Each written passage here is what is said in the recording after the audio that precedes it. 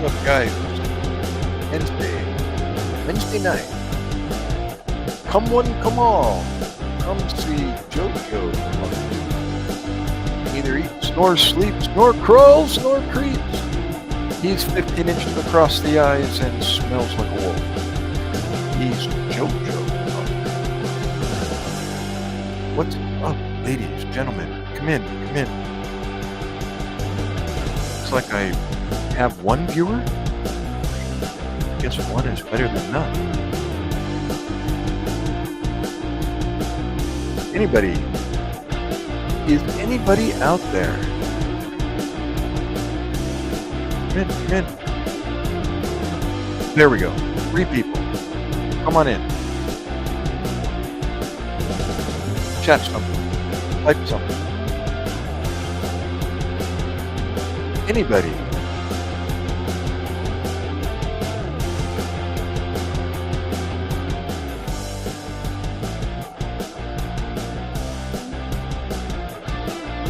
Seven people looking.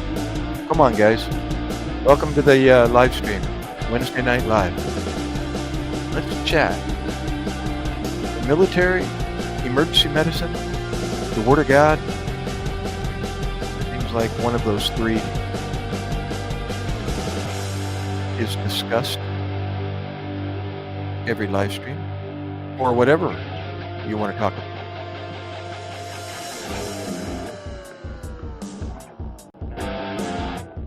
I'll consider most anything. Okay, what did I do with my coffee? I didn't bring my coffee with me. Myra! Hey, Myra. ¿Cómo está? Diamonon. Are you Filipino, Myra? Yes? Kubaran! Hey, brother. You hopped on over. Perfect. Thank you. Although, Ms. is a lot prettier than I am, so.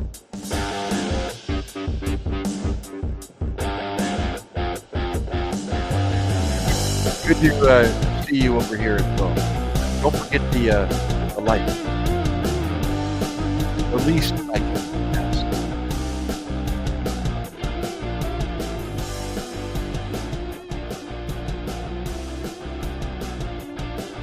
Cool. Do you use your name online or stick with Cooper?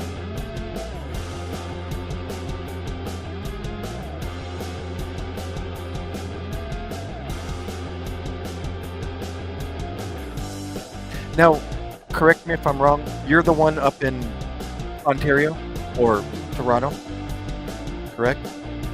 I believe, right? Myra, ¿cómo está? Are you there? Myra, Diamondon.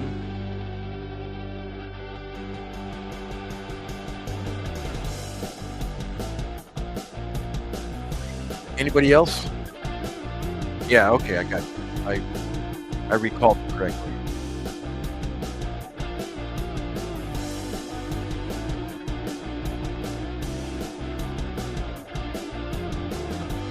So what's going on up in Toronto? Did it warm up today? It was considerably. It was almost in the 50s, or high 40s, I think. Oh, your name is Kubaran? That is your name?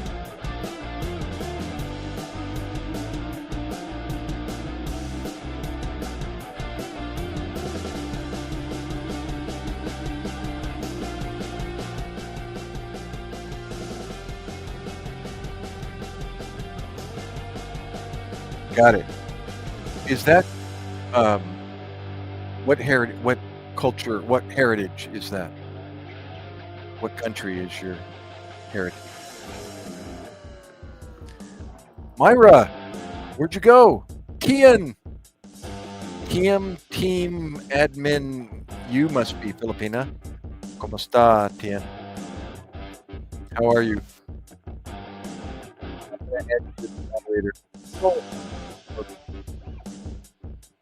most of the Filipinos, I'm actually going to make you a moderator as well, bro, because I know you. Most of the Filipinos, if you don't already know, like Niz is growing her YouTube channel. She's trying to get monetized. Rugger! In order to be monetized, you need 1,000 subscribers and 3,000 to 4,000 watch hours, so you can start earning revenue. So their method is by making everybody a moderator. That way, everybody can post their link to their YouTube channel. If you're not a moderator, the room can't see the link, nor can they click on it. You can't click on it if you're on your smartphone anyhow, but if you're on a laptop or a desktop, you can click on that link, which will take you to her YouTube channel, and then you can subscribe, you can give her a like, you can leave a comment, you can watch the video, and then you go back in the room and you repeat somebody else. And so everybody's doing that. Everybody's clicking on each other's link. But in order to do that, they all need to be moderators. So it's very typical in these small YouTubers that are trying to get monetized to just make everybody a moderator. Now, in the Filipino live stream community, that's not a problem. Nobody's there to spam and or cause trouble. It's like everybody's there for the same reason. Where here in America or anywhere else, it seems like everyone takes advantage of the fact that they're a moderator. And so you will only see certain people be moderators. But in the Filipino live stream community, everybody becomes a moderator. Yeah, that's the typical question. Can I get a jacket? They call it a jacket. And, they're expecting you to give them a jacket. So anyhow, yes, like I said, you might already know. But it's how I got introduced to this live streaming. My wife is from the Philippines, if you didn't know. And she was telling me about this process that I just explained, and I couldn't understand what she was saying. So I was like, wait a minute, you're not making any sense. I said, where are you getting this information? She said, from her family member back in the Philippines. Well, I know him. I met him when I was first there in 2002. I got married in the Philippines. And so I was like, let me speak to him. And he was on FaceTime or, Messenger. So I spoke to him and he explained to me the same thing I just did. And I went, oh. So it still didn't make 100% sense until I started doing it. And then I went, oh, this is what they're doing. So I decided to try to grow my YouTube channel, and I became monetized eventually. I was under a different screen name and different content. And then I decided to nix that, and I closed the whole channel and started this new name and new content. So now I'm trying to get monetized. I have enough subscribers. I'm just working on watch hours. I'm almost there. I'm like 200 watch hours short of 3,000. And then I'll get the super chat. Yada, yada, yada. So.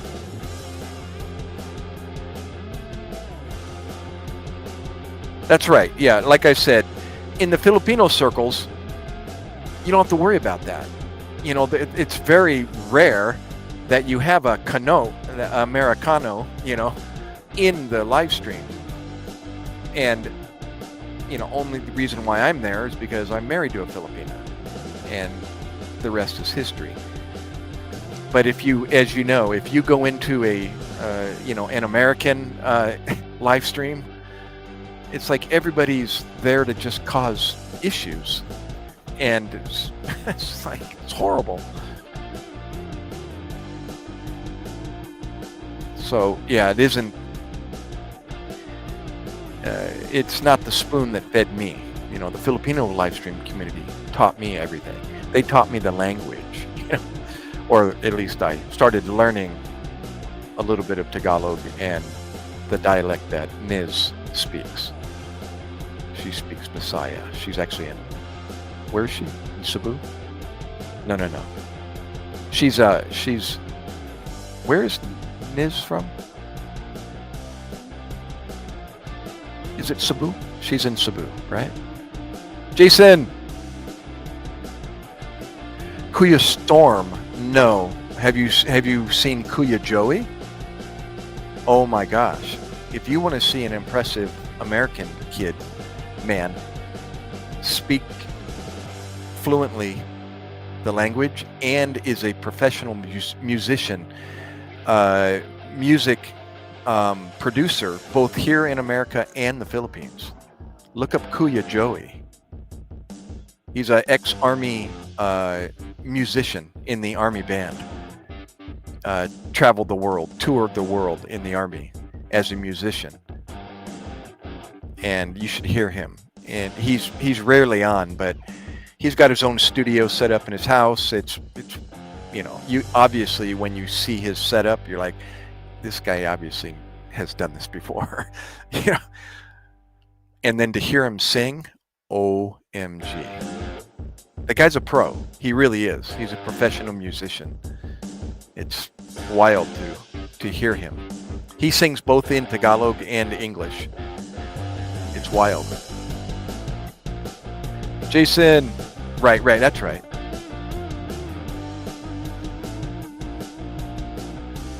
I'm telling you, Kuberan, it's a lot easier than you think. If you've never done any international travel, you know, there might be some anxiety, obviously, you know, and never having done it before. But it really is simple. You just get your passport wherever you get your passport. And once you get your passport, I don't know what the Canadian speed bumps are that you have to go through. But, you know, here in America, as long as you get your passport, you can go anywhere. As long as the country is open, you know, for American visitors, you know, we can go anywhere. And you literally just buy a ticket to the Philippines and fly there and make sure she knows you're coming. You can fly to Cebu, to Mactan Airport. That's what I did last time. And you'll be on the island. She'll be, let's see, she's in South Cebu. So she's probably more like 2 hours away from the city, from the airport. But, or maybe less. But even then, you know, you're there. Once you get there, you're there. And with the technology, you know, with smartphones, you know, Google Maps works over there. Buy the digital SIM card. Don't get a physical SIM card when you go over there. Just rely on the digital. Go ahead and pay for it here. That way you have it when you get off the plane, and you don't have to go around trying to buy a physical SIM card. And then you're set. As long as you got access to money, you know, Bank of America, any major credit card, you know, ATM machine will work. Yeah. Jason.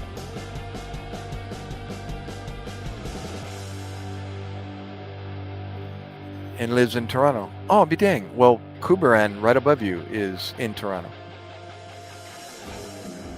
I know. Oh, you've been to Southeast Asia. Oh, you have. Don't tell me. You've been to Thailand.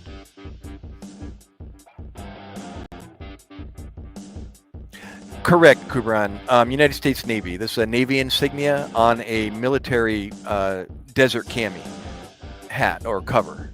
I was in OEF 2004-2005. I was sent to the Al Anbar province with the United States Marines, the 123 Marines, and provided medical support. I was a Navy medic or a Navy corpsman. That's what I did. I was a civilian paramedic before, and then I brought that into the military at 37 years old. Yes, I did join the Navy at 37 years old, and then got deployed in 2004. Let me turn that music down so it's a little calmer here. Oh, clear story. Oh, well, I wonder if have I met him? Kuya Storm. I don't know if I have or not. But yeah, small world.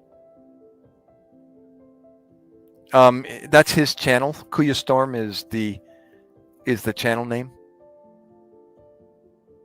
Where? Sorry, I will. Where in? Yeah, you've been to Thailand, Vietnam, Cambodia, and Sri Lanka. Wow. Well, you got more up on me. I was married to a Thai girl. My first marriage. I was married to a girl from Bangkok, and so I did travel there as well. We just did the downtown Bangkok. She lives in a suburb, or her family's from a suburb of Bangkok, and then we took the train to Chiang Mai, and we did the tourist thing up there.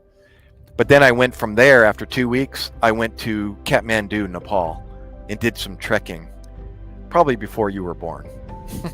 1986 is when I went to Kathmandu and Thailand.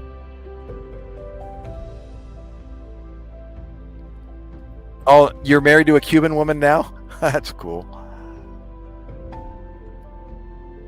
Oh, I'm sorry. You were rocking out to the music. Yeah, let me look up Kuya Storm real quick. Maybe I know him or have seen him already. Let's find out here.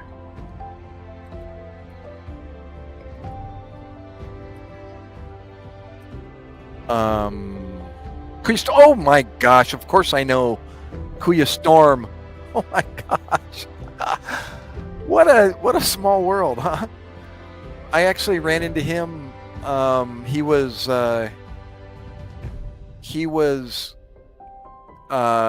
liked that girl in Davao, and I was trying to encourage him. Imagine that! I must be the matchmaker. Kuya Storm knows me. I was encouraging him to do the same thing. I was like, dude, you need to go and Karen. Remember Karen? Oh, I know. You told me, Jason. You told me what happened. I was like, yikes. What the heck? But yeah, Kuya Storm, he had recognized my name, and I was doing the same thing with him. It's like, dude, just go over there. Go over there and meet her. But I don't think Karen was on the same page or something. I don't know. Oh, he's with Che. I don't know Che. But anyhow, yeah, I just happened to find this Filipina, through the live stream grapevine. And then when I was in this Karen's live stream, he was in there, and I was watching him and what he was saying, and I realized, and then we started talking, and actually we shared emails with each other, and I was speaking to him via email and was trying to help him out, and just do it, just go. If it doesn't work out, it's okay. Just have a backup plan, so that you don't, end up heartbroken, the whole 3 weeks that you're over there or however long. So you can enjoy yourself, and keep going, and so in case it doesn't work out,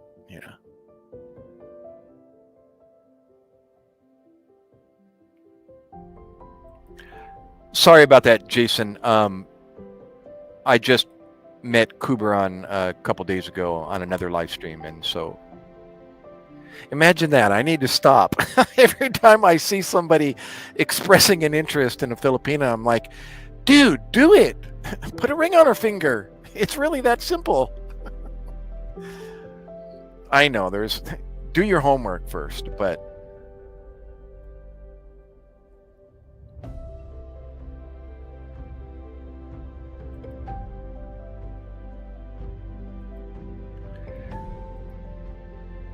a girl like what's her real name again? She told me last time. I forgot. What is it?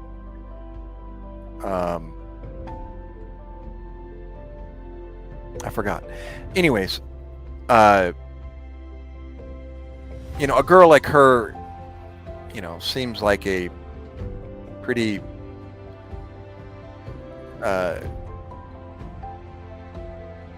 what's the word I'm looking for? Grounded, Filipina. A lot of people have so much to say about foreign girls, and they have no idea. Well, and sometimes they know what they're talking about, but it's like, well, I'm married to one, and you know what? Although she was already here in the United States.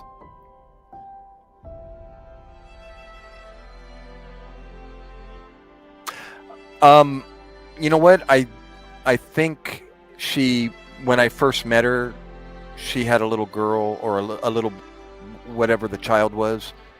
And so I asked her how old he was, and then I had already asked her how old she was, and I did the math, and I said, oh my gosh, you were... But I didn't go into detail.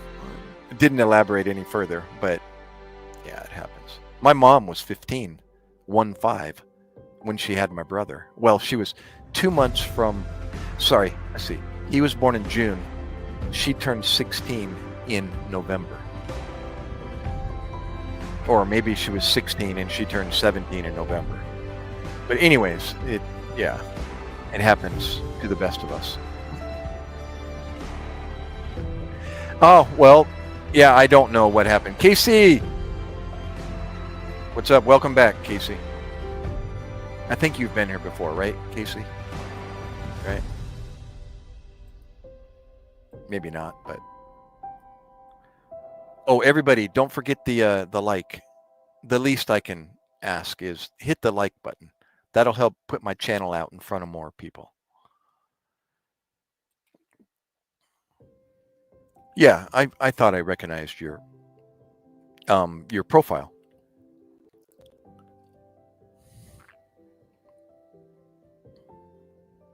Thank you. Yeah, for those that know what Tomsock means. You know, think about this. You know how the Filipinos are copycats? They're admittedly copycats. Well, some of their words is exactly what they heard, and then they spell it in their letter and their vowels, their Spanish vowels. So look at the icon, thumbs up. What does that look like? What is it? It's like this, right? It's like this. What does that look like? What am I about to do with my thumb?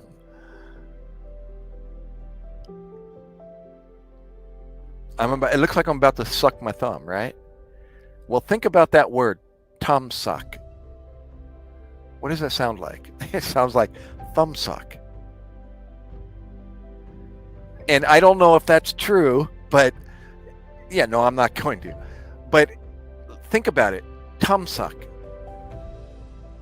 It's thumbsuck. It's got to be. Exactly, Casey. But there's another word that is classic, and that is, do you know this word in Tagalog? Remember, it's Spanish vowels, so it's A-P-I-R. A, P, I, R, or arre, right? So it's appear, right? Like appear, like A-P-P-E-A-R. But look at do you know what appear is? It's high five, okay? So when they say appear, well, what did they just say? Think about the English words. That sounds like up here. Look at the motion that I'm doing. And when we do a high five, it's where? It's up here. Think about that. Up here. U-P-H-E-R-E. If you say it quickly, how would you phonetically spell it? A-P-I-R. Up here. And it's when I saw the word and I saw what they're doing, I went, wait a minute. That sounds like up here. And it's got to be. So when I saw Tomsuck, I thought the same thing. It's got to be thumbsuck, because look at the symbol. It's just like this. It's got to be. So they're admittedly copycats, and it's actually kind of cool, because you can kind of dissect, and define some of their words just by what it sounds like. Or if you know Spanish, a lot of their words are Spanish influence. So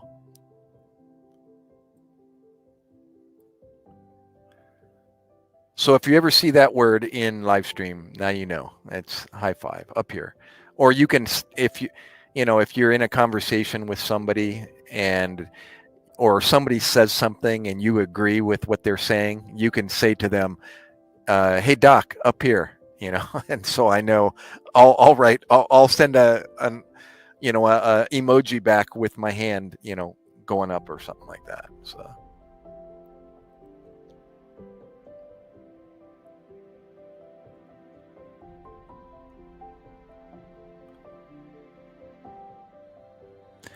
Yeah, Kuya Storm, what a small world. Of course I know that. That profile picture.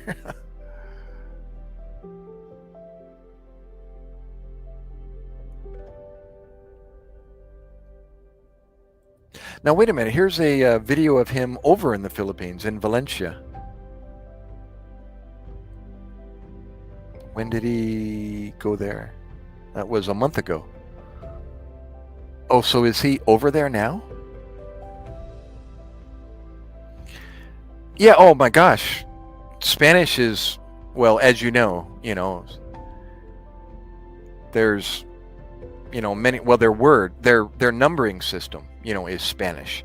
Although they have their own numbering system. I mean, their own words for, for numbers. But they use 1, 2, 3, 4, 5, 6.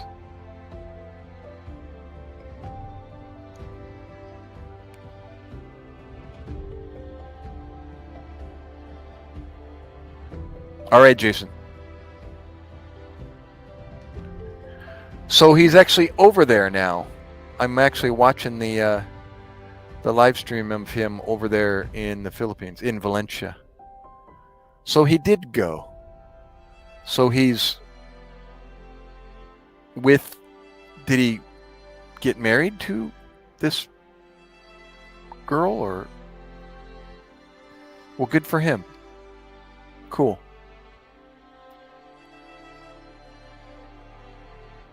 That's awesome. So that's who he's with right now, is Che.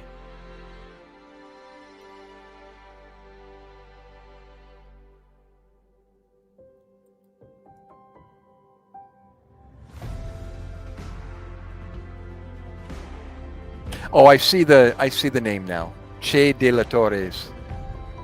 Okay. Gotcha.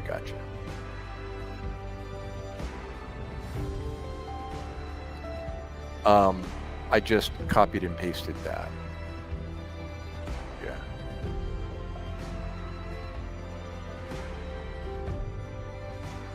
Well, I'll have to here I'm going to leave a comment to that video here.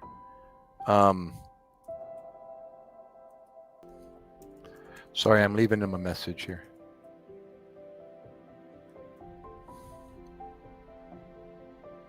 Okay. Yeah, he looks like he's in his 50s, then more than 60. So. Yep. Yeah, I was trying to remember what age he said he was. I remember him mentioning, but I don't. Or even what he did in the Navy. Was it Navy or Marine Corps? Yeah, Jason, I'm noticing you're mentioning a few words in Spanish. Yeah,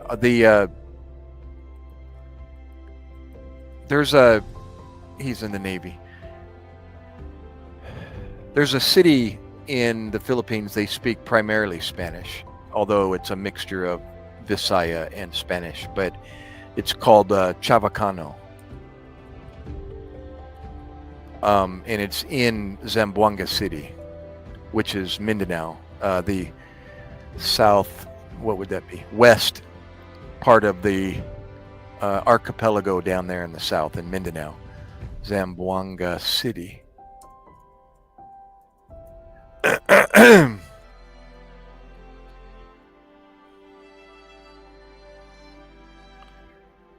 I don't know if I spelled Chavacano right. It might be with a C, although there is no C in their alphabet, but they use C in their spelling. It's like, go figure. I always go through this with my wife. It's like, wait a minute, what do you mean there's no C in your alphabet, but yet there's words spelled with C? Because it's abacada, A-B-C-D, abacada, but ka is K-A. It's not C-A. So it's abacada, F, ga, I forget that. There's a rhyme that they sing as children that mentions all the letters of the alphabet. Yeah, is that Spanish or Portuguese? I know.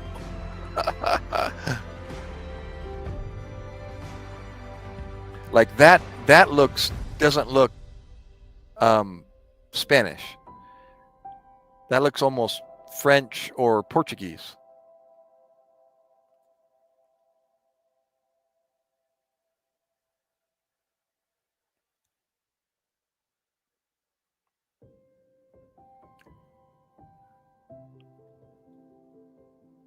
Oh, is he live now or this is a rerun? Oh, this is a rerun. Okay.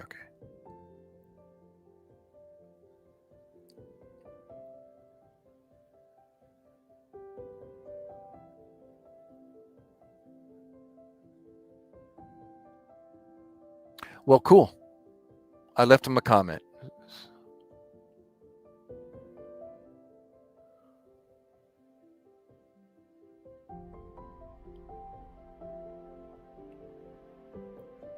Okay.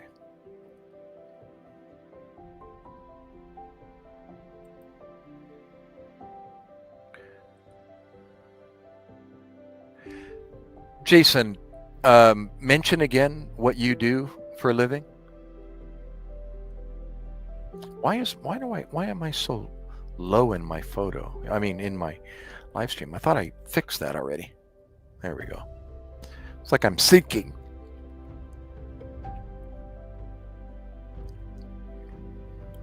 Ecal Rin, Kubaran. That's, and you too. Ecal. Or Ecal, depends on where in the Philippines. Ecal Din, Ecal Rin, or in Bisaya or Mindanao, they say Pud, P-U-D, Ecal Pud. That means, and you too, or you also.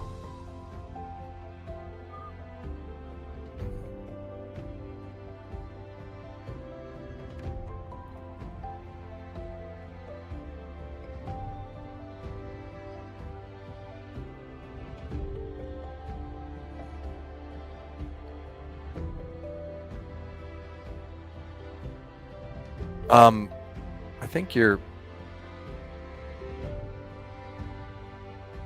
God is a Dios. That's why you're spelling it wrong. Dios, dear. Bro, dear. I called you dear. Dios.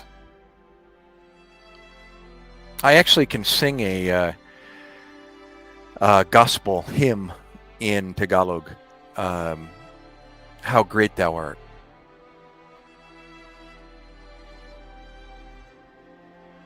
You're not wearing your glasses. Good excuse. Shifting the blame. Do you see any glasses on me? No, I'm wearing contacts, so I wouldn't be able to see if I didn't have something in front of my eyes.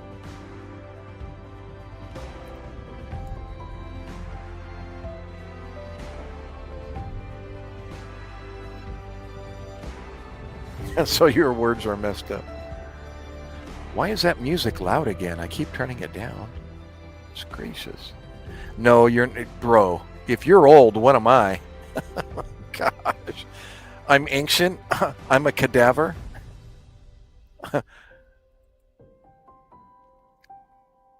Actually, here, I'm going to tell you something that's hilarious.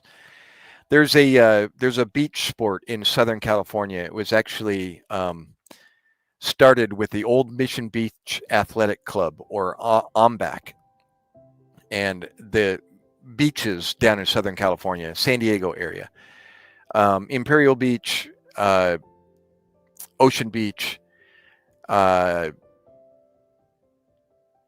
Mission Beach, Pacific Beach, La Jolla, Solana Beach. It keeps going all the way up the coast. Anyways, so in Mission Beach, you're old with I'm old with an exclamation point.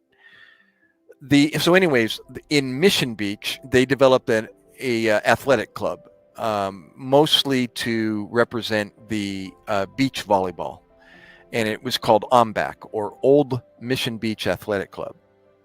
Well, another sport they started in Mission Beach was a softball game on the sand, and it was called Over the Line, or OTL. Your great-great-grandpa. Negative, Jason. I can be your dad. Anyways, the sport is called Over the Line. So let me get to the point here. So it's played on sand, and it's because it's in sand, they mark the boundaries with rope. Large diameter cord in the sand, and it's roped off like a baseball diamond. At least at the beginning it is. It's got the triangle where home plate is, and as if you were going to first base and third base, that line. But then at the first base and third base mark, about the same distance, 90 feet, or however far it is, I think it's 90. At that point, it goes parallel, indefinitely out into the outfield. So there's 3 players per team. And the scoring is like baseball. If you get a hit, you advance a runner to first base. But you don't physically run to first base. It's just done on paper, and a scorekeeper is keeping track of this.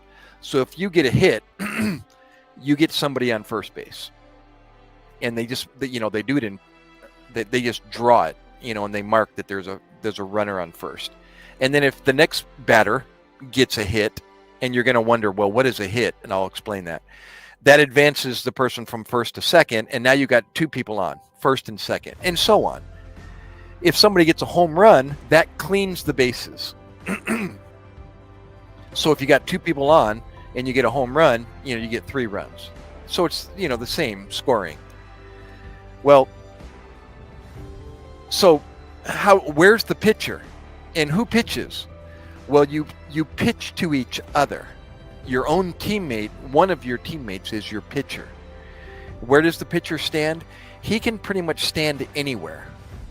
He can stand in front of you. He can stand next to you and tee it up like a golf ball. He can throw it up. So you're pitching to your batter. But the pitcher can be anywhere. So typically the pitcher is kneeling down right next to the batter. So the batter is going to be hitting it outwards, but the pitcher is right there in front of him. And he's teeing up the ball, literally holding the ball in his hand or his palm. And he's going to just lift it up and let go of it. And you're going to tee off on it like a golf ball. Or you can swing, like a baseball, whatever. The object is to get the ball over the line. Now, where's that line? It's called Over the Line, OTL. Cricket, maybe I've never played cricket, but anyways, it sounds like maybe a combination thereof. So, where is the line that the over the line comes from? It's right where first base and the first base line and the third base line stop. They're at the bases. That line is drawn across, so it forms a literal triangle. Home plate out to first and third base, and then that line there's a rope going from that first base to third base. The object is to hit that ball over the line without somebody catching it. And by the way, there's no gloves.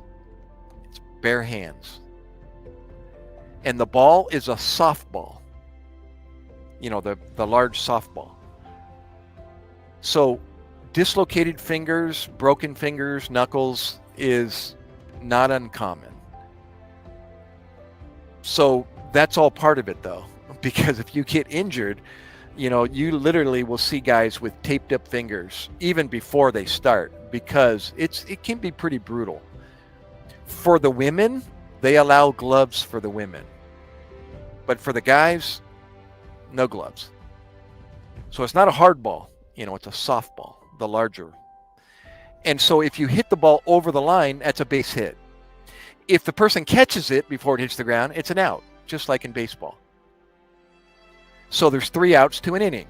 After 3 outs, the teams change. The 3 guys out in the outfield now come in, and it's their turn to bat.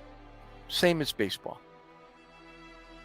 See, if you hit the ball over the last person's head, where do the people stand? Well, they have to be over the line, but they can be anywhere out there. So they strategically place themselves based on where they think is the best place for coverage. Now, you don't want to be too deep, because then you could start placing the ball, if you're good enough, over that second person's head in between the blank spot, and that person deep is way too deep. But if you get too close, then it's easy to hit a home run and hit the ball over the last person's head. So the people out in the outfield are jockeying around constantly. They're talking to each other. They're literally pointing with their fingers behind their back, like volleyball, trying to tell each other, you know, over here, over here, over here, you know, depending on if he's a left-handed hitter or a right-handed hitter, or if they know the hitter and they know what he likes to do. You know, he's always hitting over on the right, or he's, you know, but you get really good at placing the ball. And that's the whole strategy about the game. So after they play 6 innings, I think it's 6 innings. And of course, the one with the most runs is the winner, and they advance. And it's an elimination. It's worldwide. People can come from wherever they want to. And other countries have now heard about the game. But mostly it's North America. Canadian teams have been in the over-the-line tournament. Absolutely. Down in South California, in San Diego, at Mission Beach. So they have the world over-the-line tournament down in San Felipe, Mexico. It's over the border, down into Baja California, in Mexico. And they all gather there once a year. And all the winners from the Mission Beach tournament, and that Mission Beach tournament is humongous. I mean, there's like 1,000 teams, women and men. So anyways, my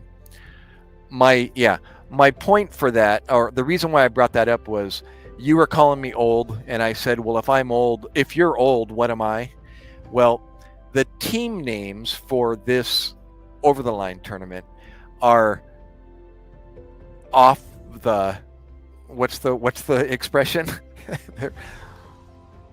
they're just out of this. I mean, they're crazy. And they're actually, a lot of them are pornographic. The team names, because there's 3 players and there are 3 guys, and or there's 3 women, they start doing plays on their anatomy, and you can fill in the blank. I'm going to tell you a few of the team names. You're going to go, what? It's like, yeah. For example, one of the team names for the guys was 3 bats and 6 balls.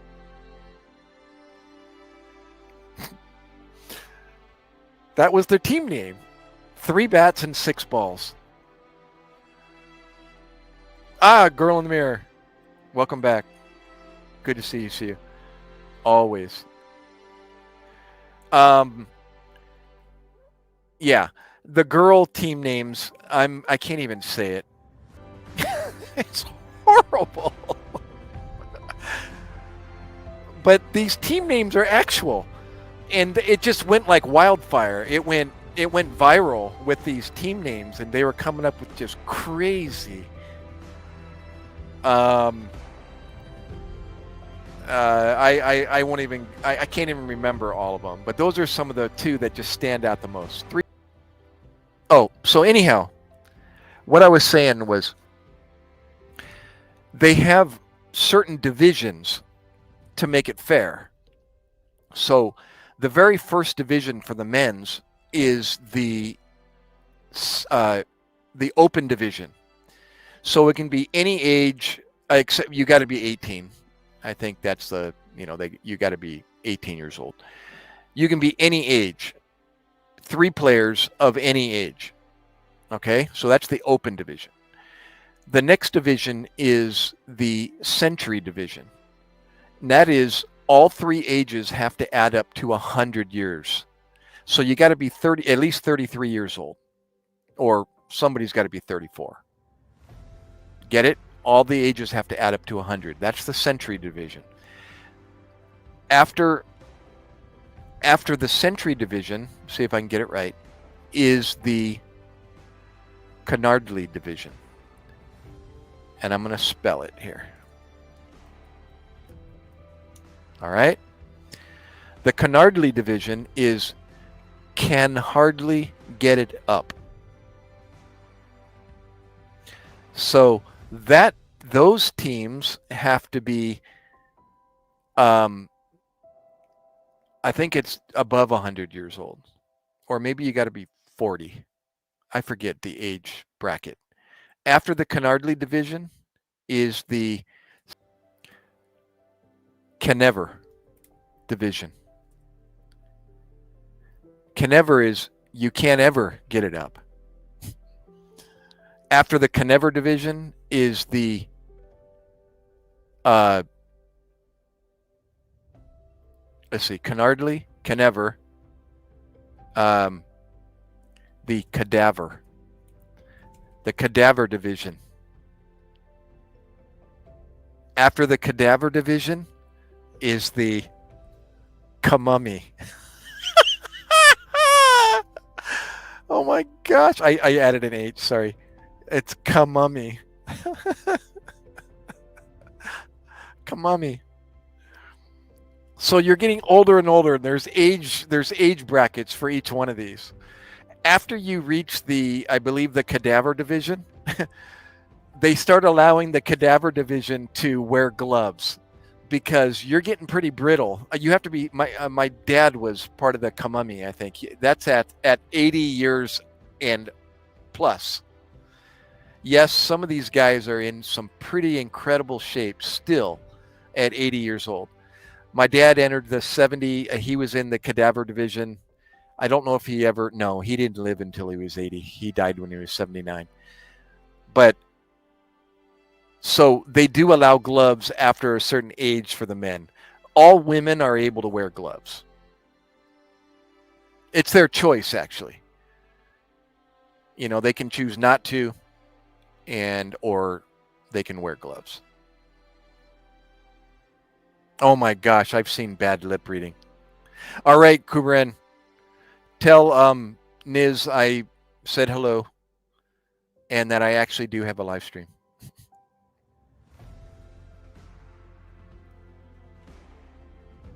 Tell her to subscribe to me so she can come over sometime. She'll get my notifications. I don't know if she's still... no, it looks like she ended her live stream. Yeah.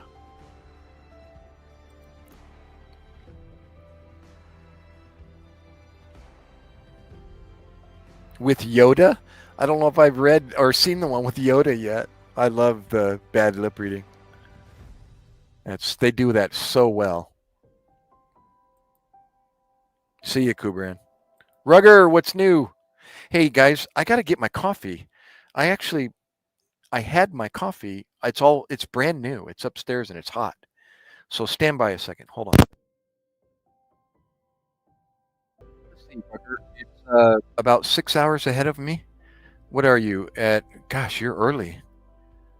Like 15. Gosh, are you 3 o'clock in the morning, Rugger? Oh my lord.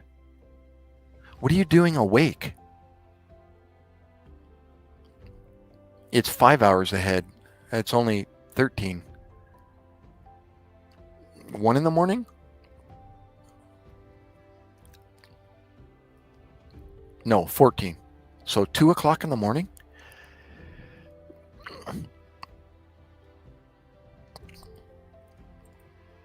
Let's see. Yoda lip reading. There it is. Yoda lip reading. Oh my gosh. Is there more than one? Oh yeah, there is. Which one should I watch? I've got a Stop It Now. Seagulls, Stop It Now. Or My Stick. Seagulls. Should I watch Seagulls? Let's watch Seagulls here. Okay, here we go. Bad lip reading. Here we go. What? I hate Brenda. Bad guy hit me in the shin and I peed all of my pants. So, now something, a little music. Rocking and rolling. Down to the beach, I'm strolling.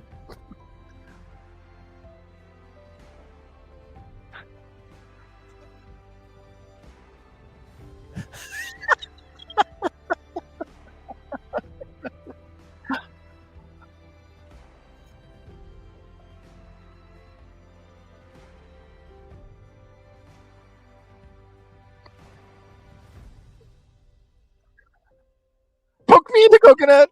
And they did. And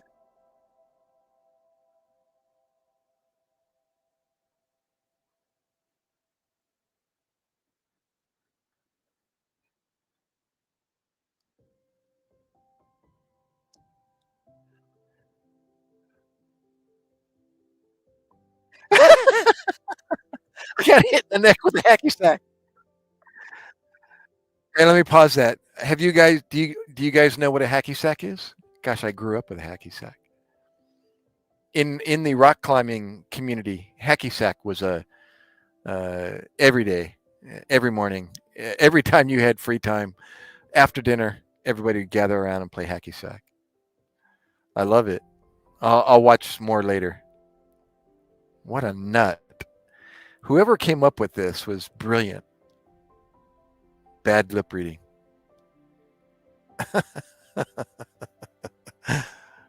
uh, okay, what do we got? We got one person in the room? Wait a minute. Come on. We need more people. What happened to my 14,000 that one night? What is different about that night than the rest? Jason, what are you doing, dude? You're like on a roll.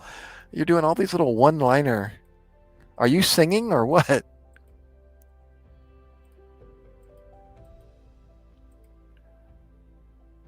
Yeah, Rugger, let's spam Doc. Let's spam. Doc is gone. Last time you did, it was funny rereading what you guys were saying when I was lost in the dark. Okay, let's see here. I don't want to mirror my camera. Let me turn it around. There we go.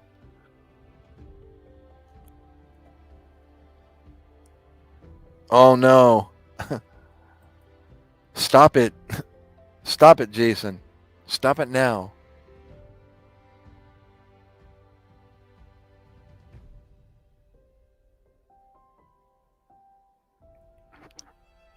Oh, my nose. It's all dried out. Okay, what have I read recently that was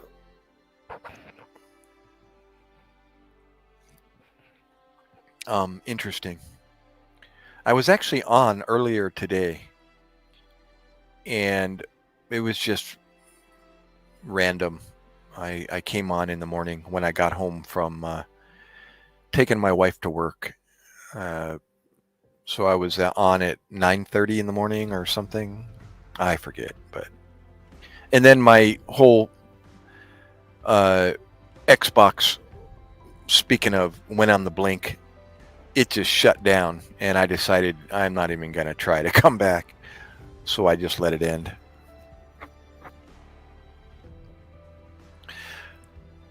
Rugger, what's the weather doing there on your private island?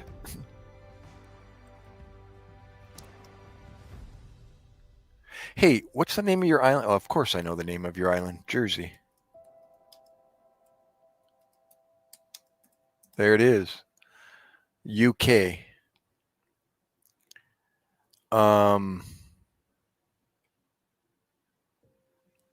Visit Jersey. Oh, dude, this looks gorgeous. Holy moly, look at the coastline.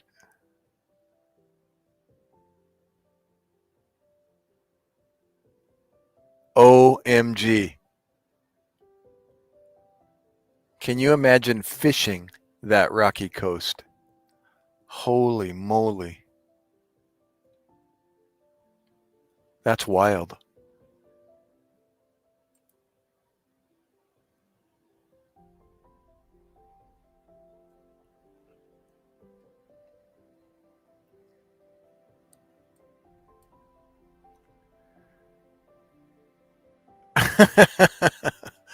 Jason, chill, bro. What the heck?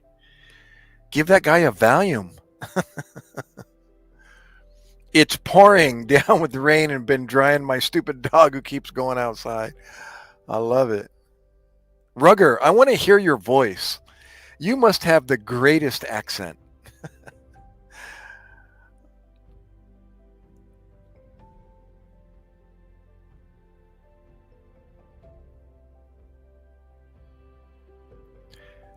Come up on stage. If you don't want to show yourself on camera, you can just speak behind your profile and it'll be just your voice. I guess. Well, I'm back. Stop spamming. Nazi bunkers and buildings that date the pyramids. Hey, Jason, I'm back, bro. I'm here. You don't need to spam anymore. That's right. You were doing 1, 2, 3, 4, 5, 40, 99, 105, 2197.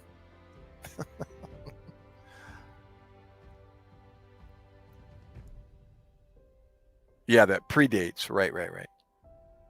Hey, Jason, I know you're having fun, bro. It's okay. Calm down. Calma. Calma, pare. Calma.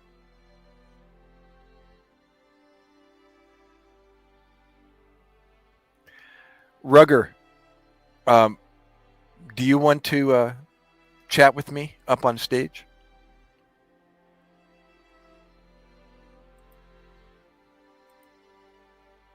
Will I be able to understand you?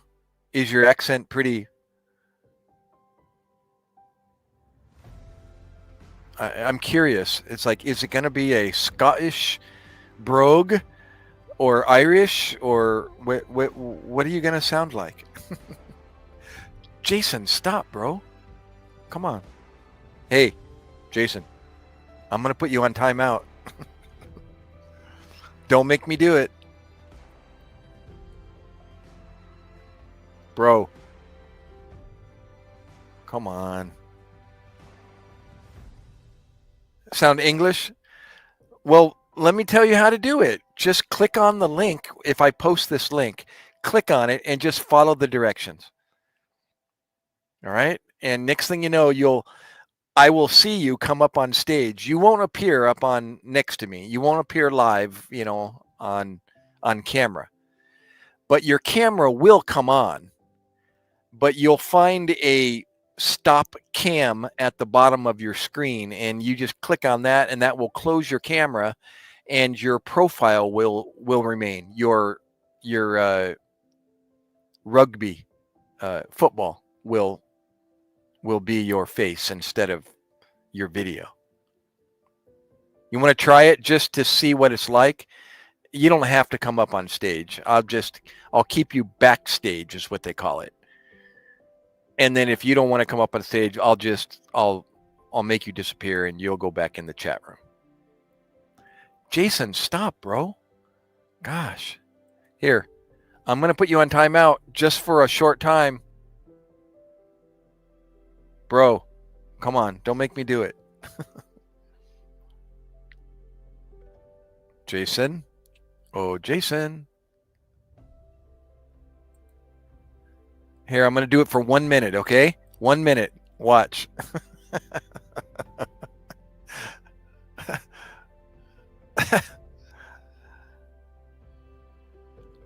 You'll have to wait 60 seconds, Jason.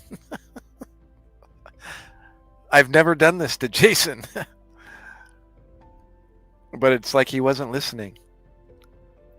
Okay, you can come back in 60 seconds, Jason.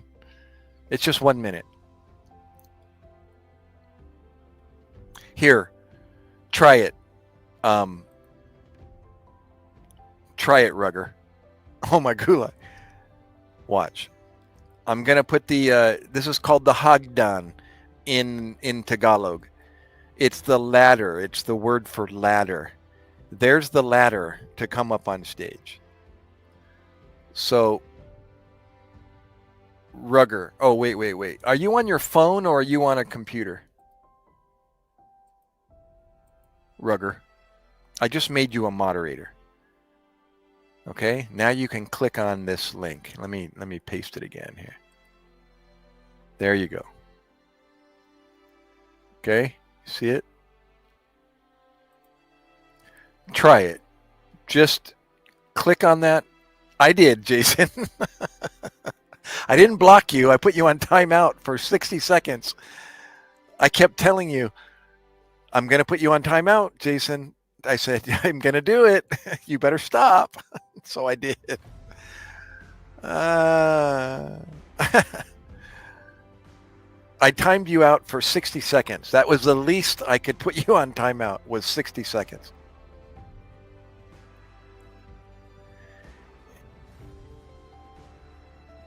Oh, try it again. Are you on your phone, Rugger? Easy there, Dad. Are you on your phone or are you on a laptop or a desktop?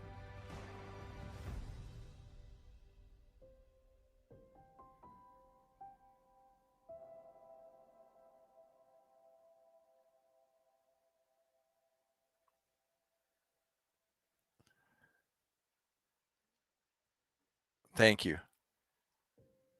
Rugger, talk to me, bro. You're on your phone. That's why. That's why you can't click on it. You know what? If I pin this link is going to appear either at the top or at the bottom of your phone. See if you can click on it or find it if I pin there. I just pinned that address. Where is it going to show up, girl in the mirror? Is it going to show up at the bottom of the phone? I know it won't, Rugger. It's because you're on your phone. And you can't click on the link if you're on your phone. But I just pinned the address. Look for that address at the bottom, near the bottom where you chat, where the chat bar is, or at the top of your phone, the top of the chat room. There, you'll see the address, the URL, either somewhere at the top or the bottom of the chat, the chat room. Oh, you're on your iPhone. Okay.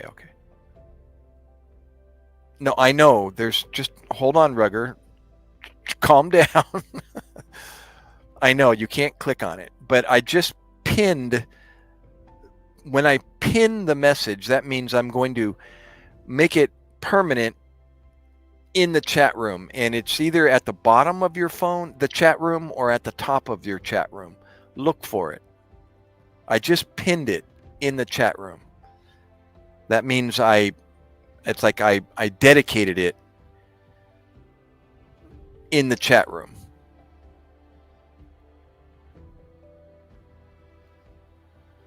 Correct. That's fine. Jason, you can appear backstage. You won't appear up on stage with me, but I'll see you backstage. But do me a favor. When you come backstage, open your camera so I know you're you and it's not somebody posing as you. And then you can close your camera. You'll be able to hear me. But just show me your face, and then after that I'll say, okay, cool. And then you can close it and go behind your profile. Okay? Thank you.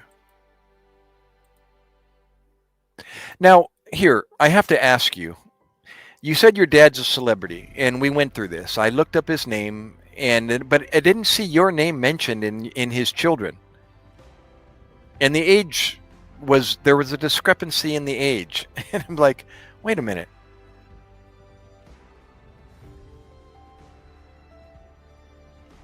I saw the people you said are your brothers. I saw that in Wikipedia, but I don't see your name. Okay. You don't have to explain.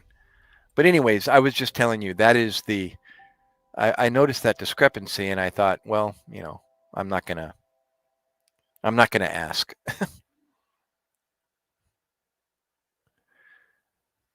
Yeah, you're not going to be able to click on it, Rugger, unless you're on a laptop or a desktop computer. So never mind.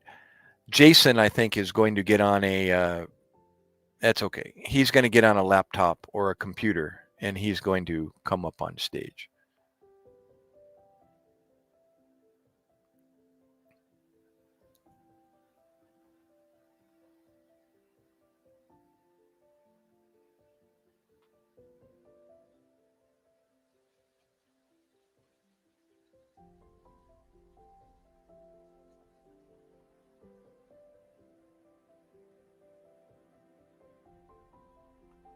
And count to 50.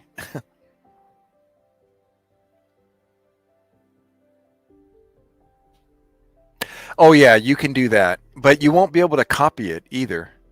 What you can do is you can do a screenshot, and then you can literally type in the address at the top of your browser and come in that way. Okay? Open up Google Chrome, and then you'll have to look at your screenshot and type in the actual address in a browser tab. Or you can type it into your email. You can send yourself an email and click on the link that way.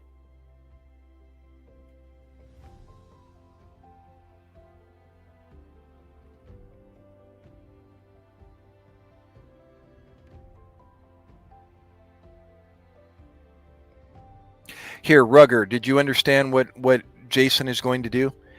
Remember you took a screenshot of the book that I showed you? Was that you this morning? You took a screenshot of the book? You could do that and then use that screenshot to manually type in the address. Okay. You would manually type in that address into, send an email to yourself with that address. So you'll have to type in https://streamyard.com/f2pkt4mg9g and send yourself that email. And then when you open that email, that will be a link and you'll be able to click on it within your phone. Or you can open up your browser, like Google Chrome or whatever browser you're using, and in the address bar at the top, do the same thing. Manually type in https://.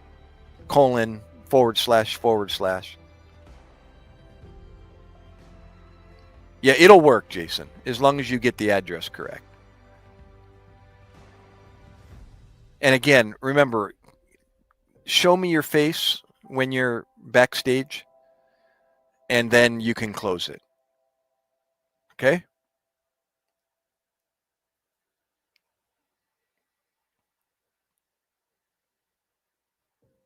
Yeah, people can do all kinds of uh, inappropriate things when they come up on stage. They'll literally copy your profile picture, for example, and then they'll use your name, and they'll come up on stage posing as you. And if they don't open their camera, they can be butt naked behind their camera. And then when I put them up on stage, they open up their camera and they're in their birthday suit doing inappropriate things up on stage. Yeah, been there and made that mistake. So that's why we, as a host, have the ability to monitor what goes on backstage before we put them up on stage.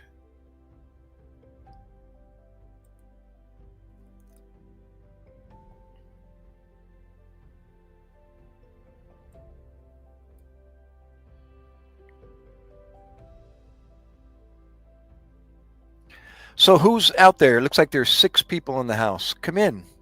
Don't swipe. Just stop. Come in the house. And let's chat. Really, we're not talking about anything in particular. We're just chatting with each other. So Jason must be busy here. There's nobody. He hasn't appeared yet, so he's still trying. Drying a dog. How many do you have? And what kind of dog do you have?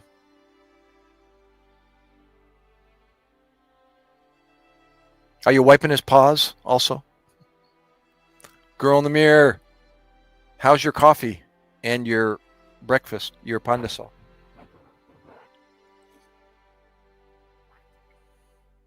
What is breakfast again? It's something umaga, kaimaga, or what is breakfast? I forgot. How do you say breakfast in Tagalog?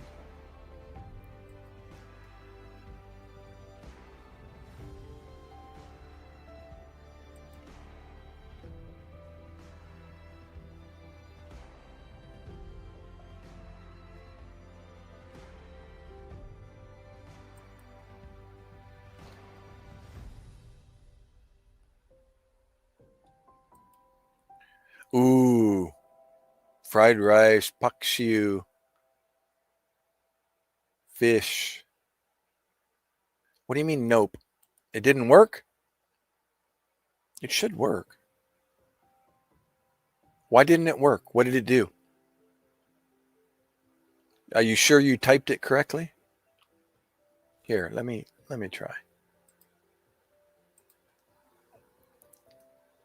Send yourself an email, a Gmail. Okay, there's my Gmail. I'm going to compose, and I'm going to send one to myself, and then I'm going to type in HTTP.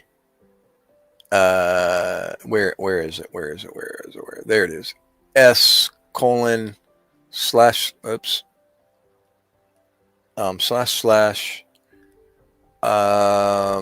StreamYard.com/F2PKT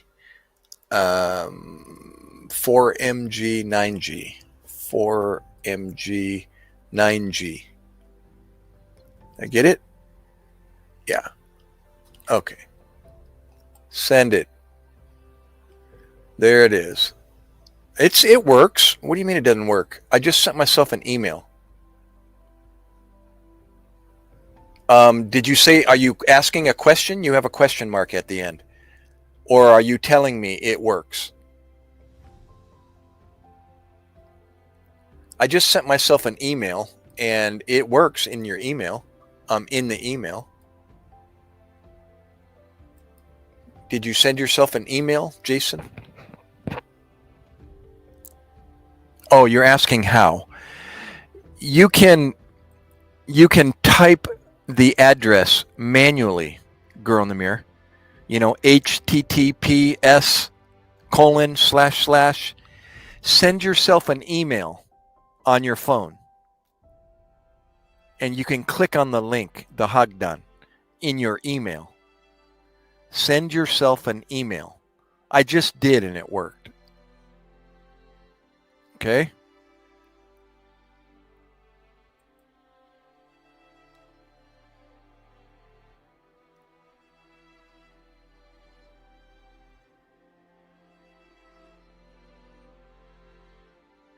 Try it.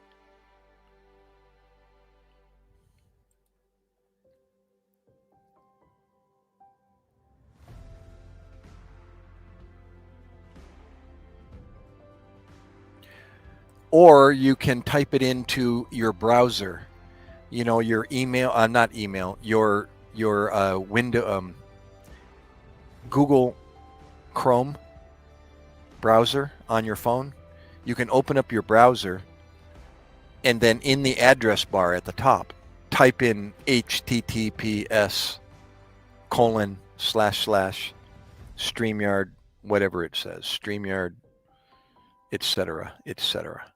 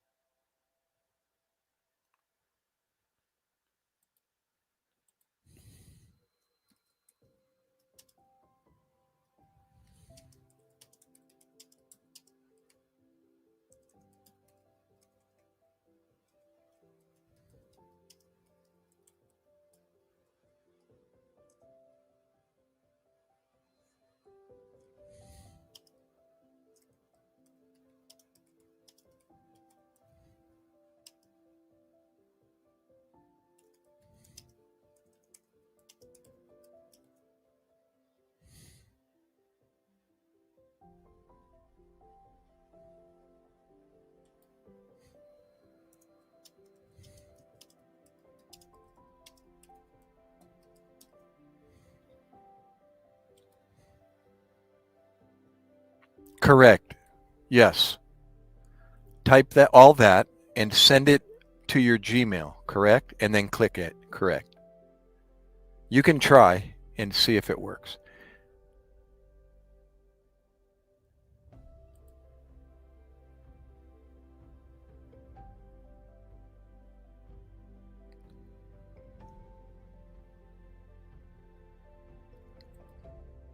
Correct, girl. I'm using the same URL every live stream.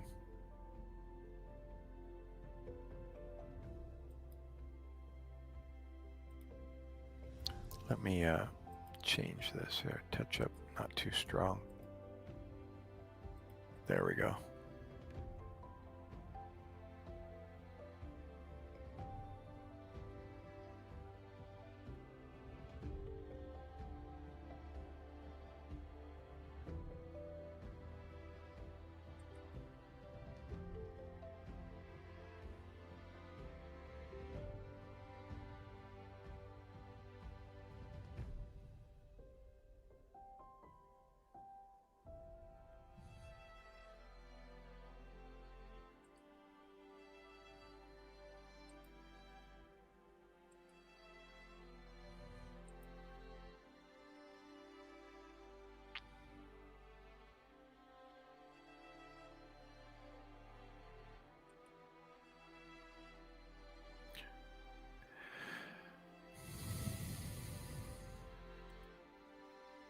Come in, wherever you are.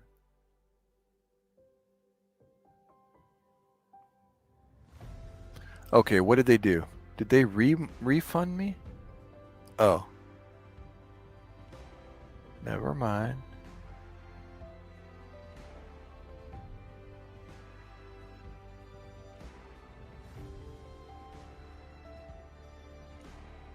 Okay.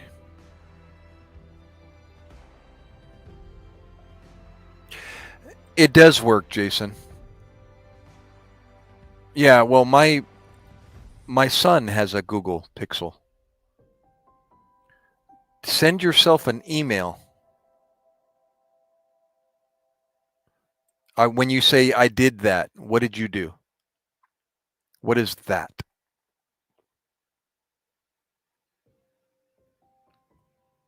Right. Send yourself an email, Jason.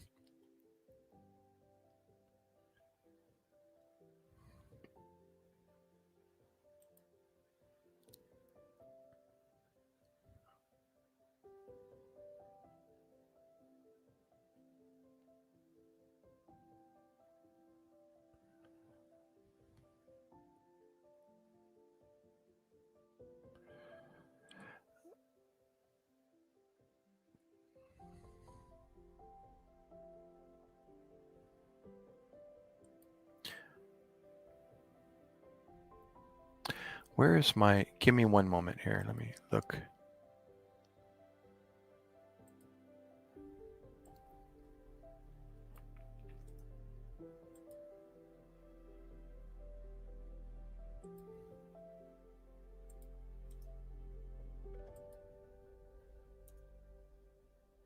It works when you put it in the address bar. Are you sure you typed it correctly?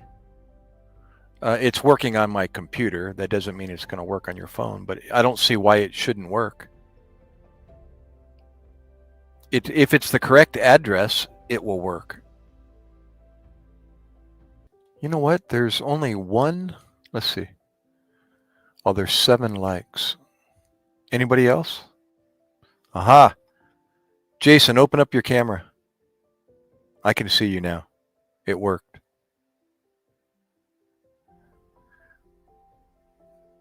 Do you want me to put you up on stage? You know what? Use the private chat. Do you see the private chat, Jason? I think it's at the bottom of your phone or on the side. Look for private chat. You can chat with me that way. Okay? You won't be able to speak with me yet until you're up on stage. But you can send me a private chat while you're backstage. Watch, I'll send you I'll write something and you'll see the red icon pop up. Do you see the red notification? That's private chat. I just sent you a message. Look for that red notification.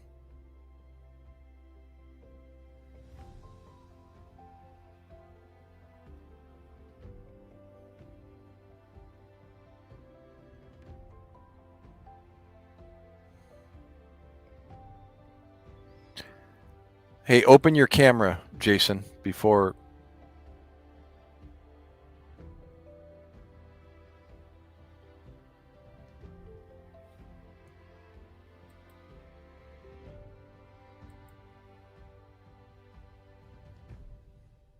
Do you see the red notification for private chat, Jason?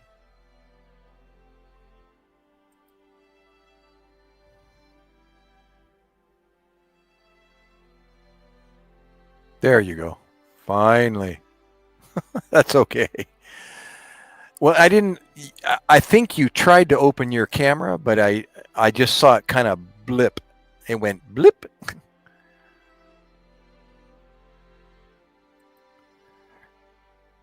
Yeah, you're not going to show your face? Is that? I'm telling you, I've had some pretty inappropriate things go on up on stage when I accept somebody who I never saw their camera. So that's why we do that. Does that make sense?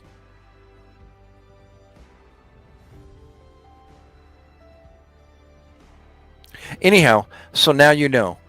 This is how you get up on stage and how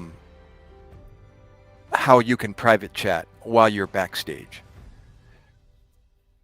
But if you feel more comfortable in the chat room, then we can just continue to do that. Why don't we do that? Sound good? Hey, Jason, come back into the chat room.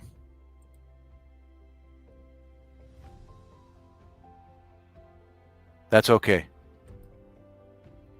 So anyhow, that's how it works. You see, you end up backstage, and then the host will put you up on stage, and you'll be side by side with me up here on the on the stage. You had a nervous breakdown. No problem.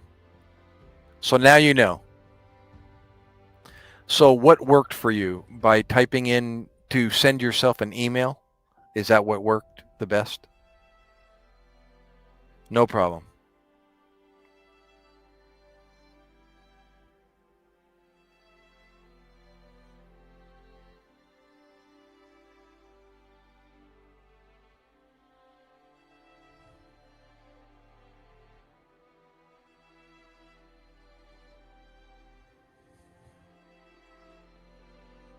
Rugger, are you still there? Girl in the mirror, are you back there? And who else? Whatever happened to, there was a bunch of, or a few Filipinos that popped in, but they disappeared. Casey, where'd you go?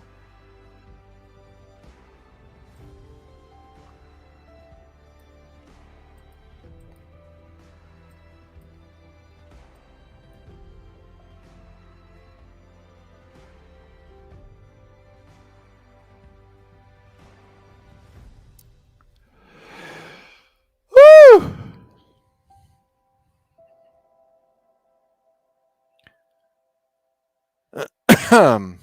Excuse me.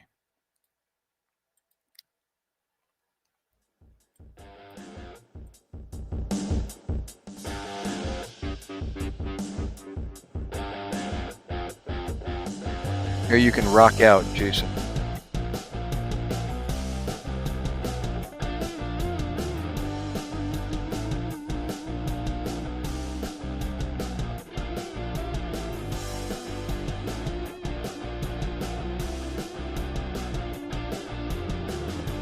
What should I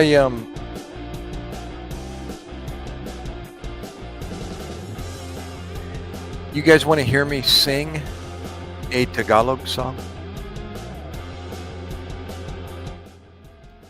I don't have a sound card, so I don't have a studio background.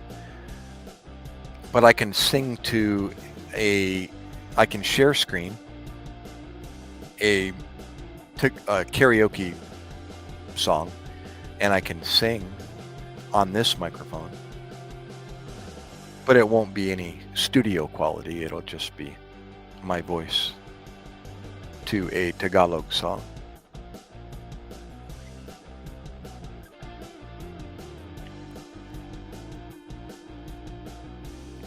You want to hear that?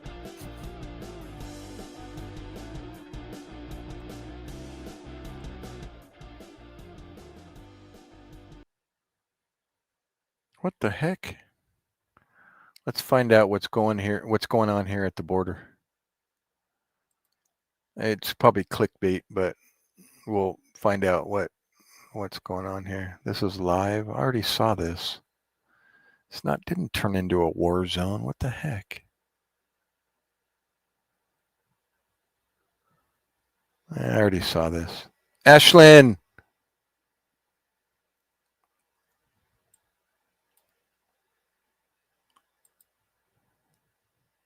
Hi, Ashlyn.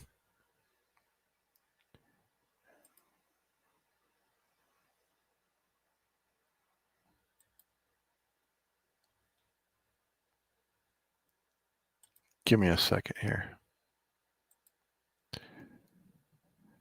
Ashlyn, where are you?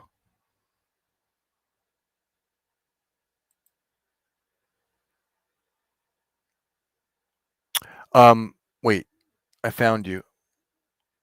Let's see. Does it say where you are? Nope.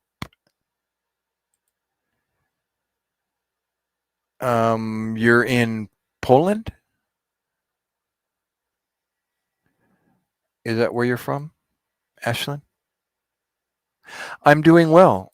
And you? Wisconsin. Oh, I was looking at the Polka family Pulaski Polka Days 2024. Is that in Wisconsin? Wisconsin, the cheese state.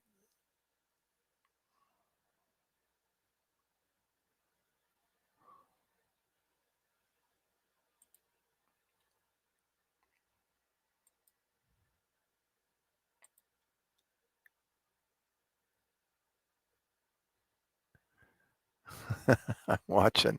I'm watching your quote of the day, part one. I can't even hear it, but I'm watching your facial expressions. Here. Should I repeat the what you're saying?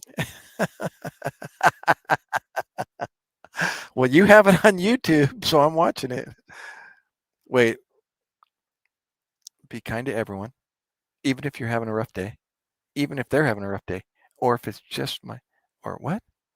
Or if it's just smiling or opening the door. Stay tuned for part two.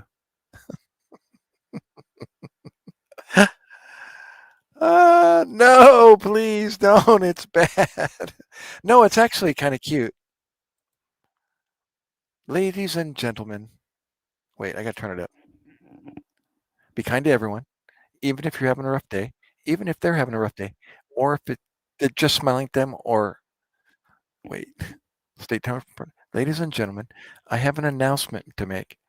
Be kind to everyone, even if you're having a rough day, even if they're having a rough day, or just smiling at them, or opening the door. Stay tuned for part two. Am I embarrassing you? Ashlyn, I just met you and I'm already quoting your videos. Actually, that's cute. Although, let me give you some advice.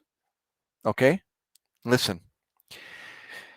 It looks like you're in a room, but the lighting is behind you. Okay? Yes, very much so. In photography, that's called backlighting. You don't want to backlight yourself unless you want to silhouette your face where you can't see your face. So turn around, okay? So the light is in your face. All right? And hold the phone up in front of you. But you want the light either at the side, like it is right. Actually, the light is up there, but you want the light to kind of be more at the side. You notice this side of my face, I'm sorry, this side of my face is more in the shadow, but over here is in the light. You see that? Here, I'll even do it more. There. You see this side of my face is in the light, but this side of my face is in the shadow. That's what you want. All right? So, yeah, you're not the first person. Many, many, many people do it. Especially if they're standing in front of a window. They'll turn around and put their back to the window. You don't want the light on your back. You want the light in your face. Okay? Yeah, so you already have heard this before. But it's sometimes hard to put into practice because you don't realize what you're doing. You're just holding the phone in front of your face.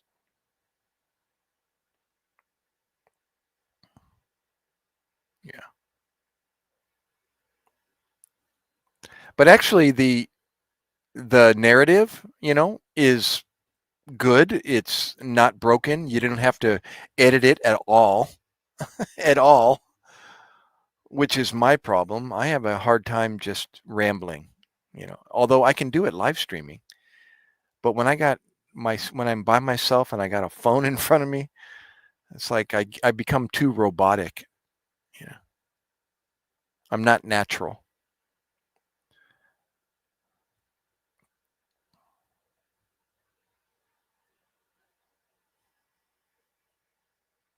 Well, thank you for finding my channel, however it appeared um in your recommendation list.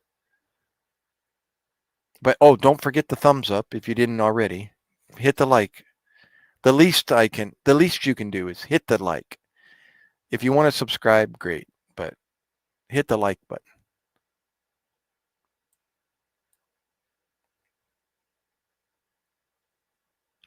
Oh, have you been following me before and I just didn't know it? You're in the background, as they say.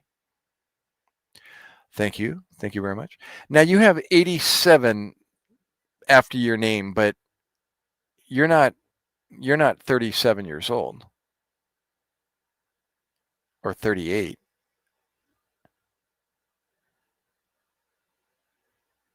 because my daughter's 36 and she was born in 88.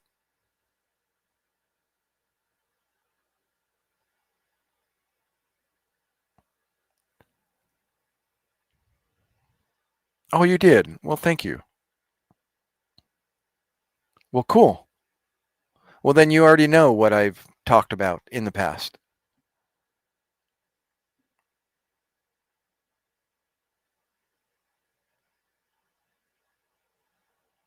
Oh, I was the person who complicated your Trump hat? How did you complicate it? What do you mean complicated?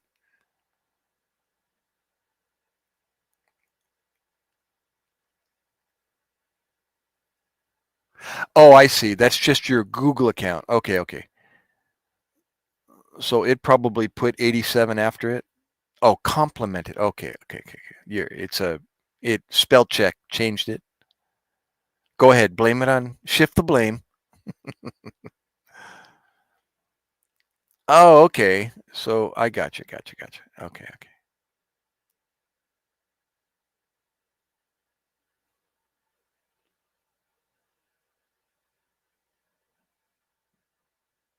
Well, I worked when I was in Oregon in 96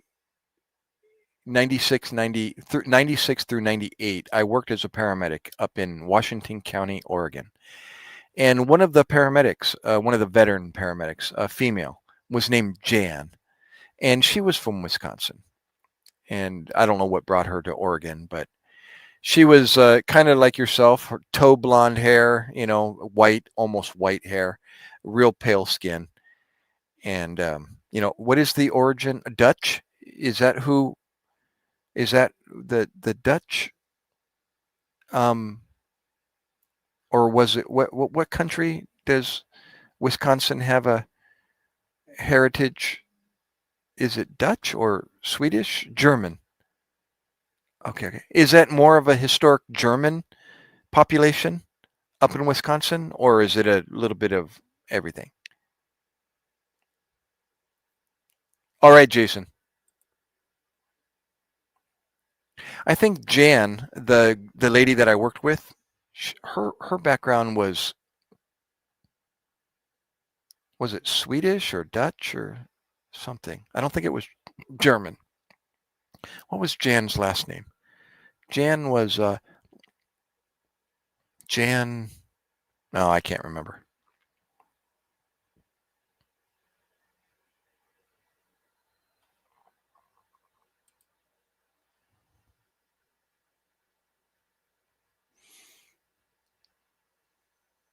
Oh, then that's I'll have to Google it and see what the the story is behind Wisconsin. Till midnight, Jason. Polka. I did see that. I didn't play it all, but that was the first short that I was watching.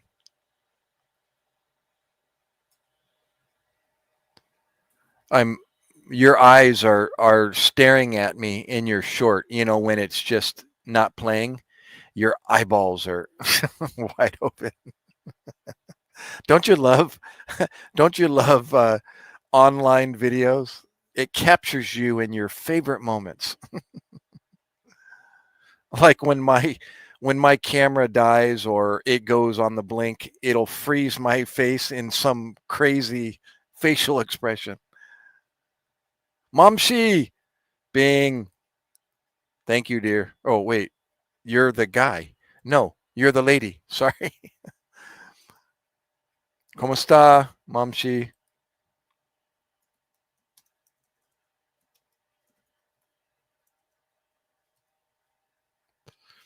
Okay, Jason.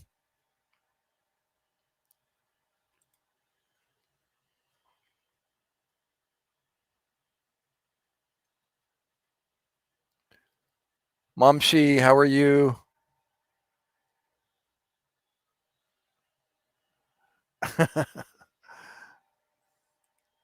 Oh, that's good.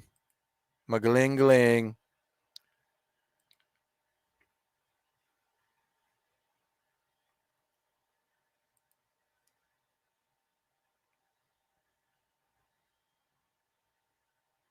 What do you mean a face clip? What are you talking about? Momshi, where are you? What part of the Philippines? Actually, well, I'm not thinking of any right now. As you know, sometimes somebody says something and it sparks a memory and I have to talk about it. But let me think about it.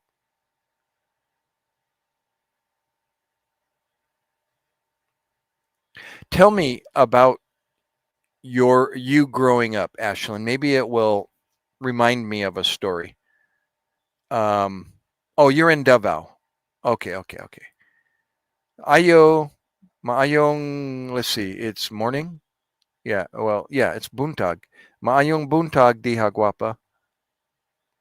Diha mamshi.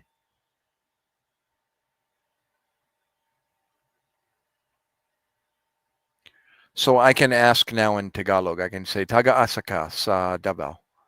Norte, Sur, Bukid City, Province. Oh, you were on the front page of the video. Well, growing up lived on a farm with 6 siblings. And what did you have on your farm?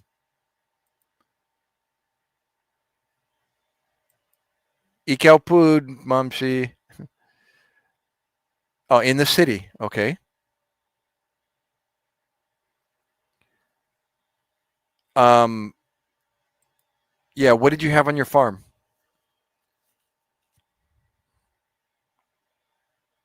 Did your mom and dad raise cattle or uh, calf, calves or livestock? What did you do on your farm? Dairy cows, chickens, and cats.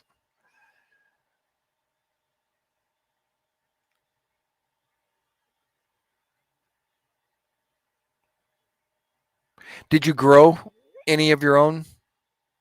And baby calves? Yeah, yeah. Ashlyn, when I was younger, when I was 19, I was dating a girl, long distance relationship. I met her in San Diego at a music convention, and she lived up in Northern California. And I would make a annual pilgrimage up to Yosemite National Park to do some rock climbing up there. I was in the rock climbing circles. And so while I was there, I realized I was really close to her mom and dad's house, her farm. So I after I would was it after? Yeah, after my Yosemite visit, I would travel up to see her. And her parents would let me stay in a trailer home or a camper home out in the parking lot or out in the driveway. And I would help her on her farm. I would go to the animals and help feed the chickens and I think she had what else she have? I don't know, some other animals. And her mom and dad raised I don't think they raised dairy. They raised cattle with and then calved them and then would sell the calves. I remember the customers would come up to the driveway and they would um, show them that's my battery. Let me replace my battery in my phone real quick. Oh, you know what? Did I bring my battery? Oh my gosh, Gary, you're supposed to be prepared. Okay, hold on. I'm still here. Um, let me go grab my battery. I have an extra one, and I didn't bring it. What did I do? What the? Okay, stand by. I'll be right back. Oh, you know what? Wait a minute. Wait, wait, wait. Here's what I'm going to do. I'm just going to change the camera to the webcam. See if I can line this up here. Stand by. Okay, that didn't turn on. There we go. Uh-oh. It's not working. That's weird. Nope. It's not working. Okay, Jason. Now, why isn't my webcam? My wife's webcam is not working. It's on. I can see the light on, but it's not. Hold on. There it goes. Oh, okay. Never mind. Okay. I'll just keep it at that and do the front view. It's not as quality as my other camera, but there we go. Okay. Anyways, Ashlyn, I was saying, yeah, that reminded me of the young lady I used to chase when I was much younger. Oh, and I would help her move the sprinklers because I forgot what they grew, whether it was hay or uh, it might have been just for the cattle. Do you? I don't remember. I really don't. I didn't ask. Yeah.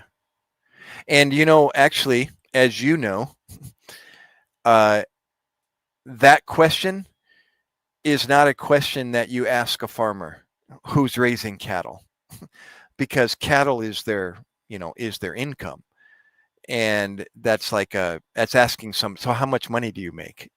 So I learned that the hard way. I was living up in the mountains in California, and I would pass a lot of private ranches, huge ranches for cattle. I mean, thousands of acres. The whole hillsides, the whole mountain was owned by a ranch. And I was trespassing to try to do some rock climbing on their property. So I would park my car off the side of the highway, and then I would jump over or crawl through the barbed wire fence, and I would go climb on these boulders or these rocks on their property. Well, they eventually, one of the family members, the sons, was driving his four-wheeler, and he saw me. So he approached me and he told me, yeah, you can't do that. And I was like, okay, appreciate it. Thanks. Is there any way I can get permission, to do this from you or your parents or, the owner? And he says, well, we are the owner. You can speak with my dad. And he gave me a business card. So I called his dad, and he's like, yeah, you can actually show me where it is you want to access. I'll pick you up and I'll drive you through my ranch if you want. And I'm like, really? He's like, sure. So I met him at an intersection, a location, and I got into his truck and he drove me onto his ranch, and I told him which way, over there. So he drove over there, and I showed him where I wanted to climb, and he didn't have any problem with that. He said, just contact me and let me know that you're going to be there so I can tell. And so in the process, I started asking him about his ranch, and he told me he raised cattle, and well, I knew that already. And so just automatically I asked him, how many cattle do you have on your ranch? And he said, well, that's not a question you want to ask a rancher that raises cattle. And I went, oh, oops. And he's like, and then he explained to me, it goes back like to the days of the cowboys, when they raised and, they brand their cattle and so on. And it's their livelihood. So it's not something, that they want to tell everybody, how much they're making or how much they're worth. Yeah. So anyhow, hoorah, 9 beats. Yeah, I don't know if you already. I thought you would already know that, but doesn't that make sense? And when he told me, I said, "Oh, okay, that makes sense." He said, "But quite a few," and I went, "Oh, okay, no problem." I said, "I can imagine. I mean, this is huge." And he told me the acreage, and I don't even remember, but I mean, it was miles and miles of land. So you can imagine, there's just probably thousands of cattle.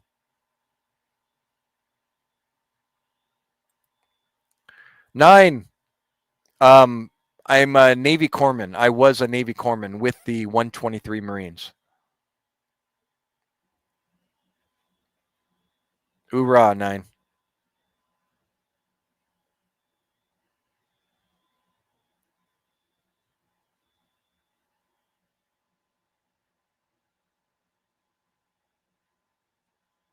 Now, amongst each other, praise God for the military, Ashlyn. I can imagine, amongst your neighbors, those that you do business or that are caring for each other, maybe you're watching out for each other's cattle, and making sure you're doing well or that their cattle are doing well. I can imagine, you would that would be beneficial, to have somebody look after you. But the general public, those people that you don't know, is you can ask your parents about that, and they can advise you better than I can. I'm not I don't raise cattle, but they can educate you more on that. Yeah, exactly. I mean, that would be beneficial. That's like my neighbors. Whenever I leave, I ask my neighbor across the street if he can watch my house. Keep an eye on it. Um, check my mail. And collect it while we're on vacation or whatever.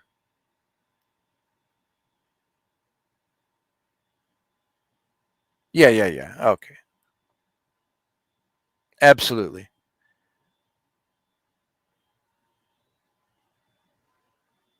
Yeah, and now you can, I was just some nobody off the highway, driving along, trespassing into his property.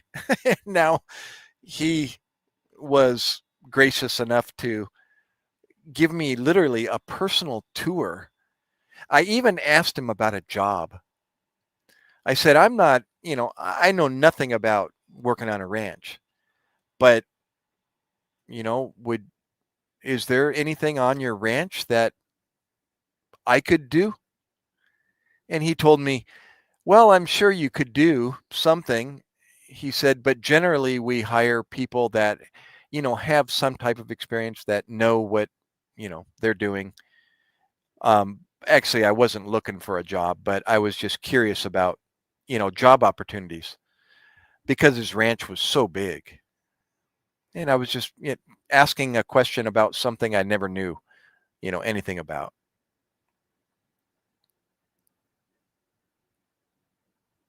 Thank you for your advice, and God bless Donald Trump. I'm trying to read back here. Uh, Survivalist Doc. What's up, bro?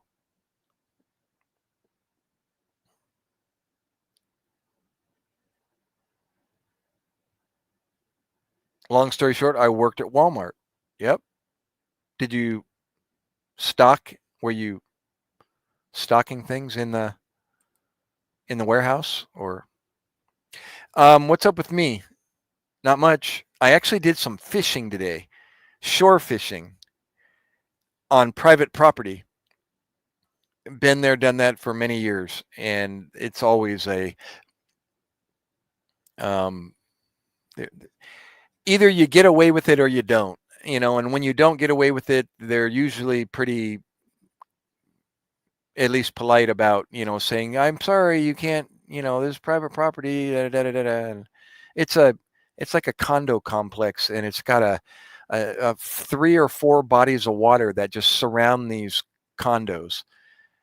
But there's signs posted, and, it's whatever, I told the lady today, she asked me to leave, and it's like, ma'am, I'm just, I'm retired, and it's freezing weather, or it's above freezing today, and there's some open water, and I decided to throw my line out a few times while I'm waiting to pick up my son from school. And she decided to get sour with me, and so I eventually left. But anyways, yeah, I actually found some water that was not iced over. It was almost 50 today. So I figured there's got to be something open somewhere. Yeah, Karen's everywhere. That's exactly what she was.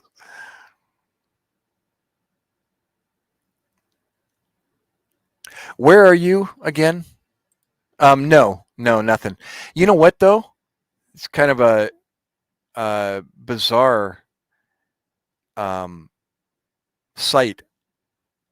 Oh my gosh, oh, wait a minute. I see. I'm looking at my my YouTube channel, and it went blank when my battery died. I realized the progress bar wasn't up to date. Okay, never mind.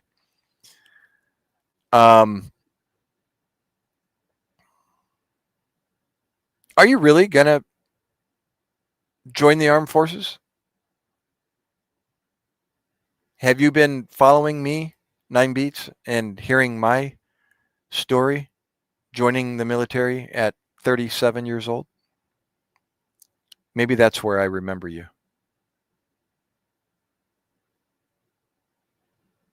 Oh, you're in Florida. Gotcha. Yeah, actually, this place that I fished at, before I got my kayak, I was primarily fishing from the shore and hitting up all the bodies of water that I could, with my knee-high boots, and it just, that's all I could do. And then when I got my kayak, of course, that opened up other avenues, and I started doing that. So these places all of a sudden went by the wayside, but, they've got some of the best bass fishing. And these people that, are asking me not to fish, to go away, and they call the cops and all of the above, they have no idea what these bodies of water contain. And it's just beautiful bass fishing out of these ponds. And they're asking us to leave, and it's like, come on, am I real? I asked the lady today, and I was trying to be like pleading with her, just let me fish. I'm not bothering you. And apparently I was. And it's like, then I had to ask her, so how am I bothering you? I even asked her, ma'am, please, what really is the problem? I say, what's bothering you? It's got to be something else other than you don't want me to fish here. And nope, she wouldn't bend. She was like, and then she ended up using the F-bomb on me. And I'm like, did you just use the F-bomb on me? And she's like, I said, I'm not using profanity at you. Why do you have to use the F-bomb now in this conversation? And then it was lost from that point on, and I realized, okay. See ya. Oh, I was going to say,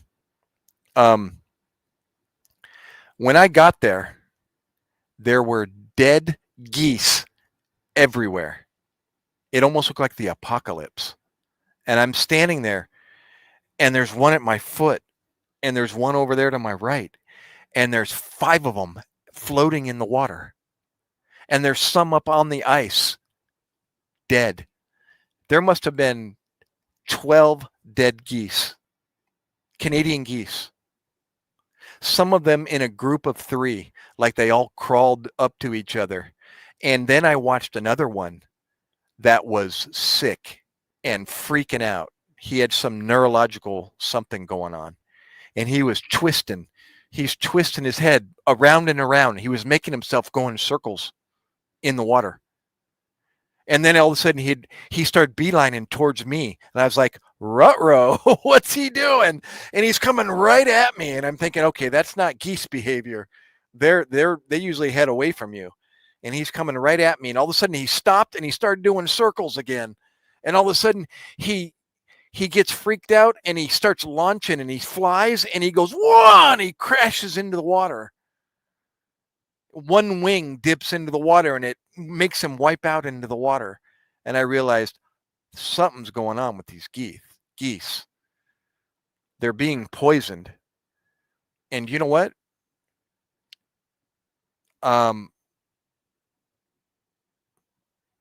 Yeah, no kidding. Well, you don't want to know. I'm not even going to go there. I ended up, doing something I shouldn't have done. My mouth got away from me at the end before I left. Yeah. So anyhow, I think I know now. And this is sad, but it's true. Because I've watched them in at work. And these landowners, I shouldn't say landowners, these property owners in these condos, they hire their own private geese. What do you want to call them? They go around in their own private vehicle and they have dogs in their vehicle. I actually spoke with the guy and asked him about his job. And he told me, yeah, we're a private company. The apartment complex or the homeowners association hire us, and we go around and we scare geese away because they're to these property owners, the geese are a nuisance and they poop everywhere. If you know Canadian geese, well, they're just being they're doing their natural behavior and they're seeking water, and they're leaving the north to come south in the warmer weather, and they populate the bodies of water, and then they come up on shore and they poop everywhere. So they don't like that mess. And so they hire these companies to come out and they chase these geese away with these dogs. Well, if I'm not mistaken, and don't quote me on this, I think they also poison. Now, I don't know if that's legal or not, but that's the first thing I thought of when I saw all these dead geese was, okay, this isn't normal. I've never seen geese just dead everywhere like this.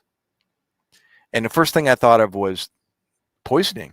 Somebody's poisoning them. Or sometimes they treat these private bodies of water with algae, chemicals to keep algae and grass from choking off these bodies of water. So I thought, well, I wonder if that is toxic. And it's probably not. They've already done their research. The environment, protection has developed, I'm sure, these chemicals that don't harm wildlife. But something's poisoning these geese because they're dead everywhere.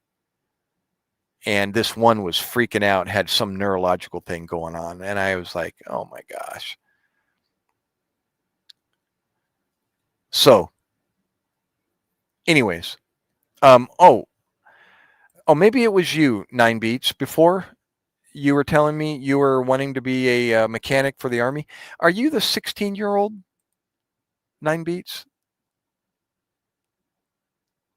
that is still a senior in high school?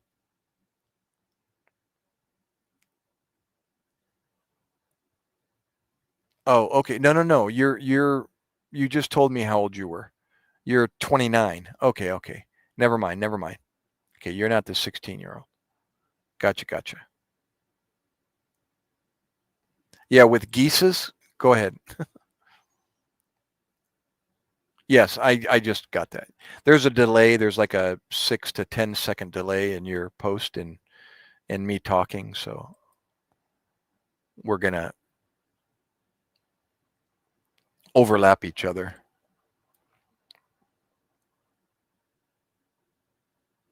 Okay, when you were 5.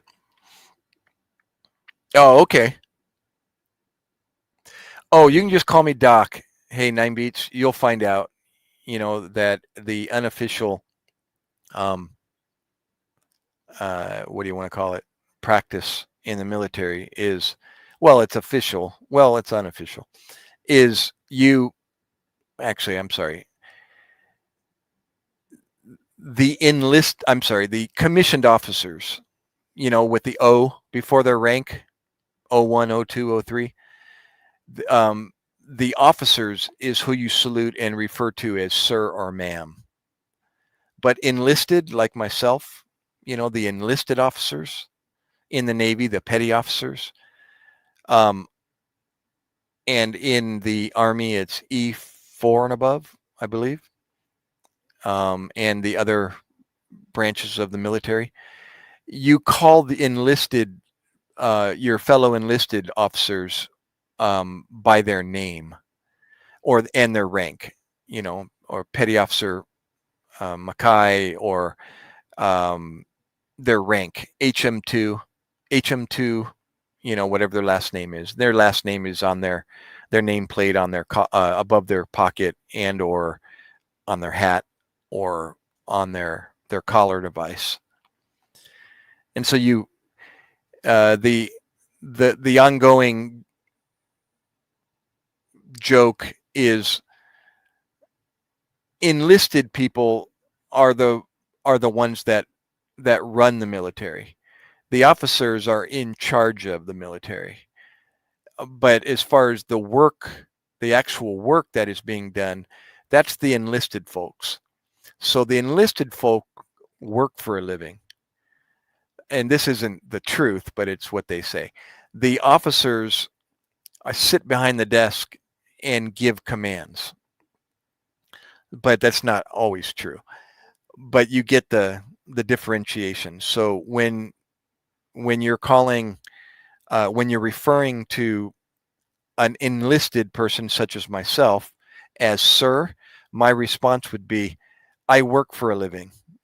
And so you don't need to call me sir because I work for a living, as opposed to an officer who doesn't work for a living. He just sits behind his desk and signs orders. But that's not true, but that's what they say.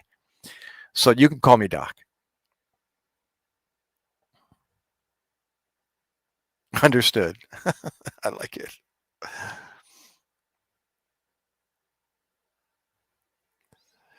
And then when you're, of course, when you're in the civilian world, well, we're all taught, to refer to, address, somebody that you don't know as sir or ma'am. So you're not wrong. I'm just educating you on the military side of the house.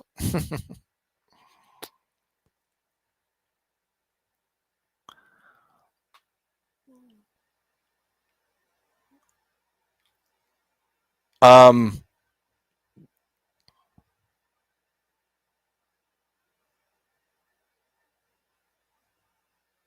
I'm trying to think of like the benefits that you would have or wouldn't have. Why did you wait? Educate us.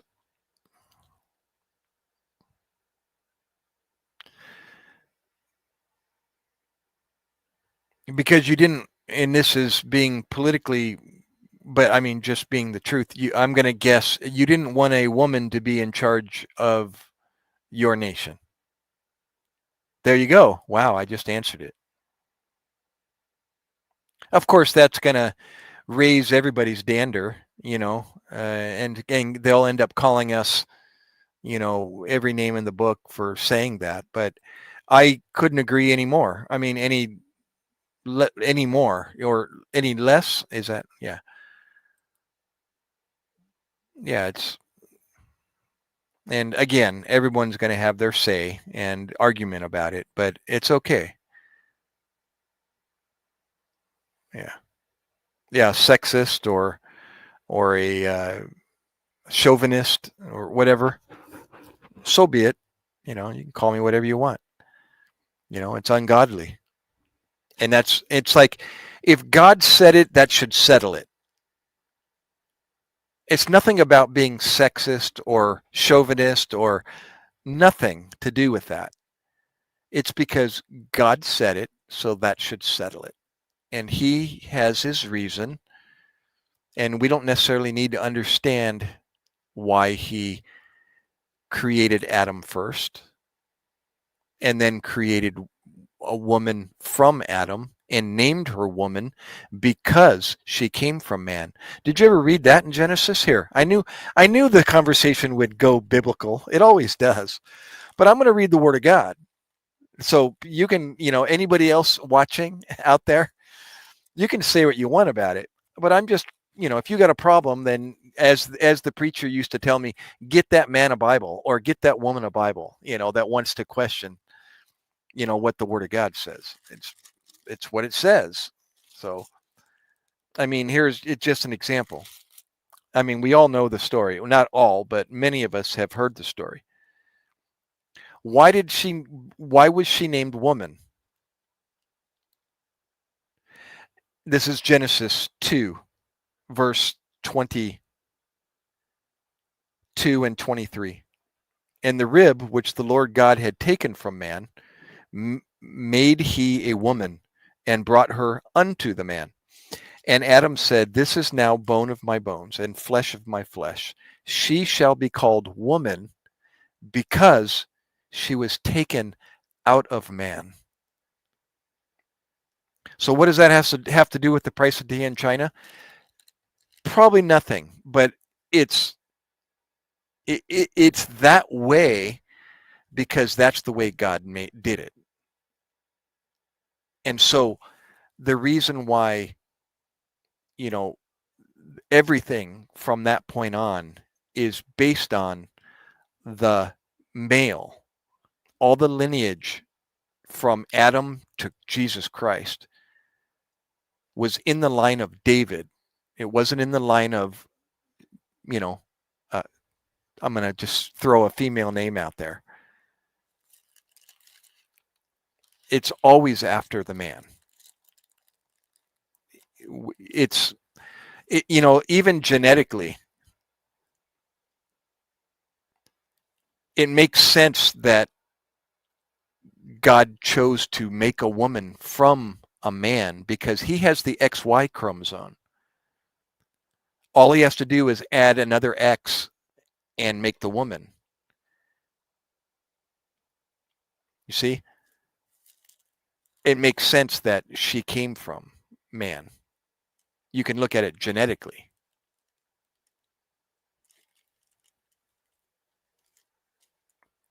Even.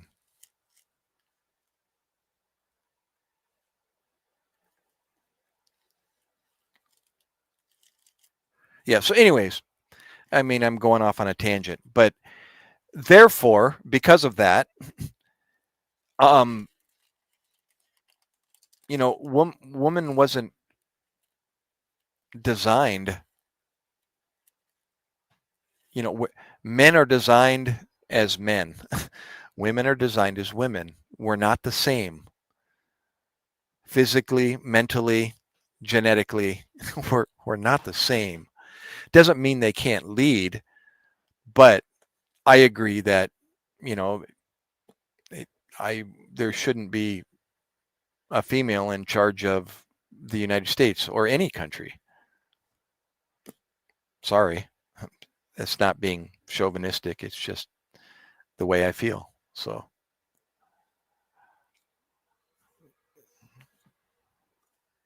there shouldn't be a man playing in a woman's sport or vice versa.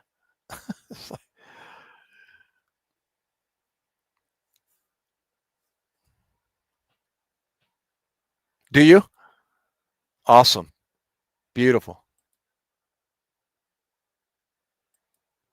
Can you debate it constructively, or does it always kind of build up and automatically get started with friction, developing as you're arguing or debating this with your professors?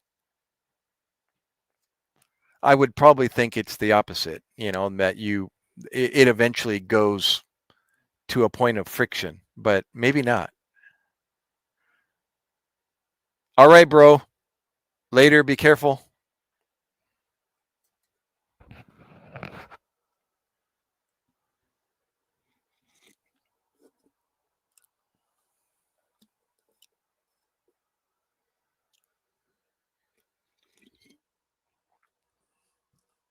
If again, and I've learned this later. I didn't know this all my life. It was not until I was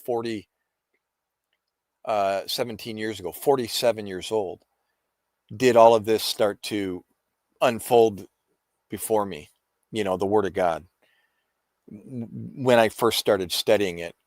And then I realized, I've learned if when you realize that this is the truth, the way, the truth, the life, when it starts to make sense and it all comes together and you realize, okay, you know what? This is the truth. It makes sense. There's overwhelmingly convincing evidence that this is the way we got here. So everything in it, I've come to believe that from Genesis to Revelation is the truth. So whatever is in here is the truth. Do I understand all of it? Of course not. Does that mean it's not the truth just because I can understand it? No. So if it says something, then that should settle it. Period. I don't have to have an explanation.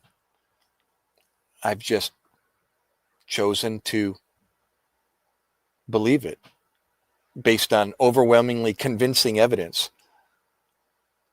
So it's pretty simple.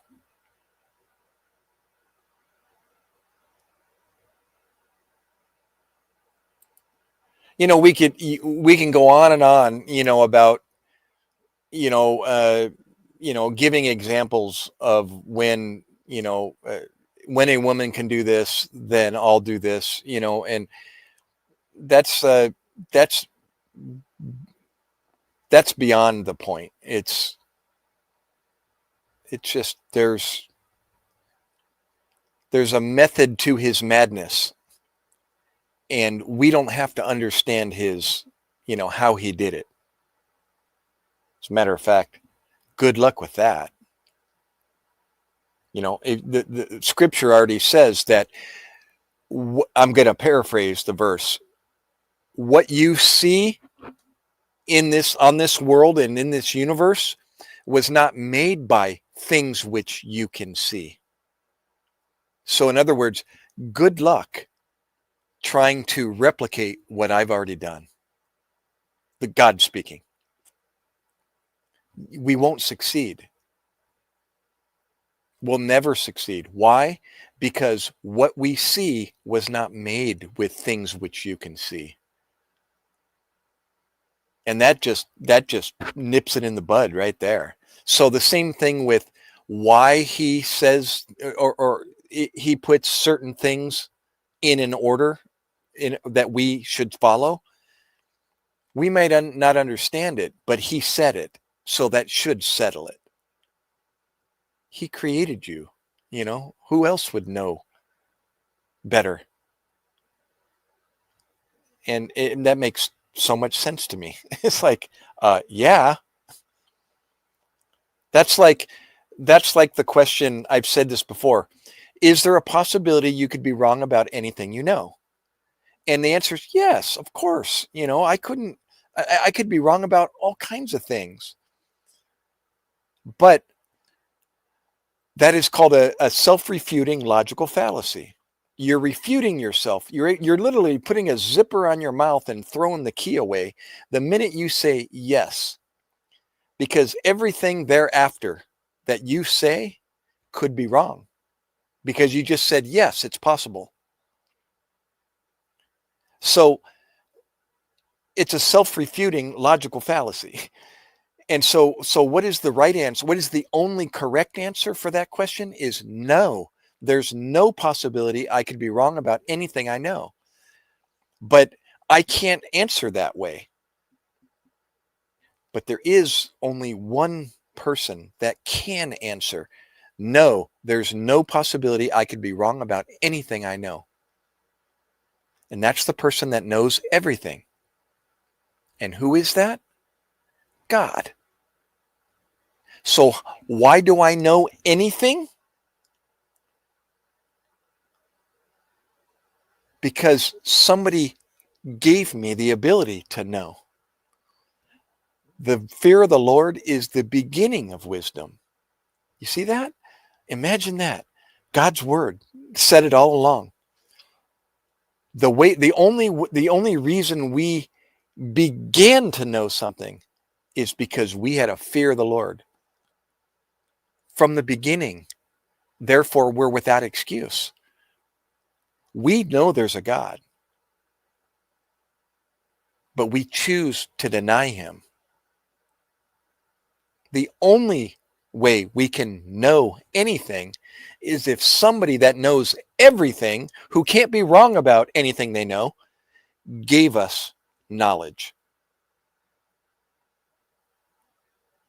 And I'm like, and this was like, oh my gosh, that's good.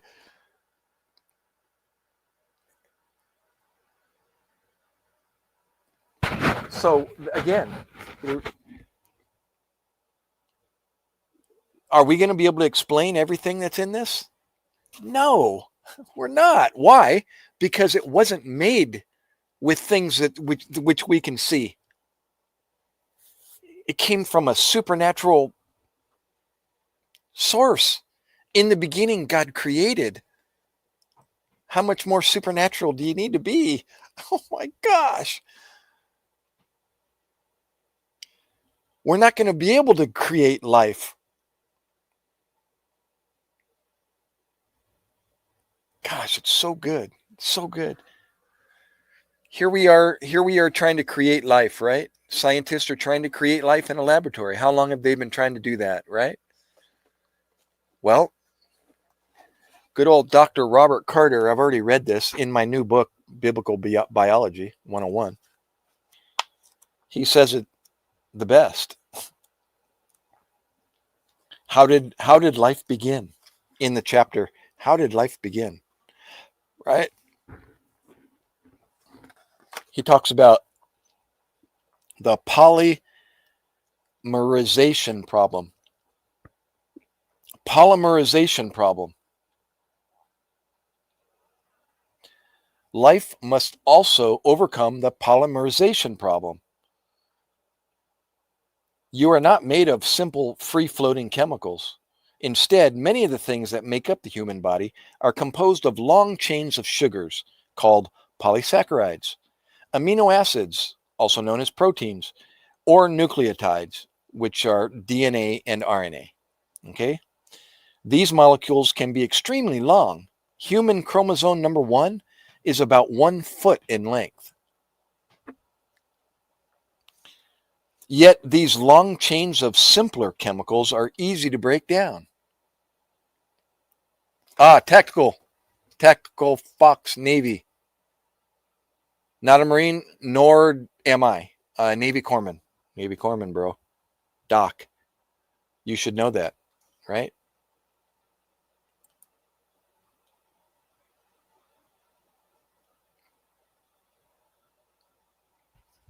I was a Navy Corpsman with the Marines, hence the Desert Cami cover from the 123 Marines out of Houston, Texas.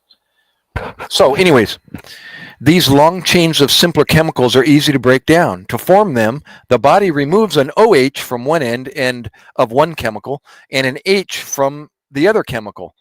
Did you hear those two chemical constituents? OH and H. What does that make? You got two H's and an O. H2O. That's water.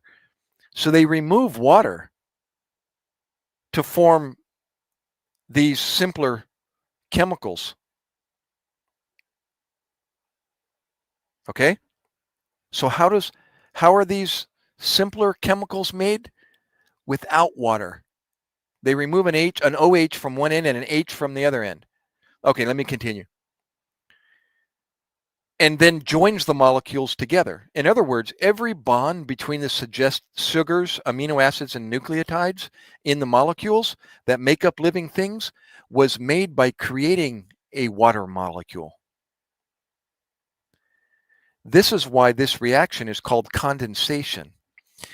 But here's the problem. Most chemical reactions are reversible, and they usually have a preferred direction. In this case, water will break these bonds much faster than they will ever form in nature. If you took a beaker full of sugar, water, and let it sit for 1,000,000 years, you would not find any long chain polysaccharides in that beaker. Yet if you took long chain polysaccharides and placed them in a beaker of water, they would slowly break down into simple sugars. So despite evolutionist appeal to eons of time for their magic to work, vast ages are the enemy. The only way to create long-chain biological molecules in the chemistry lab is to first remove all traces of water from the reaction vessel. Listen, Darwin's warm little pond idea is the absolute worst place for life to form. Life doesn't work in water. Things break down in water. So we're looking for water on Mars to show that there might have been life at one time. They're barking up the wrong tree. They're barking in the wrong pond. You can't place something in water and expect it to grow. It's like, I just read to you why.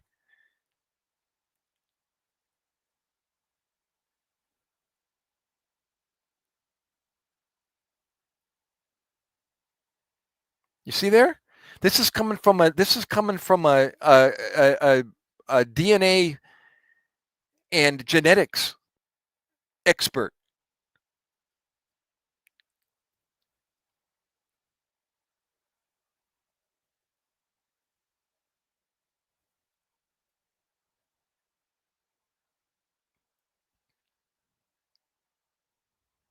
Physics is another. Physics is also a major problem. Consider a jar of water. Some of the water molecules are moving very slowly and some quite quickly. At room temperature, the average water molecule is moving about 590 milliseconds, 1,300 miles per hour. Some are moving faster than the speed of sound in water, about 1,500 milliseconds, or about 3,300 miles per hour. They don't get very far before they bump into another molecule. But just consider that there are single water molecules jetting around and smacking into the other molecules at very high speeds. This would not be important if there was just water in the jar.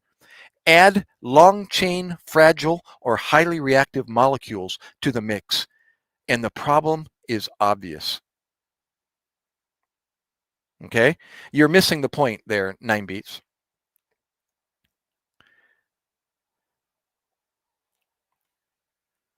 Just like I said, in order to create, let me back up, the only way to create long-chain biological molecules in the chemistry lab is to first remove all traces of water from the reaction vessel.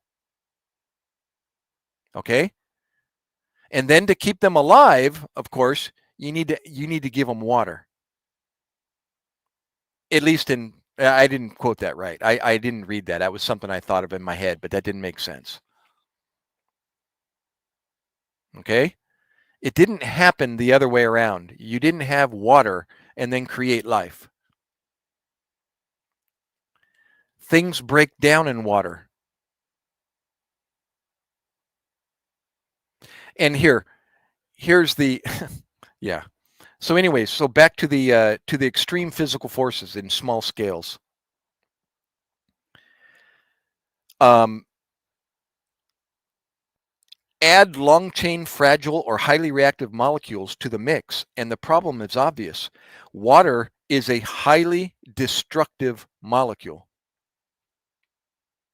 For life to form from non-living chemicals, you would need to get them all in place and wrap them inside a cell membrane in less time than it takes those fast-moving water molecules to cross the diameter of the cell.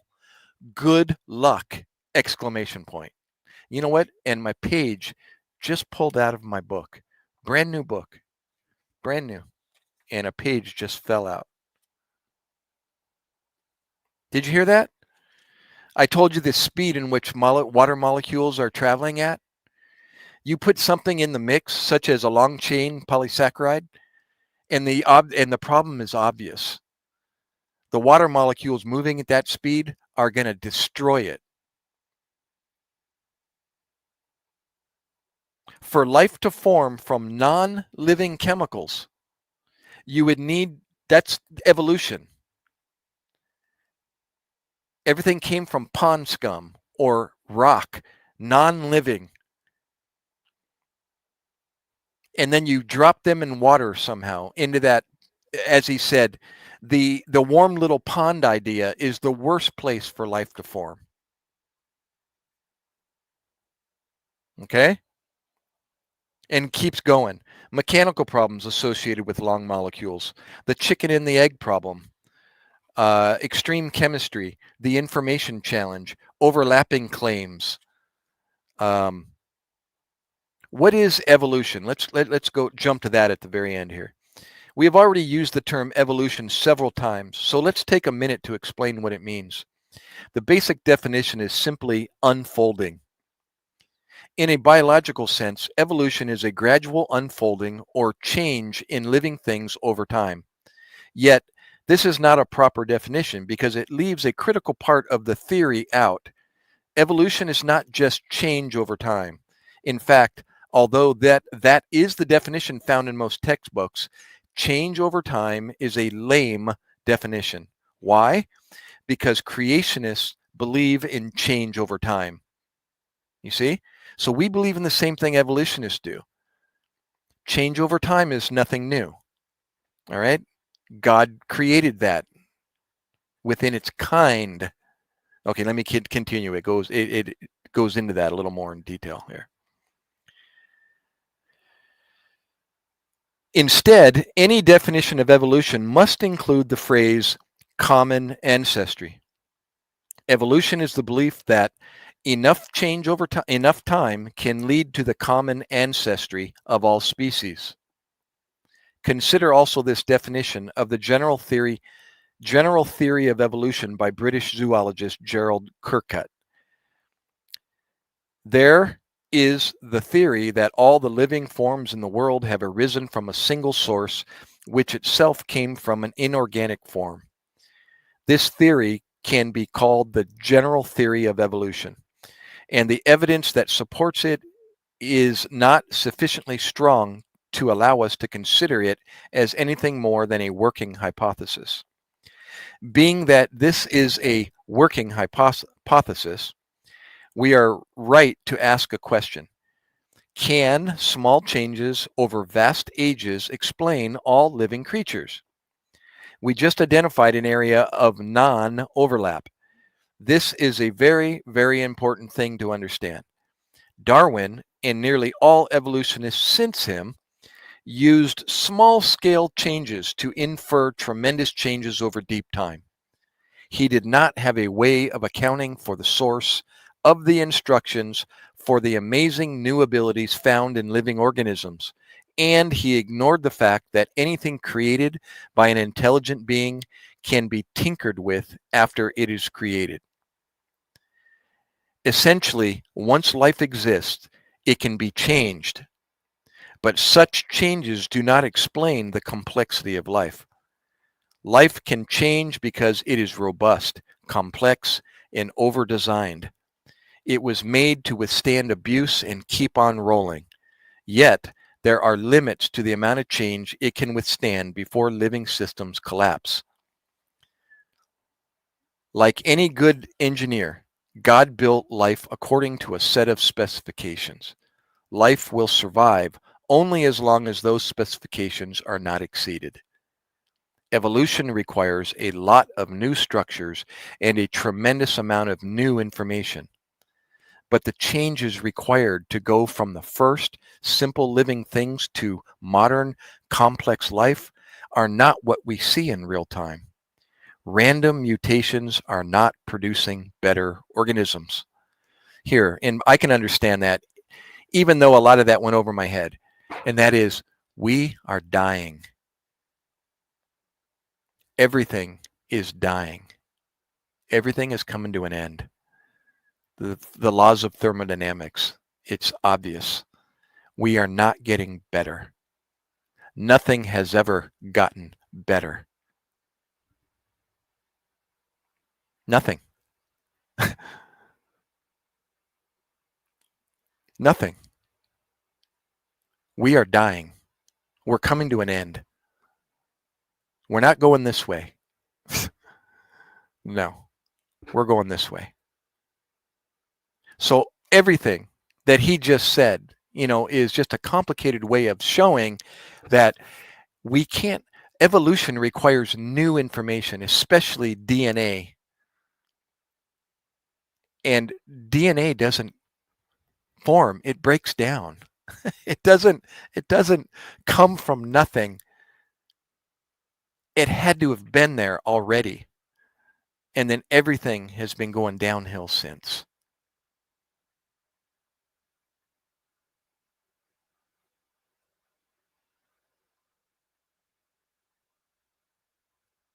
Say again? What do you mean, you Christians? No, it's an assumption. That's not true, Kevin. It is not. It's an assumption. You have to assume long ages. You can't go back in time and show. You have to assume that naturalism today, the processes that is happening today, is what was happening in the past. You have to assume that. And we can show that it didn't happen the same in the past as in the present. The proof is your proof, evolutionary proof, is full of loopholes. It's an assumption. You have to rely on an assumption.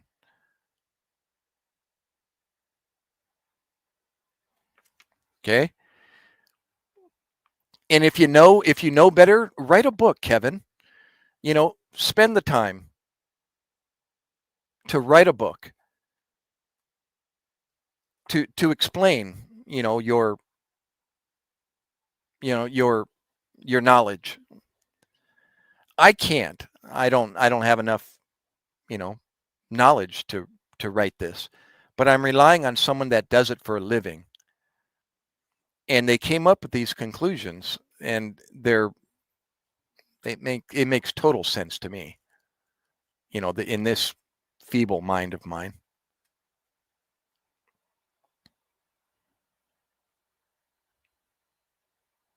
Evolution requires a lot of new structures and a tremendous amount of new information.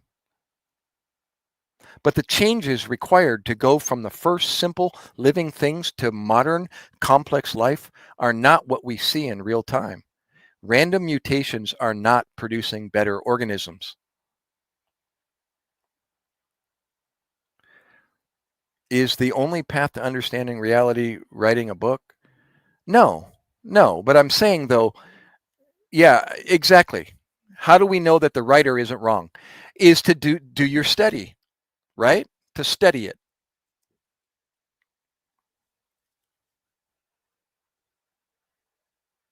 Compare, right? How do we know? Here's how we know. Look, I mean, we all know how to know. We've been doing it ever since we were little, right? Good old 1828 dictionary from good old Noah Webster. Yeah, remember Noah Webster? Yeah, the author of the dictionary most of us used until Merriam came along and they corrupted Noah's dictionary, called it Merriam-Webster. Um, type in the good old word um, um, um, um, um, uh, what was the word I'm looking up? Oh, belief, right? Here's how you know, or here's how you believe, how we believe in something. It's a persuasion of the truth or an assent of mind to the truth of declaration, proposition, or alleged fact on the ground of, here's how we decide, right? On the grounds of evidence, number one, distinct from personal knowledge, as the belief of the gospel, belief of a witness, belief that may also be founded on internal impressions or arguments and reasons furnished by our own minds, as the belief of our senses. A train of reasoning may result in belief, right? As opposed to knowledge and science, right? That's how we know whether the writer is wrong or right, right? We have to study. And so I'm studying and I'm looking at the evolutionary side and I'm looking at the creation side. In the beginning, God created worldview. And I'm coming to a conclusion. Which one makes the most sense? You know, have you looked at both sides? Have you looked at the creation argument and the evolutionary side? Or have you only looked at the evolutionary side? You know, I've looked at both. And this worldview, after living 45 years, you know, in the evolutionary side of the house, makes overwhelmingly convincing more sense than evolution does. How do I know that? Based on somebody else's studies. So I can conclude that this sounds more correct or right than wrong. Do I know it as absolute knowledge? Of course not. Right? Because I could be wrong about anything I know. But we got to start somewhere, right? You got to put your trust in somebody somehow, and or your own, right? Critical thinking. Yeah. No. 9, you're not. It took 6 days to create the earth. Yeah, you can't quote one verse in the Bible and assume that it means what we use today. It's like I can't answer all your questions, but this is a poor argument, you know. People throw all kinds of one-word sentences out of in the Bible to say, you know, well then this must be false. No, look up the Hebrew definition of day in the in the Genesis, and you'll find out that it's referring to a 24-hour day that we know today. So the answer is 6 24-hour days to create the heavens and the earth. Period.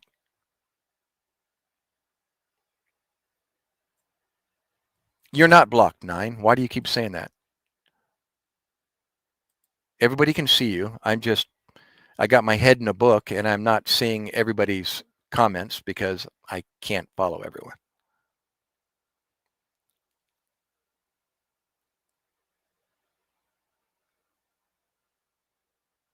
Gene, Musta, what's a lie, sir? That you're not blocked? Because if that's the case, wait, I'm trying to follow your. Hi, Gene. Gene in the jungle. Are you referring to the Philippines?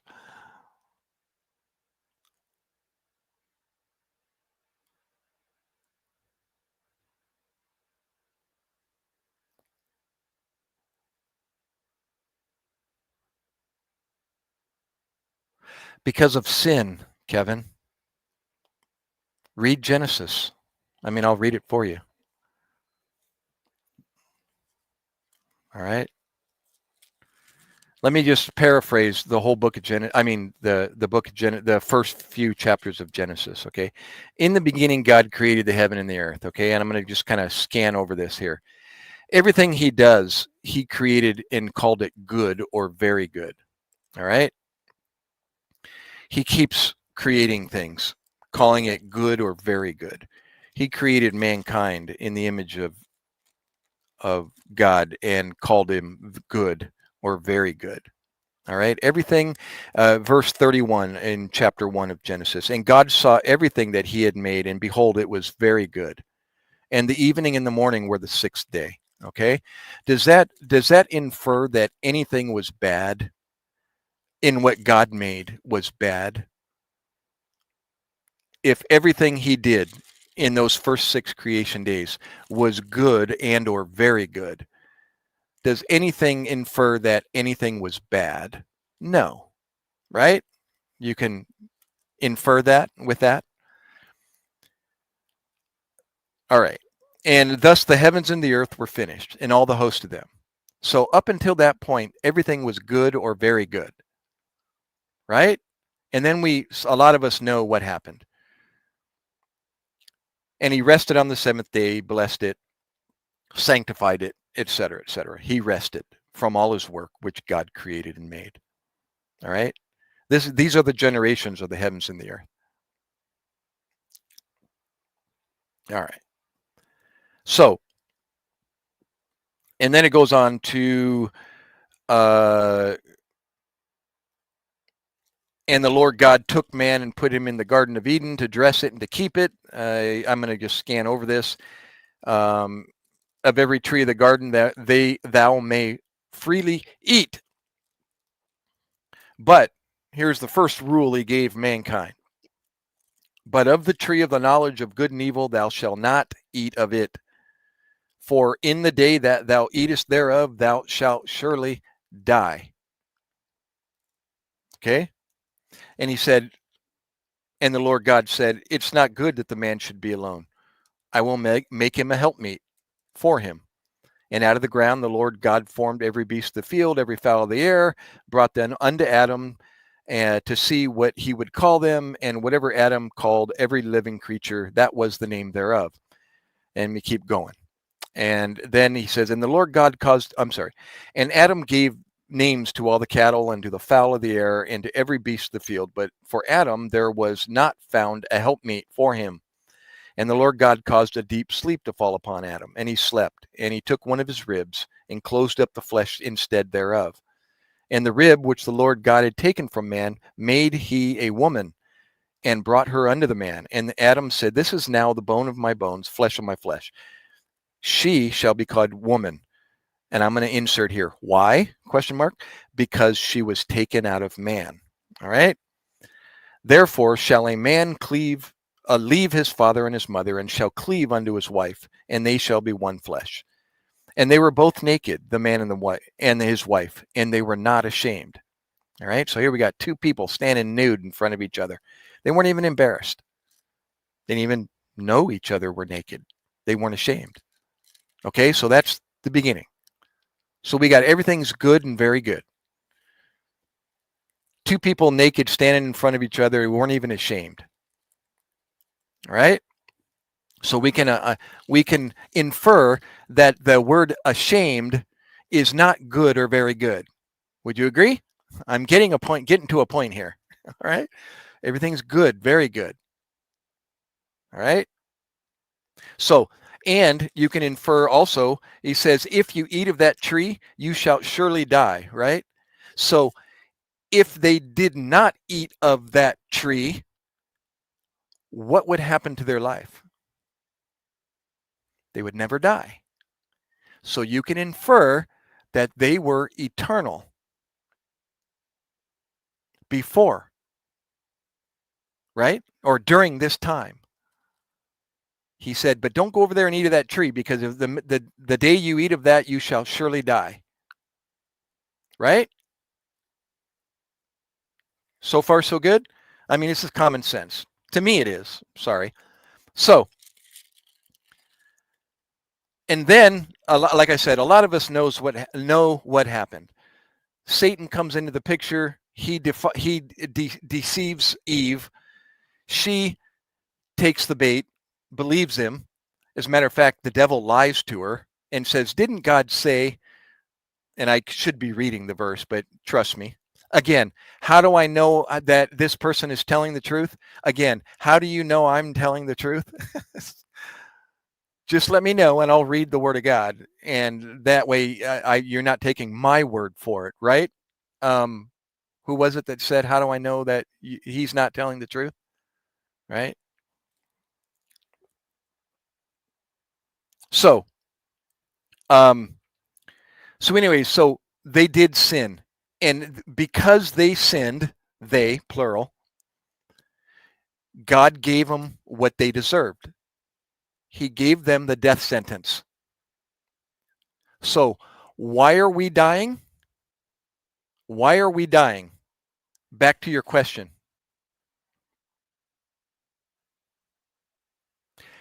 In all living things, if all living things were created perfectly, which they were, okay, by an intelligent designer, why do we see so many examples of poor design and genetic flaws in nature?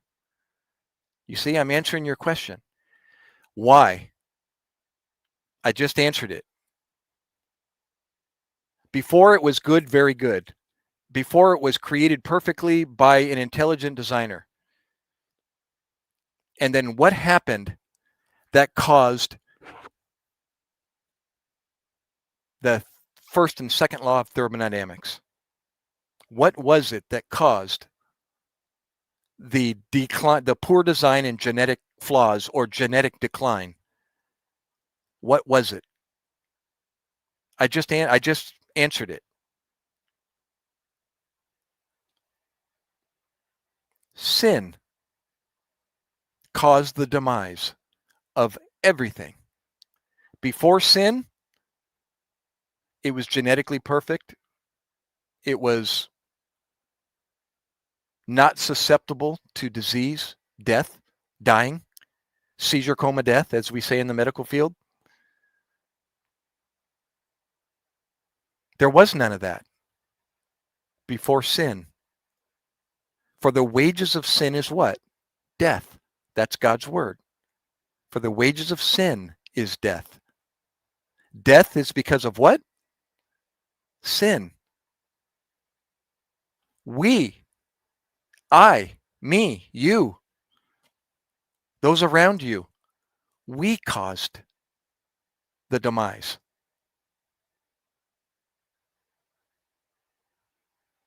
God didn't. He gave us everything. I read to you. I summarized. He gave Adam and Eve everything. They were eternal. They were without sin. They were standing butt naked in front of each other and weren't ashamed. Imagine that. We caused. That's the answer to your question. That's why you're seeing the decline. It's because of us. It's not because of God. God gave us everything. People like to argue, oh, well, God made us. No, what he's doing is he's showing who we are without him. You choose to walk away from God. You choose to deny him. You choose to not listen to him. He says, you're going to get what you deserve. So now that they're full of sin, they can't be in the presence of God. He's a perfect being. He's light. We've got darkness in us. Darkness can't exist in light, with light. So he had no choice but to kick us out. He divorced us. He divorced us. He took the ring off. We're divorced. Throughout the Bible, God, Jesus Christ, is known as the groom. His people, his believers, are referred to as the bride. That's where marriage came from. We were married to him at one point. I just read the marriage at the very beginning when God created. In the beginning, God created. That was the marriage.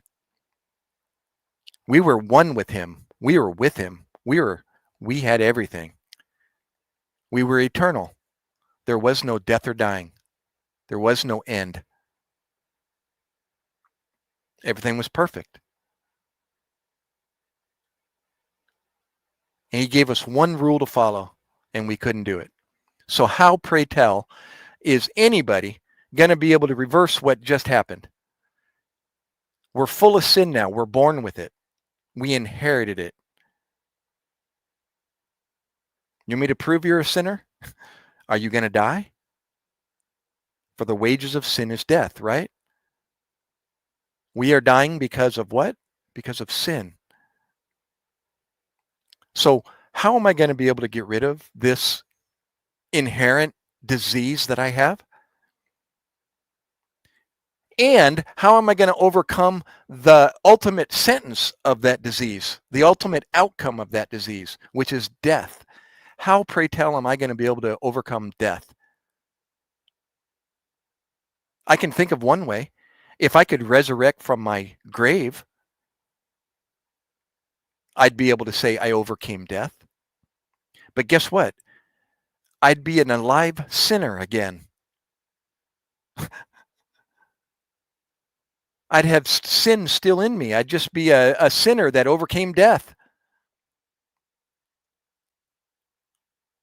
So how am I going to get rid of the sin? I can't think of a way to do that unless I could go back in time, and keep Eve from being deceived from, the devil. But I can't do that. The only way I can think of is if a judge were to expunge my sentence as if it never happened and say, you're forgiven.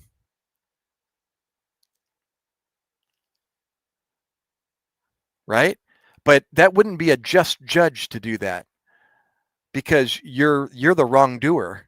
You're the sinner. So a just judge is going to give you what you deserve, or he wouldn't be just.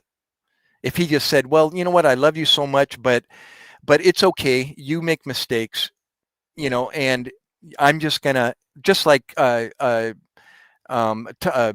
did to his family. He forgave all his family members there at the end. But that's not what a just judge does. A just judge gives you what you deserve, just like a father does to his son. Right? But what if your dad was able to take upon the amount of suffering that you caused upon himself and suffered for you in the place of you, so that in the end, you don't get what you deserve? What if he did that for you? He took all the pain and suffering that sin is going to bring upon you in your life. Not only you, but he's going to do it for everybody. Why? Because he loved them so much. I'm going to take upon the pain and the suffering that all of you are going to inevitably go through throughout your life. That disease and destruction, seizure, coma, death is going to cause all of you. Heart disease, chronic obstructive pulmonary disease, deformities, all of the above. CP, cerebral palsy, ALS, Lou Gehrig's disease, all of the above. I'm going to take that upon myself. Psychologically, I'm going to bleed from my pores because I'm suffering psychologically so much. A condition called hematidrosis. It's an actual physical condition that people actually experience to this day. It's rare. It's usually caused by extreme duress. Christ did that, or God did that in the form of a man named Jesus Christ. That's the only way. You see, that's the only way. People say, the Muslims say, how can God be a person? How can he bleed? Well, that's pretty simple. Put your spirit in the form of a man inside the shell called flesh, and then slice your skin. Can that person bleed? Of course he can. Is the Spirit of God in him? Yes. So why did he do that? Because it's the only way he's going to be able to suffer, such as we are. We're suffering in the flesh. God is spirit. How, pray tell, can he suffer? The Muslims are right. No, God can't bleed. No, he can't suffer. As a spirit, he's perfect. There is no sin in him. He's good, very good. But if he comes in the form of a man, it's the only way he's going to be able to suffer, such as we are. That's why he came in the form of a man, because that's the only way we're going to be able to be redeemed of what we're going through, what's inevitably going to happen to us. We're suffering in the flesh now because of one man, Adam. Therefore, the redemption or the forgiveness of what happened in the beginning in the flesh has to be redeemed in the flesh. It's the only way. It can't be done in spirit.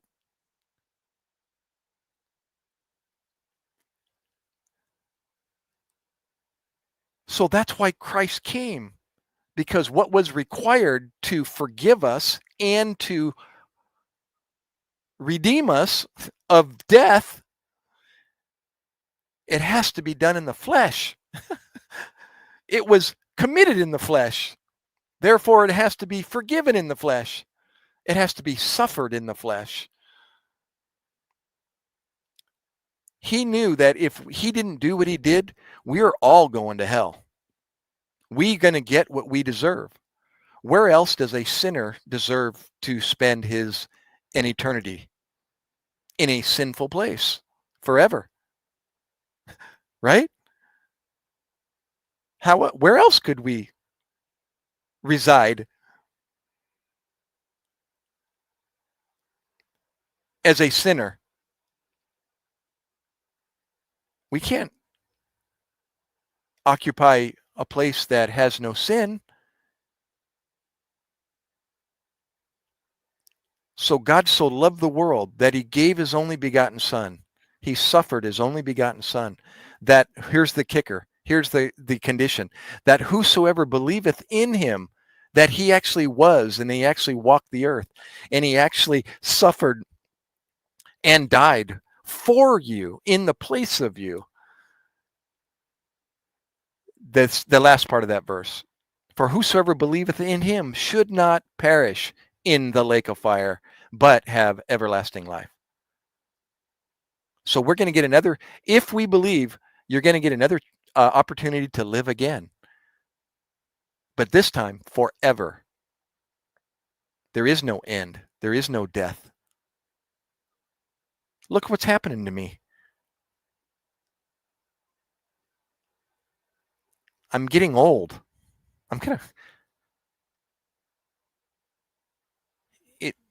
There's nothing I can do to stop that. I'm not going to be able to resurrect from my grave. If you know somebody that can resurrect from the grave, I'd like to know him. Oh, wait a minute. Wait, I already know him. Right there. Jesus Christ wasn't just a prophet. Surah 5:46 and 47 tells the Muslim to believe in the gospel and the Torah. I mean the Torah and the New Testament. That's like a contradiction. Wait.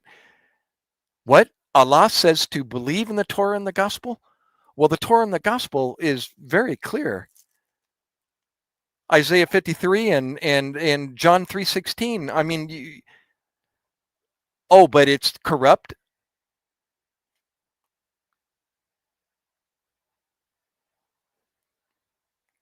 Well, read Surah 5:46-47. According to that verse, it's not corrupt. It's the word of God. And to believe it, the Muslims are to believe it. So if the Bible is true, which it says from the beginning cover to the end cover, and Allah said it is to be believed, then how in the world can the Quran be true? The Quran's contradictory to the Bible. The Bible says Jesus Christ was the Son of Man. He so loved the world that he gave his only begotten Son, that whosoever believeth in him should not perish, but have everlasting life. That's the Torah. But the Quran says Jesus was a prophet. Wait, that's contradictory to the Torah and the gospel. It's like, what in the world was Muhammad thinking? He put his foot in his mouth by even saying that in Surah 5:46-47. It makes no sense. You see? What is between these books, these covers, is overwhelmingly convincing evidence. It contains overwhelmingly convincing evidence that it is the way, the truth, the life. It makes the most sense. How do I know it's true? Based on the evidence, based on belief of a witness, belief that is founded on internal impressions, arguments, and reasons furnished by your own minds. That's how I know. How do I know Noah Webster's not giving me the right definition? I mean, come on, let's, right? What other argument do you want to throw out there? And it's really that simple. Believe it. If you don't believe it right now, study it. It's out there. I got the information. If you don't want to, that's up to you. God forbid you leave this earth without taking the initiative to believe. How do you believe? It's not just here. Let me read good old Noah Webster's definition. In some cases, why is this a different? I put belief. Sorry, that's why. It's believe. That's why I was getting a different alternate reading than what I remember reading. Here, imagine this. This is 1828. And Noah Webster's saying this back then. Tell me if this doesn't sound familiar. Here's the popular use and familiar discourse of the word belief. This is back in 1828. Often expresses an opinion in a vague manner without a very exact estimate of evidence, noting a mere preponderance of opinion. Sound familiar?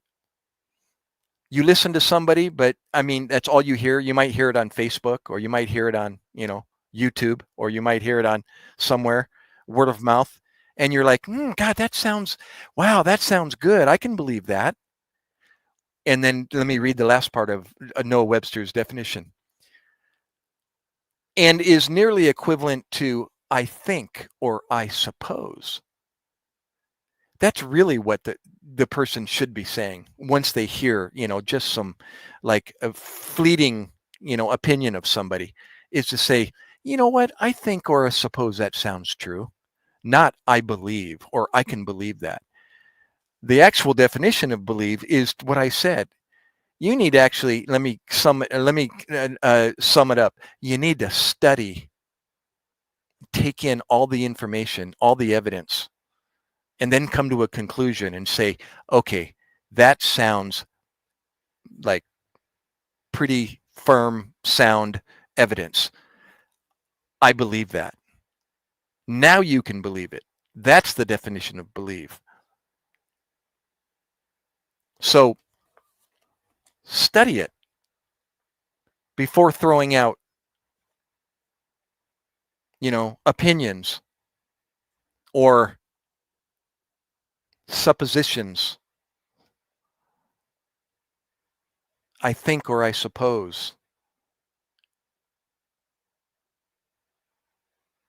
And then come back, and tell me I'm wrong.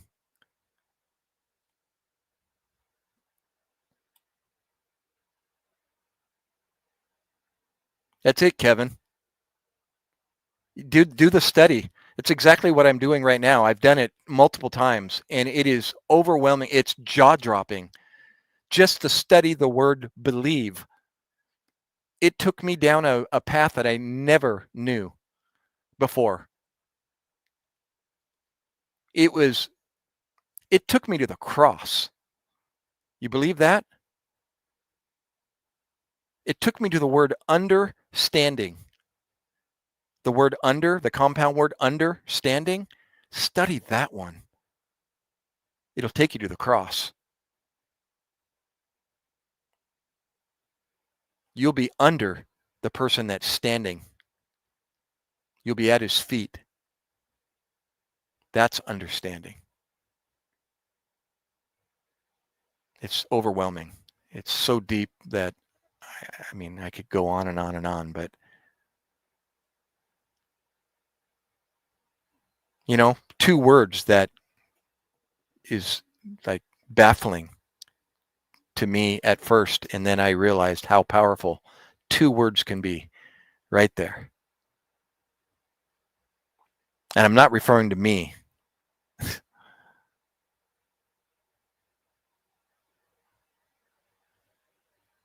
That is either true.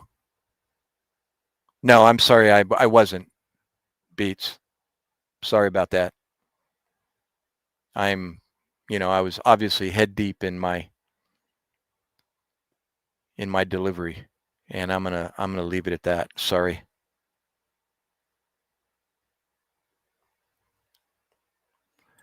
Overwhelmingly convincing text. How about that? Here, let me refute a little bit further here, and I'm going to read because I gotta base my right. I gotta determine whether my thinking is right or wrong by relying on something. So I gotta rely on somebody that might be wrong, right? It's a possibility you can be wrong about anything you know. Absolutely. But not the person that knows everything. So that's the foundation that I start at.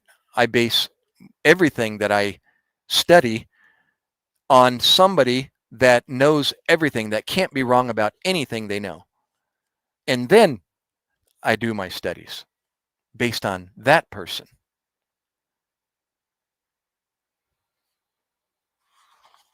Okay? Creation. Here, let me read this here. Genesis is unreliable text, right?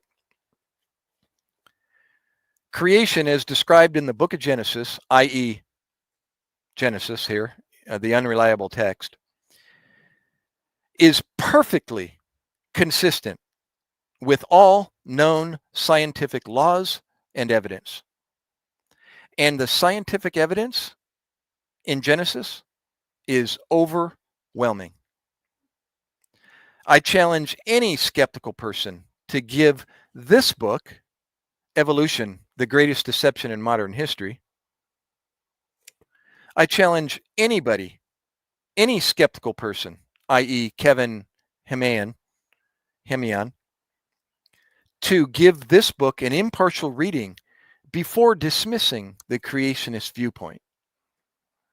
Right? That's pretty firm, right? Words. Creation as described in the book of Genesis is perfectly consistent with all known scientific laws and evidence in the fields of geology, biology, genetics, medicine, paleontology, chemistry, biochemistry, physics, and astrophysics, and astronomy. Perfectly consistent with all of those fields of science. And the evidence is overwhelming. That's a pretty bold statement, right? There it is. Get the book and read it. Put your pride in your back pocket and choose to use "in the beginning God created" as your starting point. And then do your studies. I have to rely on scientists that do it for a living. because I don't have the time nor the knowledge.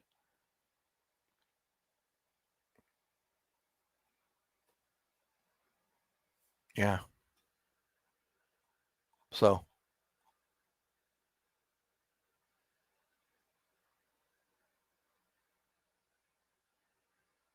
oh, that's explainable. You need to read. It's so, yeah, the information's out there. Here, you know what? Take that question right there, Beats. Go to this website, creation.com, very easy, okay? And plug that in. All right? Go to creation.com in the search bar on the website. Type in that exact question.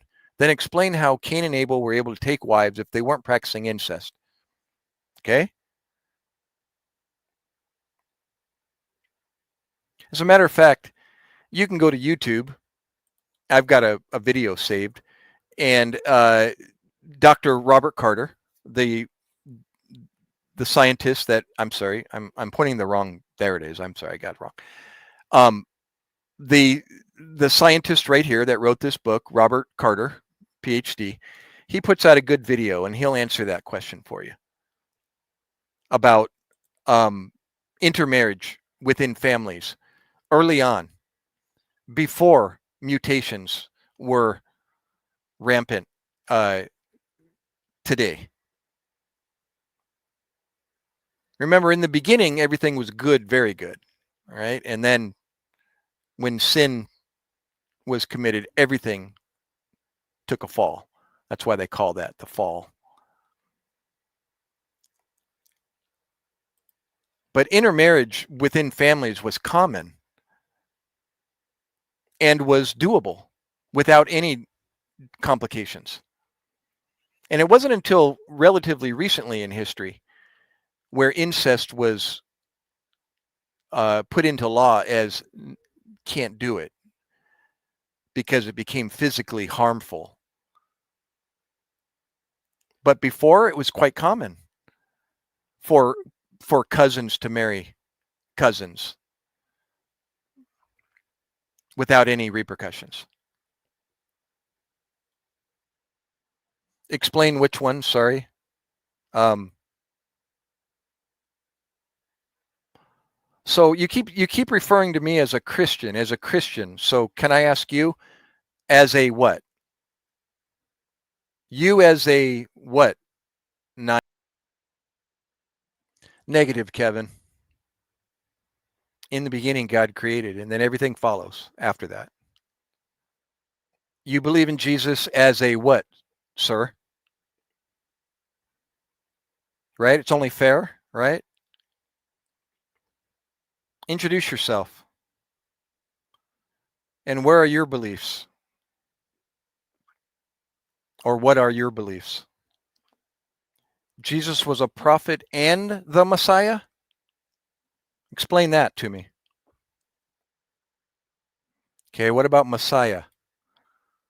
You kind of beat around the bush there. Do you know what a Messiah is? Well, you got to answer my question, bro. Wa alaikum assalam.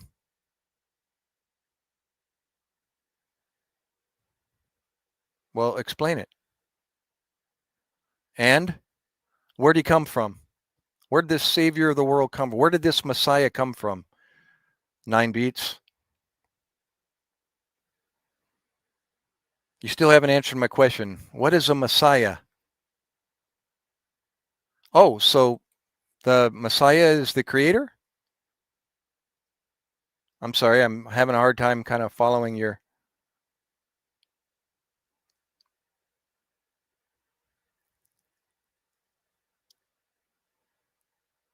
Evolutionary biology? What? Uh, Not evolutionary biology, of course not. He's a creator. I mean, he's a creation worldview scientist.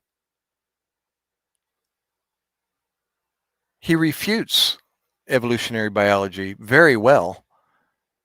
Overwhelmingly, convincingly refutes it.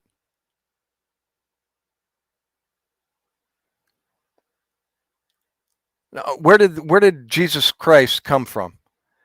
What line? And how did he come into this earth? Quite different than the rest of these other prophets you're referring to. How did Jesus Christ come into existence? Through which mother and father?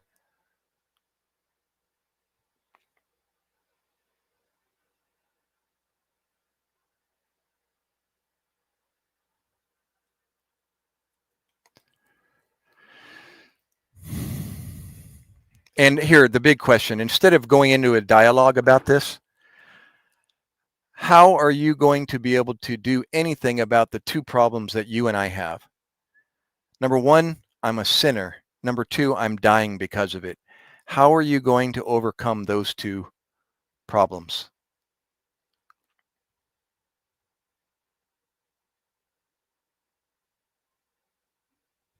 All right, let's just cut the dialogue and jump right to the, no, he wasn't born of King David. No, he was in the line of David, but where did he come from? Whose mother and father? Who was Christ's mother and father?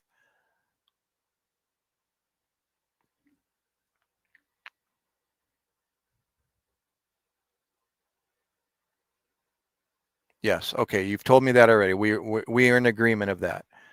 Okay, who was Christ's mother and father?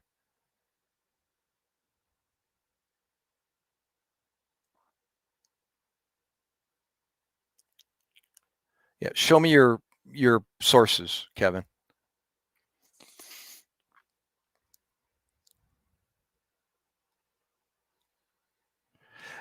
Incorrect, Rugger.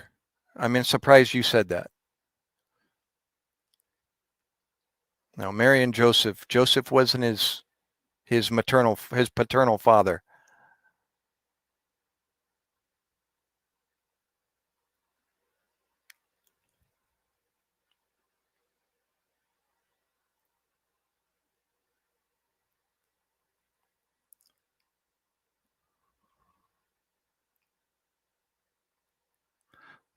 Well, welcome back, Rugger.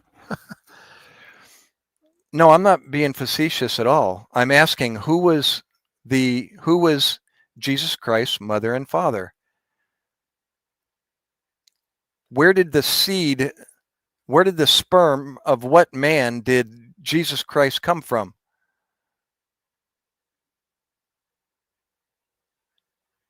I'm not, no, you're wrong, bro. You're taking it way out of context. I'm asking a perfect question. What father, who fathered Jesus Christ?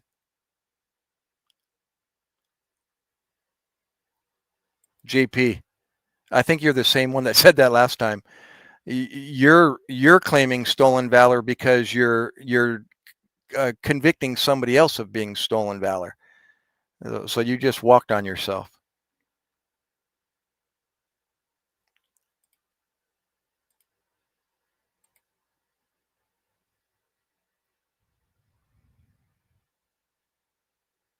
It's not no rhetoric. I'm asking a perfectly.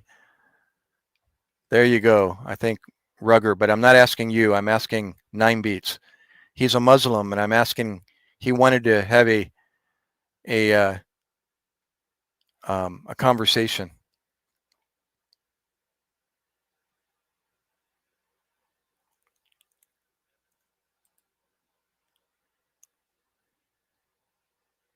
Quote it for me. You can copy and paste that for me, Kevin. What's Jeremiah 23:5-6 say?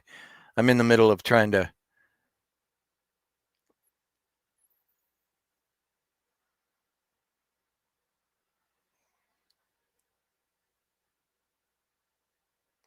If Jesus came from the sperm of a creator, nope, he didn't come from the sperm of a creator either. Where are you getting that?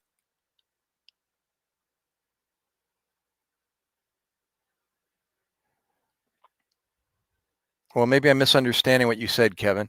The Messiah was never considered to be divine. I don't understand that, but okay.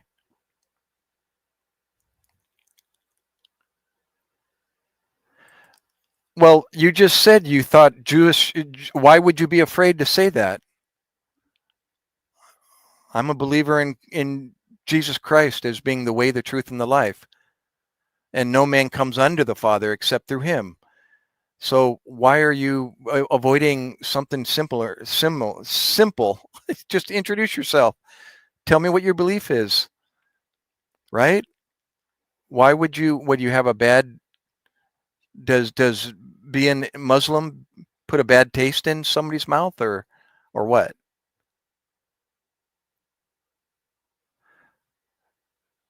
No, no, no, no, no, no, no, no, no. I haven't said anything. I'm asking you. You're the one to want to have the dialogue. And you're introducing, you said Jesus Christ was both a Messiah and a prophet. So I'm asking you, what is a Messiah? And you gave me the wrong explanation. And I said, well, then where did Christ come from? Who was the mother and father? It's not rhetoric. What are you saying, brah? You're avoiding everything I'm asking you.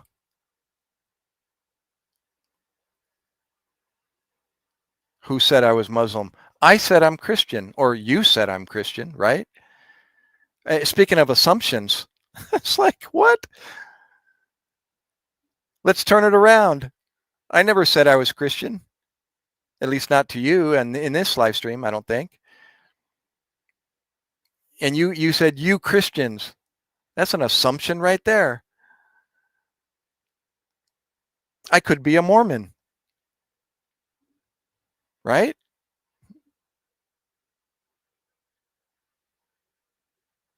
Wrong according to who, though? You? Wrong what? Wrong because you already told me you don't believe Jesus is the Son of God. You said you said he's the Messiah. You're correct there. But then you said he's a prophet. It's like, no, he wasn't a prophet. So automatically here, this is stupid. It's like, bro, you know what? There. How about that? That's a way to end the conversation. It's like, sorry about that, but poof, he's gone. Goodness gracious. Just turning questions into questions, answering questions with questions, and constantly um, just avoiding answering my question. Unbelievable. Oh my gosh. Where did Jesus ever claim to be the Son of God? Ah, my goodness. Did I ever say Jesus said he was the Son of God?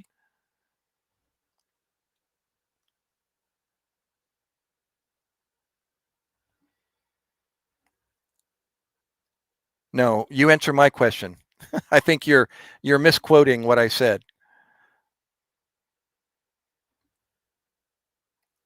Did I say Jesus said he was the Son of God? Or that Jesus was the Son of God?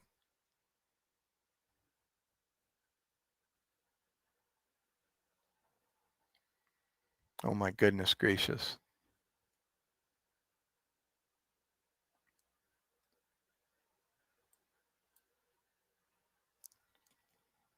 Anyways, again, if you can show me or tell me how you're going to overcome sin as a sinner and your death that we're all going to experience one day, I'd like to hear, a reasonable explanation as to how you're going to overcome that.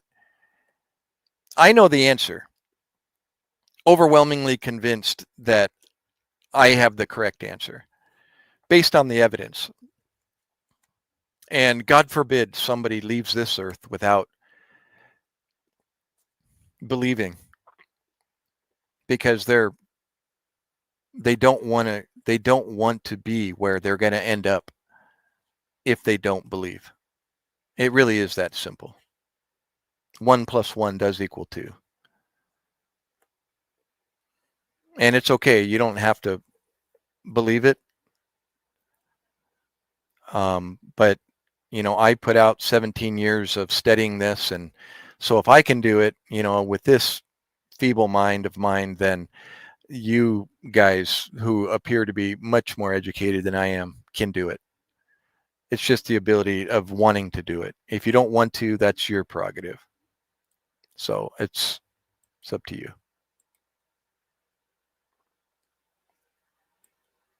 What unit were you with as a corpsman? Well, I was with gosh, if you ask me the number, I'm not even going to be able to tell you. I can't remember. It starts with an 8. But Naval Air Station, Point Mugu. I started out in San Diego, is where I did my first muster. And shortly after that, I relocated up to Point Mugu, to Naval Air Station, Point Mugu. And I served with that unit from 1999 until 2004. And I got deployed to Iraq with the 123 Marines out of Houston, Texas. I served from about the end of, actually, officially June of 2004. And then I arrived in Iraq the end of August. And then I stayed there for 7 months at FOB Heat until April of 2005. And then I let my contract expire in 2007 and got out of the Navy after an 8-year contract. Hoorah, Matthias. Hoorah, Kango.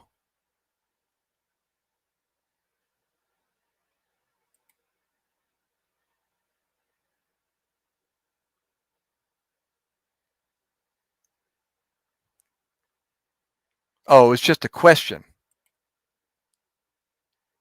Well, doesn't this imply that somebody said it? Where did Jesus ever claim to be the Son of God? So somebody must have said that,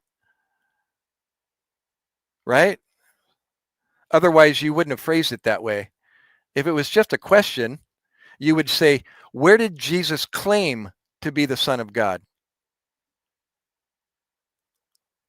Right? You could leave the word ever out. Ever implies, right? So forgive me, but you're the one that said it. Come on, let's not play games. Where did Jesus ever say?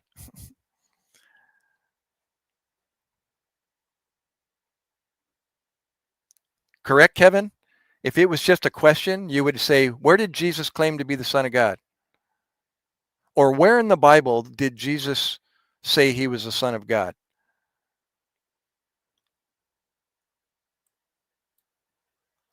FOB Heat, I already mentioned that, Matthias, in the Al Anbar province.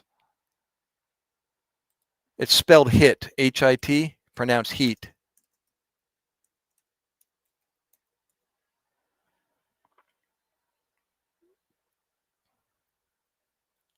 Here, as a matter of fact, the beginning of my live stream, I play a short that introduces a few clips from my deployment. Let me play it for you.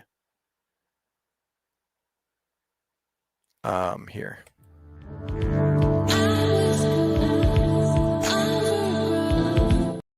I'm going to pause that for a second. I'll play it again. I can't pause it as I'm playing it, unfortunately, and speak while it's playing. But you'll see in that first picture, us in front of the Humvee, it's our ambulance with the red cross on it. I'm in the back, second from the right. All right.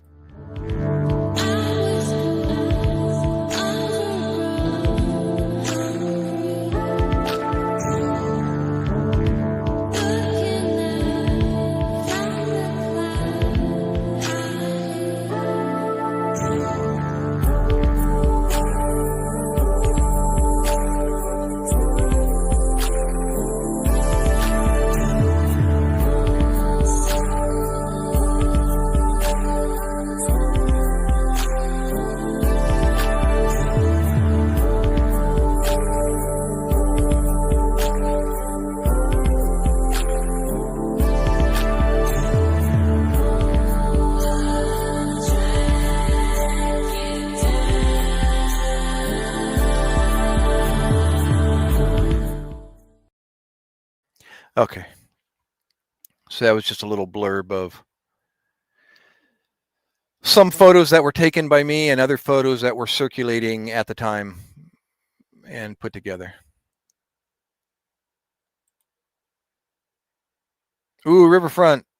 Oh, there he is. Hey, I stopped by your shop a few months back, and it was closed up, as you already told me. I think that's Riverfront Baits. No, no, no, no. Maybe. I'm sorry. I'm confusing you with another gentleman that has a shop up in Egg Harbor City here in New Jersey. I thought that was you, but I'm noticing it's Riverfront Baits. So, yeah, it wasn't you. Sorry about that, bro. I got you confused. Hoorah, Matthias. Thanks. Praise God for the military. You know, screw the rest of the naysayers that come in and make fools of themselves by calling me stolen valor and everything else that, you know.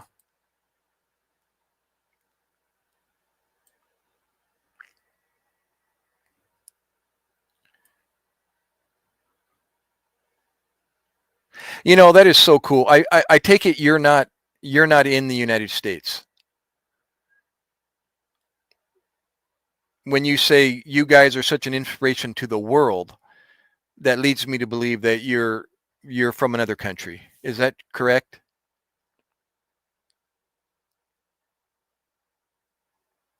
Hoorah, Kevin. Yeah, Sweden. You know, it makes my heart swell just to read what you said because I knew you well, I assumed that you weren't from the United States. And the more I'm live streaming and the people coming in from other countries, the more I see the same comments. And I didn't ever realize how much, although I heard, but it didn't make as much sense to me than it does now that the world is watching. The world is watching the USA. And I found this out even more by just live streaming and watching people come in the live stream. You know, and people from all over the world are saying the same thing in so many words. They're saying the same thing to me. And I'm just like, oh, it almost gets me emotional because it makes what I did, you know, it makes it even bigger. And you don't really realize that, you know, when you're over there in harm's way. You know, it's a horrible place to do your job. You know, I mean, some of the guys, you know, that's what they went there to do, to get some, you know, as the Marines said. But for me, you know, it was a horribly dangerous place to try to do my job as a corpsman. You know, it sucked. If I, you know, if I could have left early, you know, I would have been on a plane in a heartbeat. But the unfortunate part was there was nothing I could do about it. And all I could do was, you know, weigh out the just wait out the time and hope to get home. It was a very horrible place.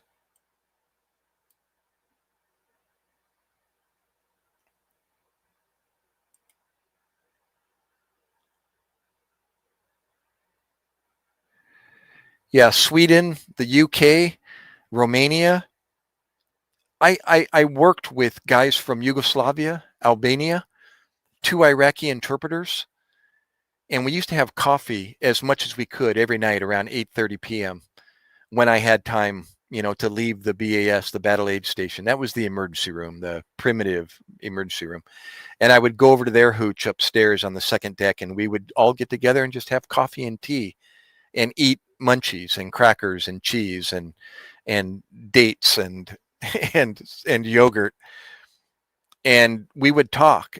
And then I got to hear, their side of life and what their life was like in their country and what they had or what they didn't have and how much they modeled or they looked at the United States. And I was like, man, there it is. It's when I first started hearing, foreigners talking about the United States.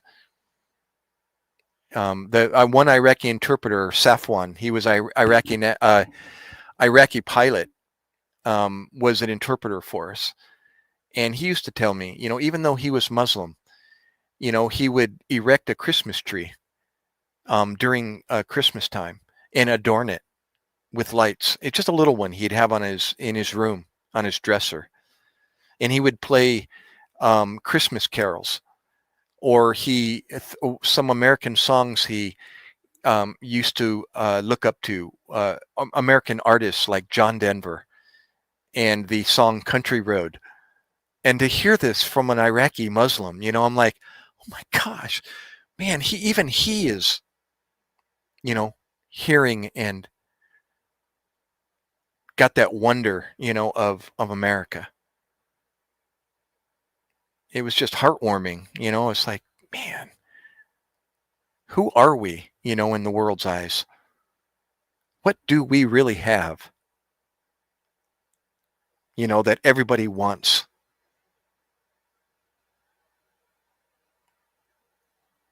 Rugger, sorry, Rugger, he's on an incredibly small island, in the UK.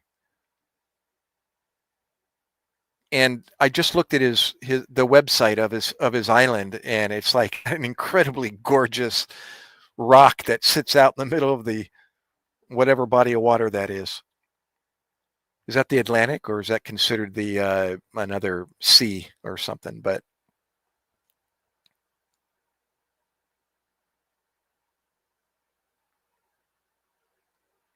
I want to get to the point, but you just don't have a point. What? I'm sorry.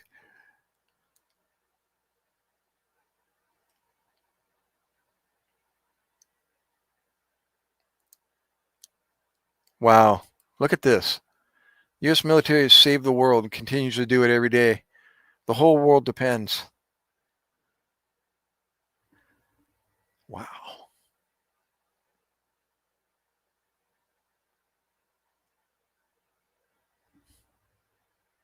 Wow. Atlantic. Okay. I thought maybe it had like the something sea, or, as, isolated, part of the Atlantic that is now called uh, the UKC, or the Sea of Ireland, or the whatever. I'm making things up, but you know what I'm talking about. Like over in the Philippines, they got the Philippine Sea at the top, I think, of the Luzon province. And over on the right, it's the the Pacific. Over to the left, it's I forget, maybe it's still the Philippine Sea over there. Down below, you know, even though it's the Pacific Ocean, branching off around the islands, they have their own names for, that body of water.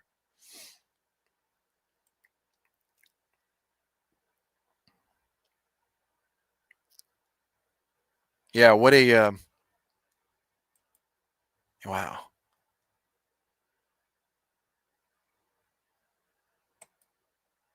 Yeah.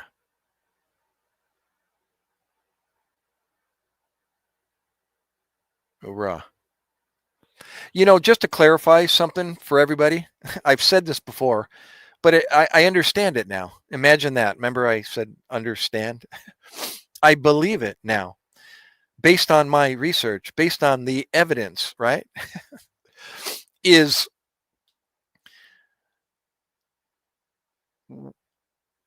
unless there's a draft where we don't have a choice to join the military.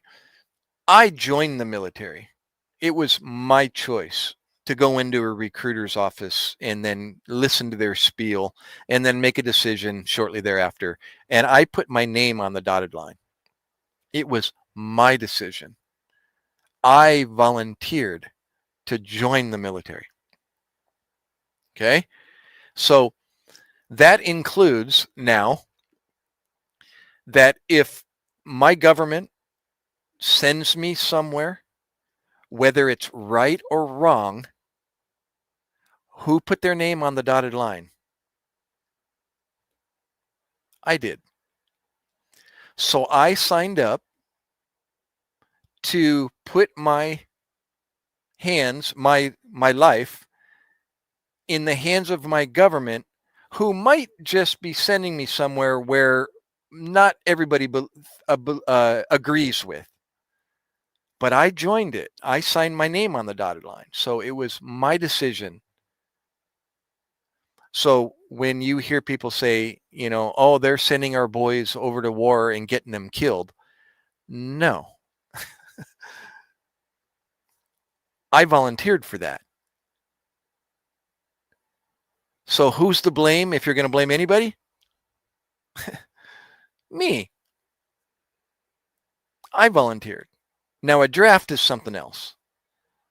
You you still have a choice. As an American citizen, you are committing yourself. Well, when you're naturalized, meaning not naturally, if you're naturally a U.S. citizen, you don't have to go through, the process of becoming a citizen. But as a citizen, we should be taught that we are, in the event of war, obliged to support it, to defend it. That's, I guess, why we put our hand over our heart and said the Pledge of Allegiance every morning, as in elementary school, right? I pledge allegiance to what? The flag. I pledge allegiance. Now, was that actually explained in detail? No, not as a third grader or a kindergartner. But I pledge allegiance to the flag of the United States of America and to the republic for which it stands, one nation under God, indivisible, with liberty and justice for all. Wow, didn't even realize, but that alone, explains what we're committing what we're committed to as U.S. citizens. And so if we get drafted, right? Well, we had the choice of remaining as a U.S. citizen. Not at that point, you're not, but before that happened, if you knew that you could be drafted one day, then you had a choice. You could leave the country. The borders are open. All you need is your passport, as long as the country you're going to is accepting you. As long as it's open for U.S. travelers, you can leave anytime you want.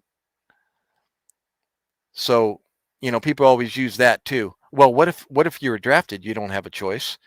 Well, that borders were open the whole time. You can leave, go live in another country if you want. That way, if there is a draft, then you're not. Actually, you know what?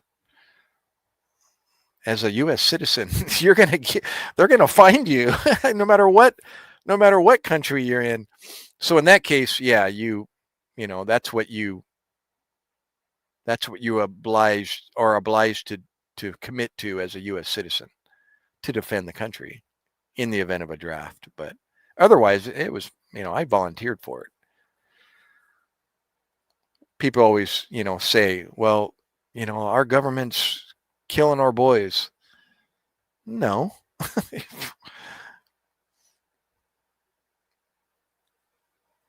feel like I'm home when I visit your great country. Yeah. Hoorah. Wow. What a blessing, Matthias, you are, just being here. That's pretty cool.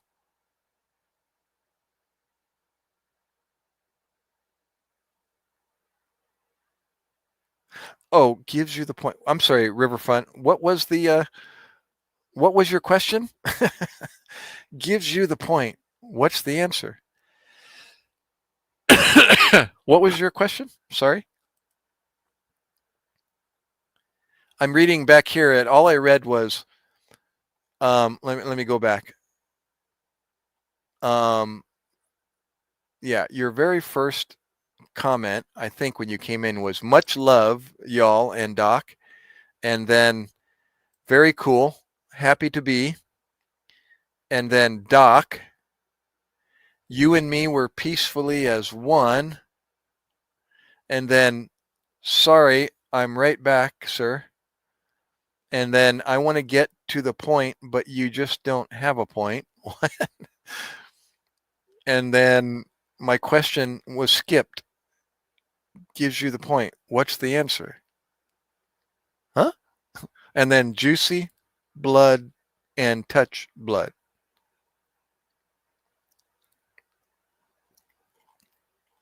Yeah, again, sorry, I couldn't answer everybody's question and follow everything. And yeah, in that exchange between the other guy and I.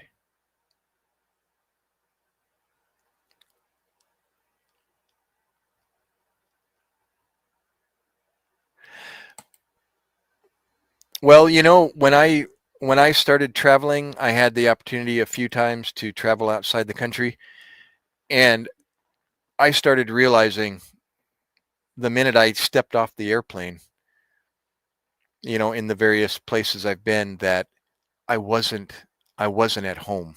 I wasn't in the United States. You know, just walking across the border when I lived in San Diego into Tijuana, which is Mexico, just stepping across that border, I realized how vulnerable I was all of a sudden. Just looking around, what I could see, what I could smell, what I could hear wasn't America anymore. And all I did was step over the border. Shortly thereafter, therein, I realized this isn't America. And my identification, my wallet that I had in my pocket, my license, my ID meant nothing at that point. And that's when I realized how vulnerable I was and that I wasn't in America. That I could be taken away and could disappear. And it would be a long time before somebody found me. And literally, in my mind, I was thinking what I could remember in movies, or what my mother said, or what maybe my grandparents said, or what you hear about when people come back to America. They literally get down on their knees and they kiss the ground. And I didn't really, I couldn't really grasp that. Like, why are they doing that? Is it really that good? And that's when I realized, man, I can't wait to get back across the border. And then I could literally see myself getting down on my hands and knees and kissing the ground and going, I'm safe. That's when I realized that I've got something different than where I just was moments ago. And then I was able to travel to Thailand in the mid 80s. And then I went to Kathmandu, Nepal. And then I started visiting even worse environments wow. And then I married a girl from the Philippines. She was here in the United States when I met her. But in order to meet her mother and father, we needed to go back to the Philippines to meet them. Actually, we got married in the Philippines while we were back there. And just stepping off the plane, now I had already been to Asia, so I already kind of knew what to expect. But it's always an eye opener, and you realize immediately, that you're not in the United States anymore. And then when you start traveling the streets, it's depressing. It's sad.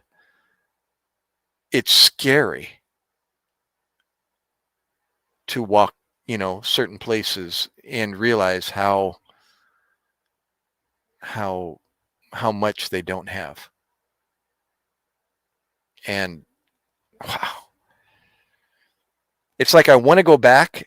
It's like that traveler's, you want to do it again, but when you're there, it's almost like you put on your brakes and you realize, oh my gosh, here I am again. Do what you got to do to stay safe. And that's the way it is the whole time I'm there, doing whatever I got to do to stay safe. Whether it's the food I eat, the water I drink, or the places I go and the choices I make. Yeah, well, it's kind of the same concept is, man, the good old Dorothy in The Wizard of Oz. There's no place like home. Click your heels 3 times and say, there's no place like home. There's no place like home. Right? Take me back to Kansas.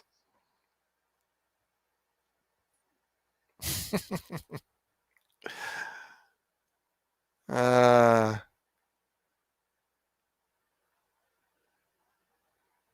well, Matthias, like I said, I didn't realize this until I joined the military.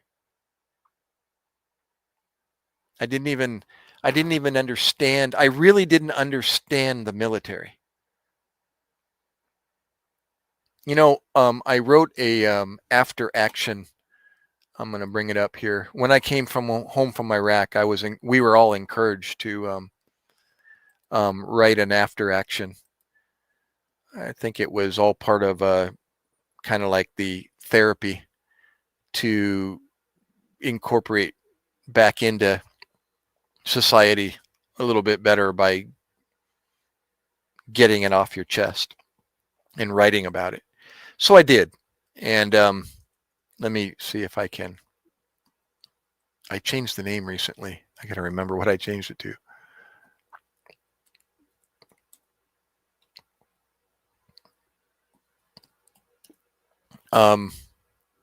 It's been removed.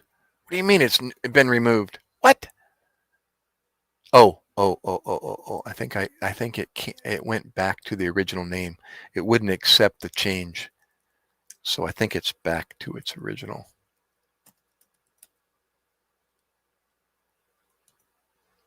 Oh my gosh, don't tell me.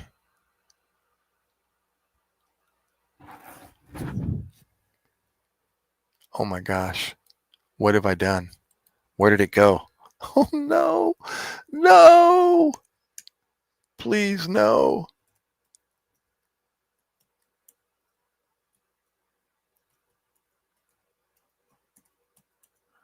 Are you kidding me? It says, sorry, the blog has been removed. This address is not available. What? Sign in? Wait. Oh, there it is. Oh, I got it. Never mind. It wasn't signed in. What? It's really made me nervous there for a second. What did I write here? Here, I can read. Hey, you know what, guys? I haven't done this before. I'm going to read some of these after actions that I wrote when I got back from Iraq. But in particular, I'm looking for kind of this was an intro to my blog. I actually just updated this, so I put my current age.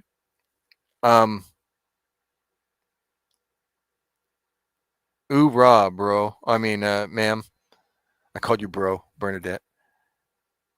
Awesome.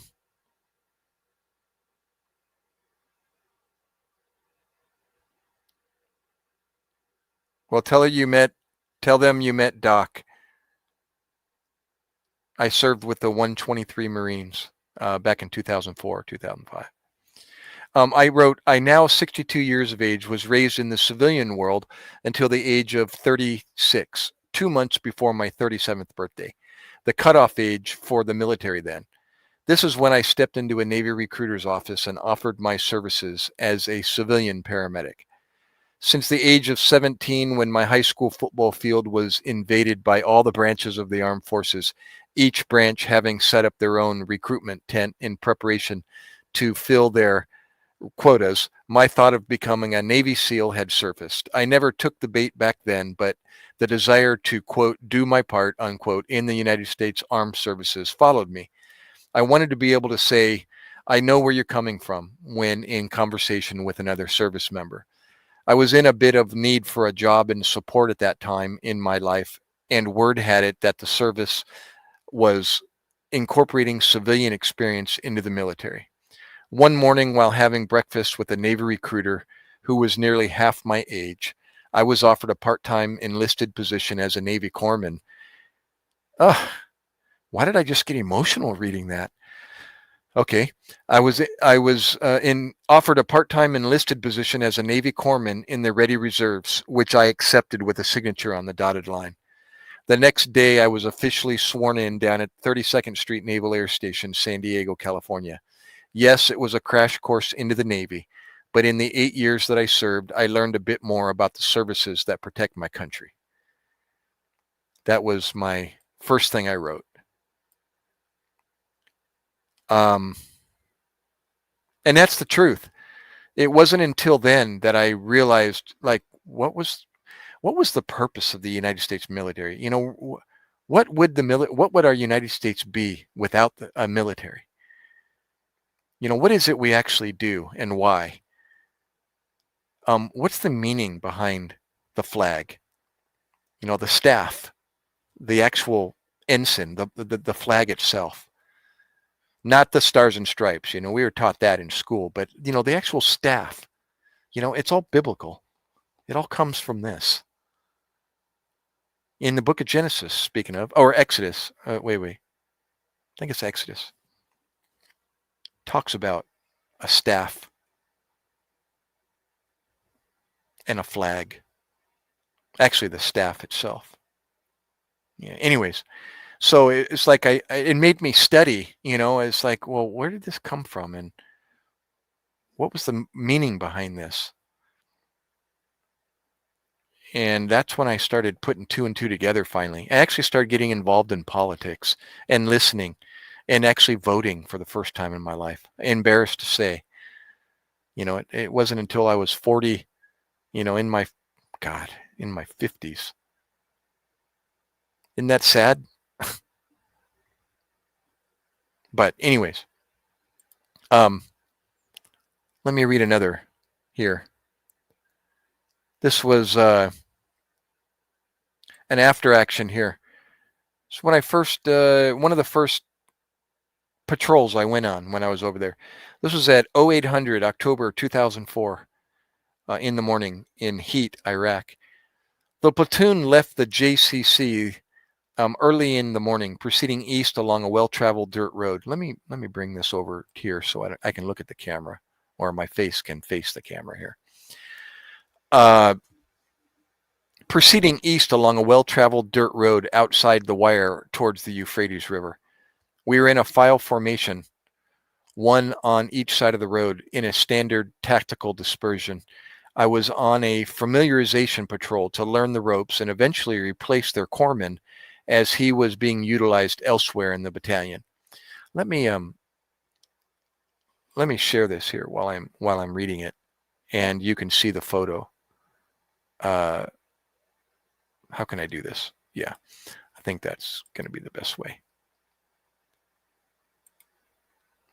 Here we go. Let's see. Where is it here? You really can't read that. Let me keep it big here. I'll take myself out of the picture. Wait. Let me take myself off.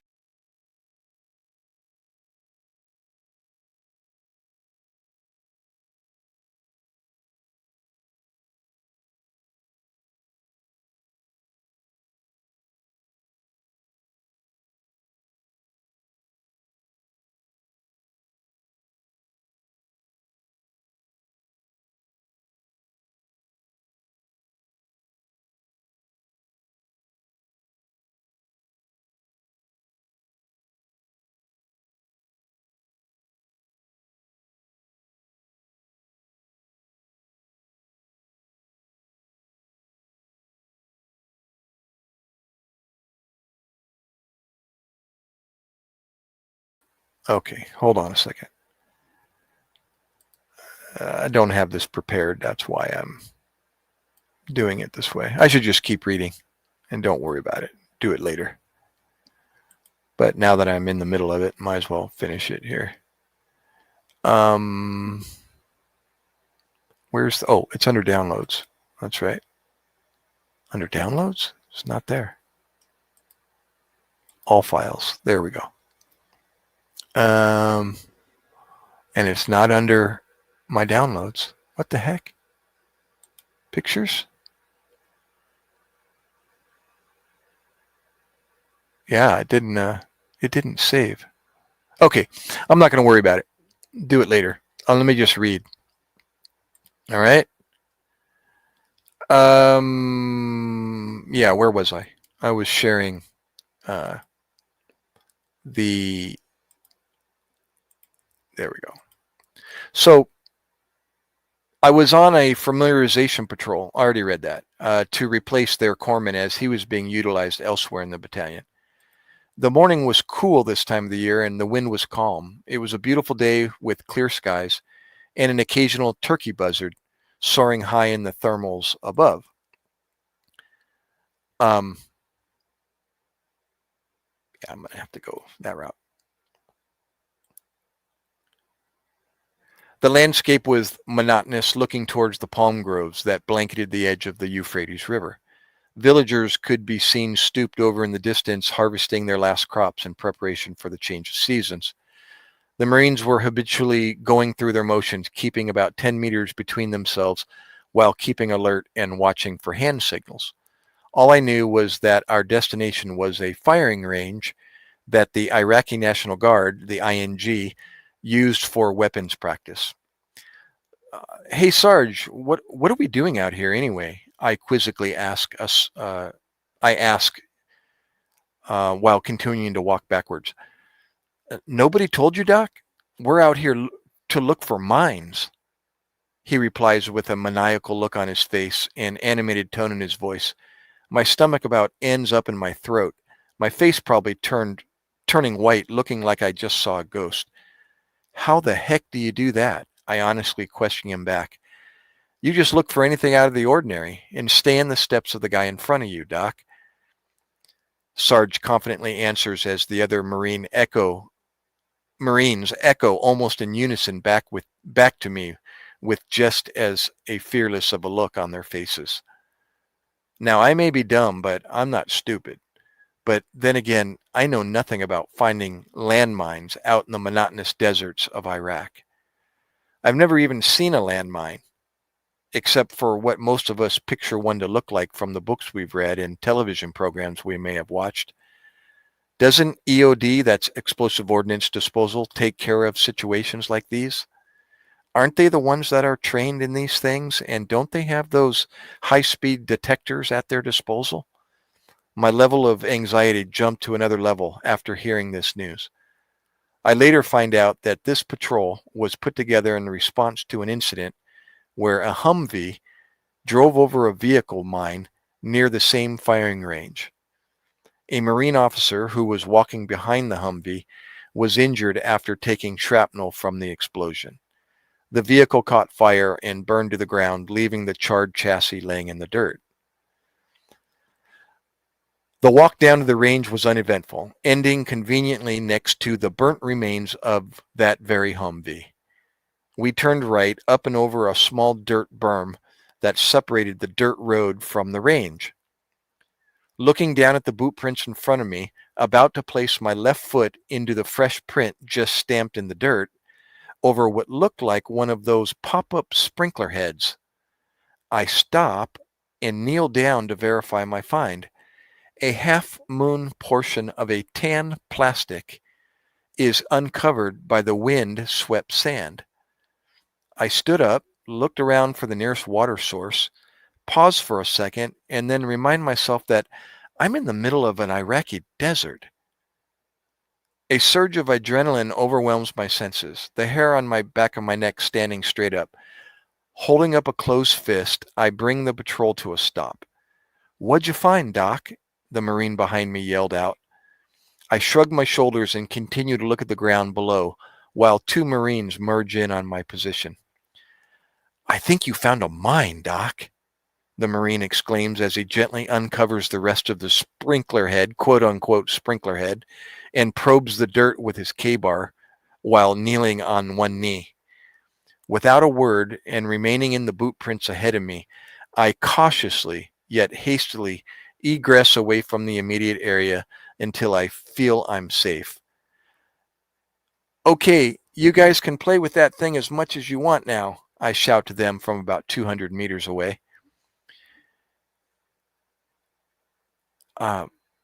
Either those guys know what they're doing or it's their curiosity that's keeping them there. Either way, it's better them than me. After excavating around the mine, exposing it and posing for pictures, true story, including myself, I guess that makes me the hypocrite now, EOD is contacted. After about a 2-hour wait, EOD arrives with their high-tech equipment, sweep the area for any additional mines, which none were found, disassemble the mine, and detonate the explosive charge without incident. I actually have a photo of me kneeling down, pointing at the landmine. I don't know if you can see that in that picture, but on my way back to the FOB, the forward operating base, FOB Heat, I meet up with the first sergeant of the EOD team again. Hey, Doc, a mine is a beautiful thing to waste, he chuckles with a smile on his face. I shake my head and wave back in acknowledgement. Sick bastard, I think to myself, continuing my walk back to the BAS. So that was the scuttlebutt that circulated in the FOB. After that, it was, Doc found a mine, Doc found a mine. So anyhow, it makes a good campfire story, but at the time it was like, what in the world am I doing here? But they told me from the very beginning, just look for anything out of the ordinary. And I thought, OMG, we're looking for mines. Just stay in the footprints of the guys in front of you. And that's exactly what I did. And that's exactly how I found that mine. That guy in front of me, that Marine in front of me, who was like 10 meters in front of me, his boot print was right on top of the mine. It went right over the mine. Well, what EOD explained to us, they gave us a little in-service about what we found or what I found. He said, you found a vehicle mine, and it took like 200 kilograms or thereabouts to trigger those things. And we don't put out that kind of weight. A personnel mine would have, but this was a vehicle mine. So the reason why that Marine in front of me didn't set it off. But I was about to put my footprint right on top of his footprint. And then I realized, what in the world is a sprinkler head doing out in the middle of the desert? Crazy. Oh, it was more than. I literally asked them to stop what they were doing. I pleaded with the guy with the knife in his hand, and he started digging in the dirt. And I was like, bro, stop, please. He looked up at me like, what? And I'm like, just stop for a second. And I stepped over him, or I somehow got over the mine and put my footprint in the footprint after it. And then I literally just started double timing it footprint to footprint and walked away from him and got a couple 100 yards away and yelled back at him, you can do anything you want now. Just let me get out of here. Yeah, I don't even know if I was far enough away, but unbelievable. And they were did it without even hesitation. They're down there on their knee, poking away with their knives. And I thought, no. I had no idea what I was dealing with.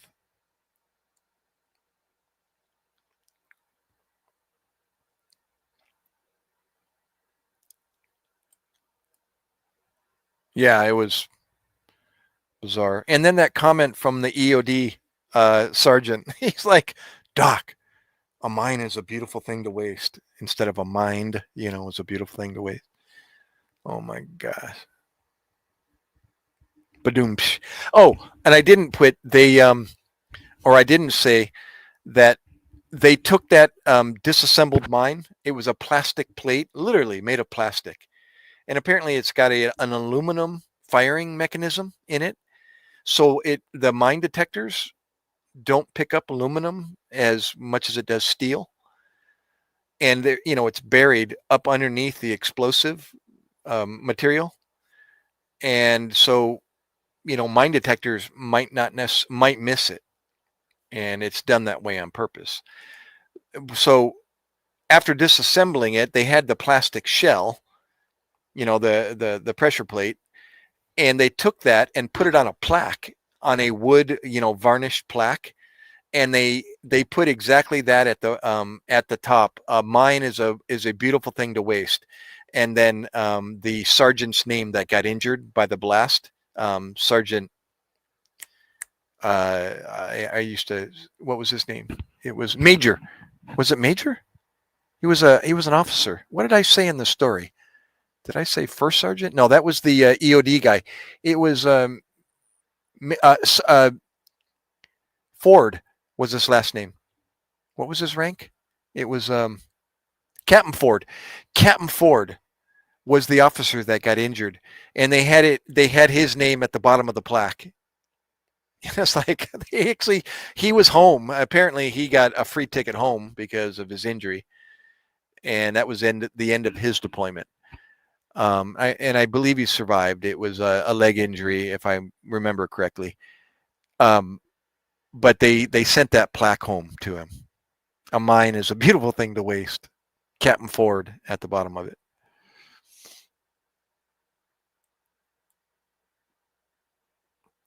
Oh, Bernadette, I don't know if you're still there, dear.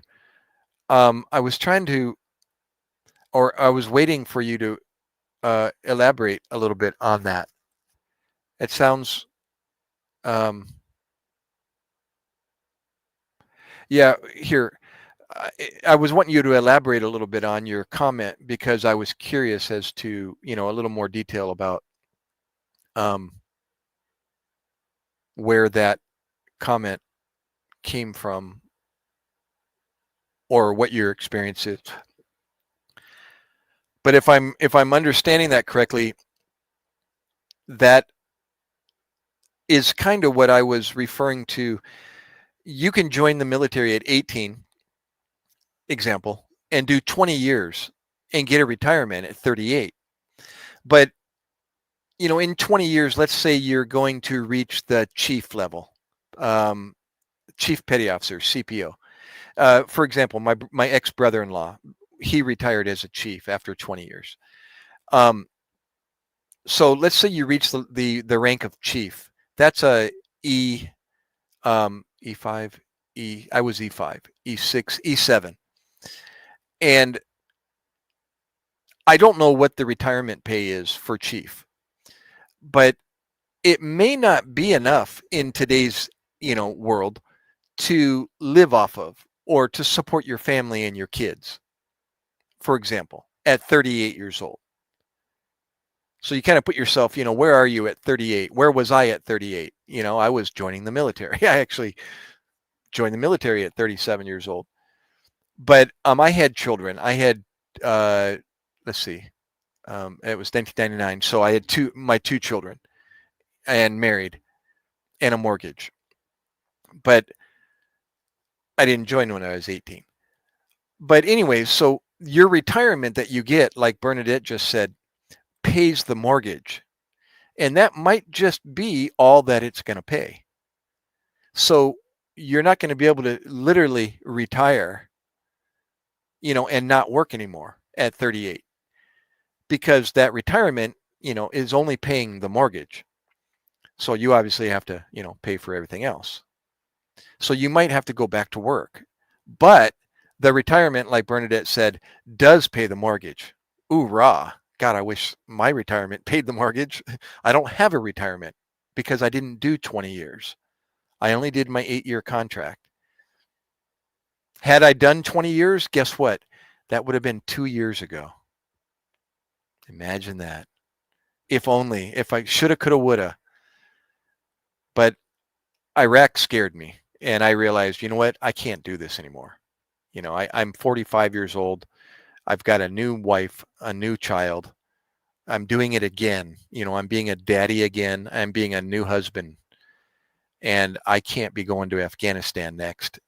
At 45 years old as a second class petty officer, and running around the hills of Afghanistan with the Marines, playing war. And it's not just playing war, it's the real thing. And I decided, you know what, I got to go. I might not. Um, I'm reading your comment.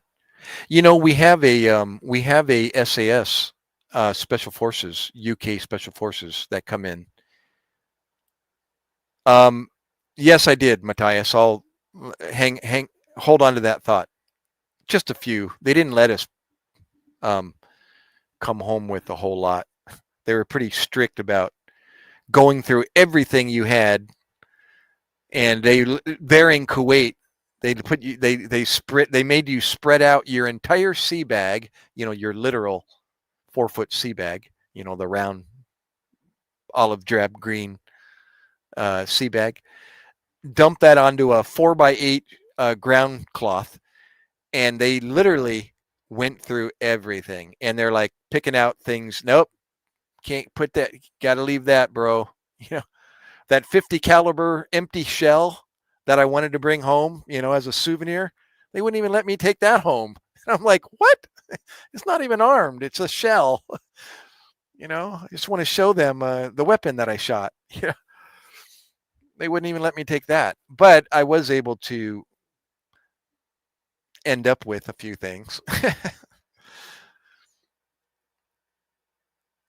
There is some Saddam Hussein money that I've got somewhere in my collection down here in the basement somewhere. Not that that's worth anything, but I put that behind some plastic folders, and brought it home. That was like the in thing that was circulating at the time, was some of Saddam's money from Baghdad. And then I actually accumulated a really cool, I've used it a few times out camping, bivy sack. It's a fully waterproof, camouflaged, full-length bivy sack that you put your sleeping bag inside of, and then it becomes a rain shell over your, it waterproofs you, and it's breathable. It's Gore-Tex, et cetera, et cetera. Yeah, that's right over there. I should go get it. You want me to go get it and do a show and tell?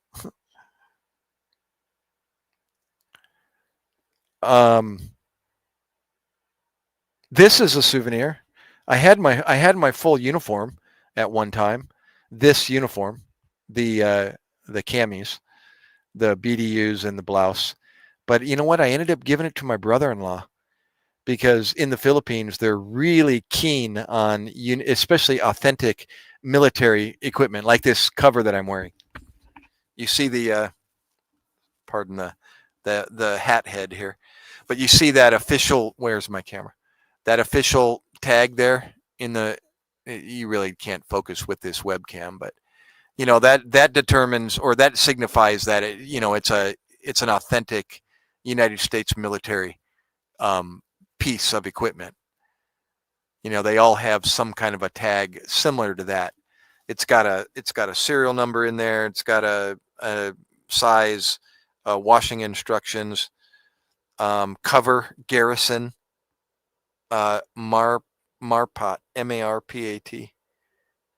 Desert Navy, 50% cotton, 50% nylon twill. Secre Industries Incorporated. Anyways, so with anything with that, signifying it as authentic. For some reason, the Philippines, the guys especially, that's like, a bragging material. That they actually have one, and they actually get to wear it. And to walk around in that is like, it turns everybody's head. where'd you get that? Dude, where'd you get that? You know, oh, my brother-in-law gave it to me. And now I regret it because now I want to dress up in my camis. I've done a few parades and I want to be able to dress, because if you're gonna get dressed, you need to do it properly. You need to dress fully. It needs to be good to go. It needs to be as if you're in the military. And so, yeah, people even have given me, or asked me, why are you wearing just your cover? You can't just wear just your cover. And so I go, yes, I can. I'm a civilian. But if I'm going to go out and represent, myself and wear, it would be injustice to, just wear this cover and go out in public and present myself. That's being out of uniform. And that's a no-no in the military. You either wear it appropriately or you don't.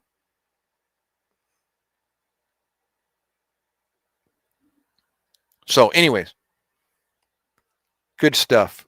Oh, you want me to show you? Okay, hold on a second. Hold on, I got it right over there.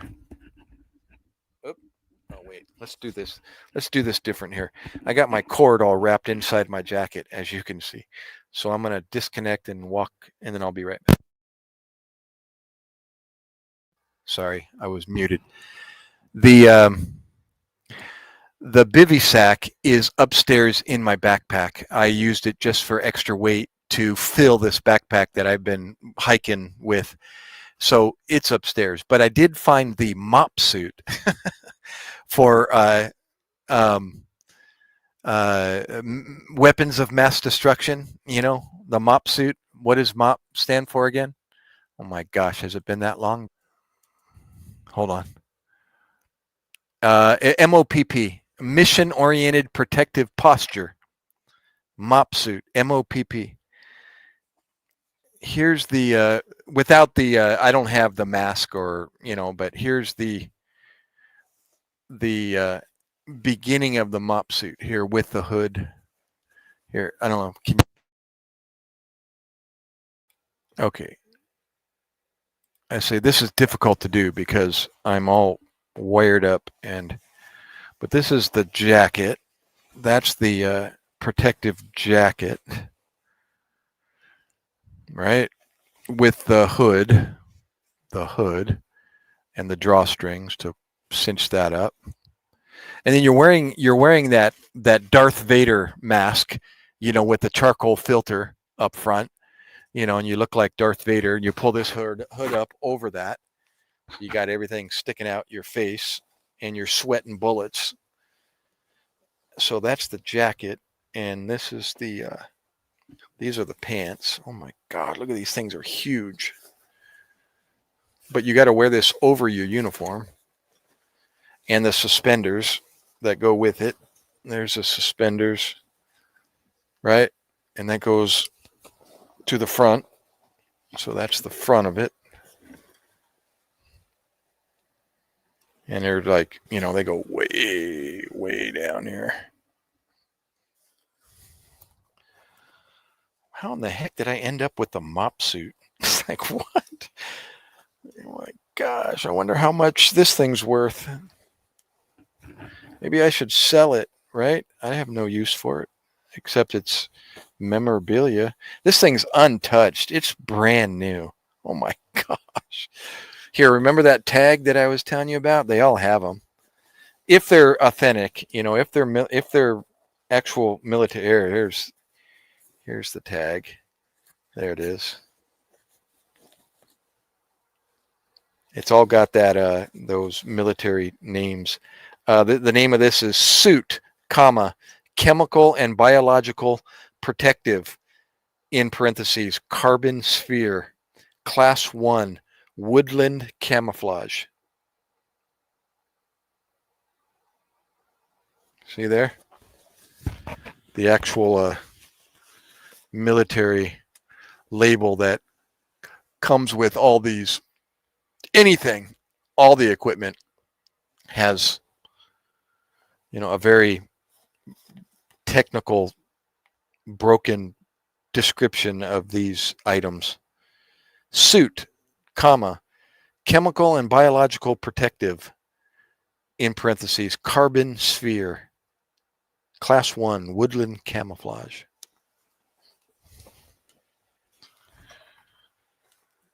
So that's the mop suit. And like I said, that bivy sack that I was describing, it's similar. It's the same design. It's the woodland cami, but it's being in the mountaineering and climbing background for 30 plus years. You know, I was all about that. That thing's like that thing's gold.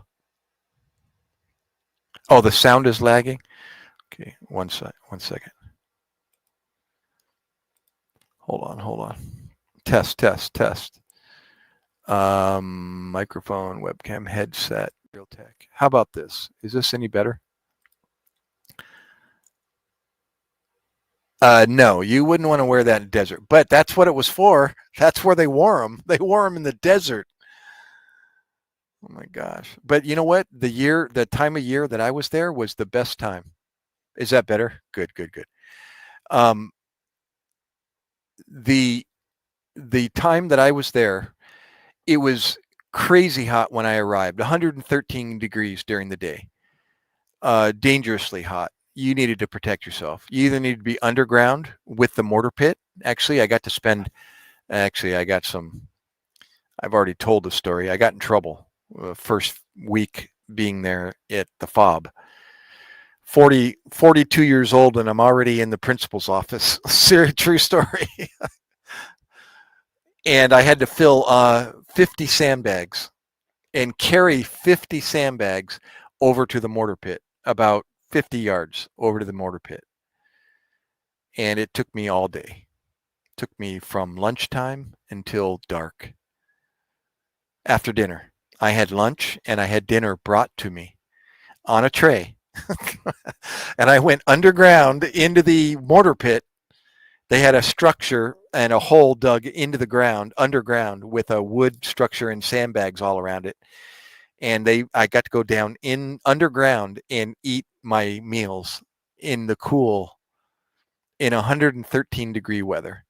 And they had Gatorade on ice in a cooler underground. And I was like, yes, while I was in trouble.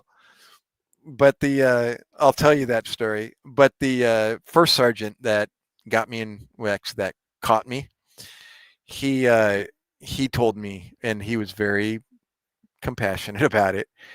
After teaching me how to fill sandbags, you ever fill a sandbag before, Doc? And I'm like, nope. And he goes, well, let me show you.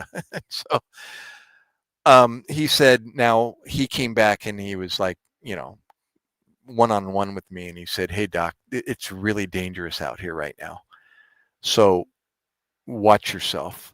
And if you need to get out of the sun, the guys in the mortar pit will help you out with that. But don't overdo yourself. Take whatever time, he even said, take whatever time you need to do this.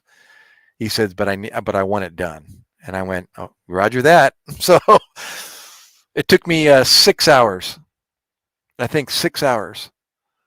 Yeah, like noon until 6 to fill 50 sandbags and carry each one of those sandbags. I actually figured out how to carry one on each shoulder, and they weigh like, gosh, I don't know how much they weighed, 50 pounds each or something. So I had like 100 pounds on my shoulders and trying to walk 50 yards over to the mortar pit. I had to climb up out of a hole first and then across the terrain over to the mortar pit. And they were building their mortar pit, But I did. And that first sergeant actually brought me out my meals at lunchtime, and he brought me out dinner. I was like, what did I do?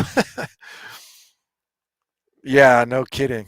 Well, ask the guys that went through it during the Saddam, what was that, Gulf War? That was before me. That was in the 80s, early 90s. They actually got to get in full mop suit, whatever condition they call that, where you actually, they had rumors that Saddam had fired off missiles with sarin gas and mustard or whatever chemicals they claimed they had. There's speculation behind all that. But anyways, because of that, they had to don their mop suits, their full mop suits, until told that they could, stand down and get out of their suits. And I didn't have to. The only time I had to do this was in training during boot camp, as a matter of fact. They make you dress up in your mop suits, and then they make you run some god-awful distance. And then now you're feel like you're claustrophobic and sweating bullets, and you can barely breathe through that mask. And then they put you in a gas chamber. And then they make you take off your mask. And the whole point of that is to teach you how to clear your mask. Now that your mask has been exposed to the gas and it's full of it, you have to be able to, you're holding your breath. And of course they make you hold your breath till you can't hold it anymore. And everyone starts to breathe in the gas, and now you're already screwed. And now you got to put your mask on while you're already infected with that gas and clear your mask while you're starting to hack and profusely snot is just pouring out of your face, out of every orifice. And now you got to clear your mask. What? And they do it on purpose, and you're dying. Wah! Some people are successful in getting everything on and pulling the straps tight. I think I did, but I was burning hard. I mean, it was horrible. And then as soon as you get out the doors, you're ripping your mask off and just puke, snot, everything. It's horrible. While you're in your mop suit, they put you in the gas chamber. Oh my gosh. Adding insult to injury. And in Camp Lejeune, in 90-degree weather and 100% humidity, it's like, good Lord. Oh, what's that? And the orbs surrounding it. Have you seen the Malaysia flight that disappeared? I've been watching that for years, oink. I've been waiting to find some conclusive video that shows that they actually discovered it. So no, do you have a link? Is it a recent video or? Oh, Matthias, you got to go to work. All right, bro. Oh, no kidding. You got to get to work. Oh, you were just up early in the morning. Sorry if I missed your departure here, Matthias.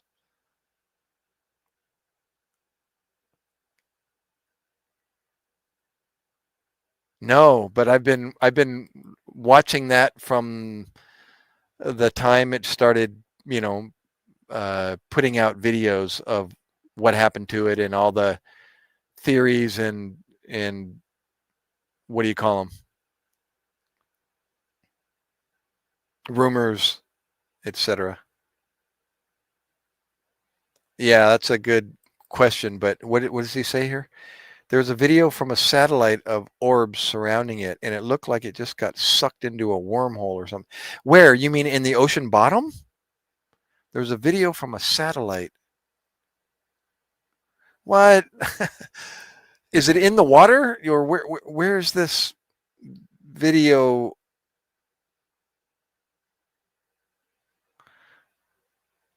Oh, when it was flying. Huh? How did they get a picture of it when it was flying? Oh, a video from a satellite?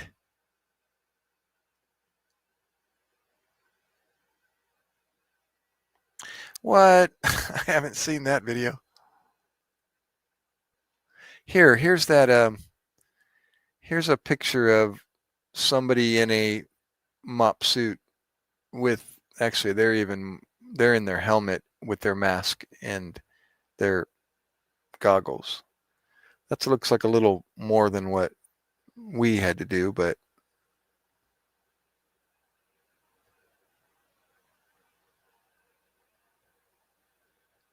It looked more like we didn't. Let's see. I'm just looking for a stand-up shot of the mop suit. Yeah. Anyways, you get the gist. It's not comfortable nor practical to be wearing around. Is it on YouTube or what? Oh, YouTube and X. Well, I'm looking for it. Oh, here it is. Malaysia Airlines mystery satellite spot floating objects. Is that it?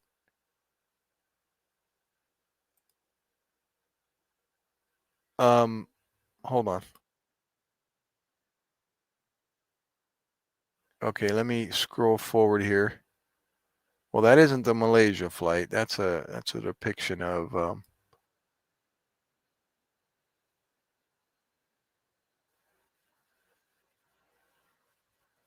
okay, satellite images, Chinese government. Okay, this is all conspiracy still that I'm reading it, or that I'm listening to. So, what was it? They're saying the Chinese found something in there on the ground that might be the.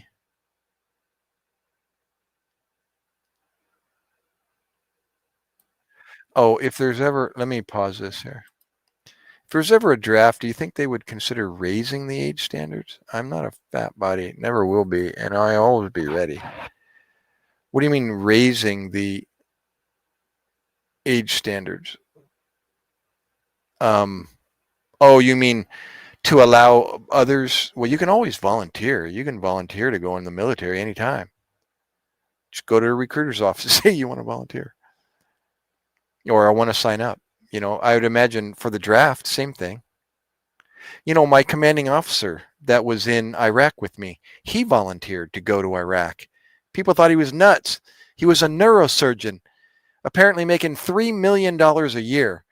He took a cut and pay to, this is all hearsay, $500,000 as whatever his rank was. He was commander, whatever commander is. Whatever that is. You can Google that. And we're like, he volunteered for that. He gave up his practice to go play with the Marines in Iraq as their commanding officer, their medical officer, commanding officer.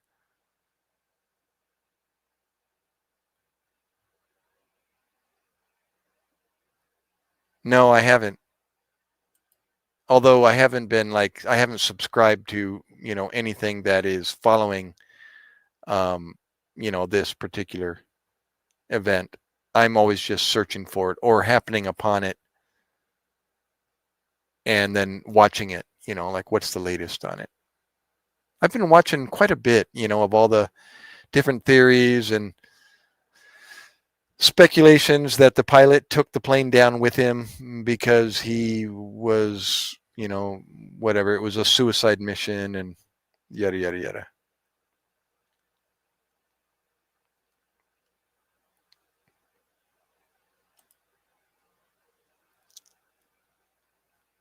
Marianne, is that Marianne? That is Marianne.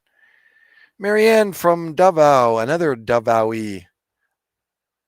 What do you call people from Davao, Marianne? Davao onion, Davao onion. What do you call a person from Davao? Davao onion, Davao onion. Marianne. Marianne and her ninja ID. Are you still in Bohol, Marianne? Robert said you're in Bohol. That's an island in the Philippines, near Cebu. The middle region of the Philippine archipelago.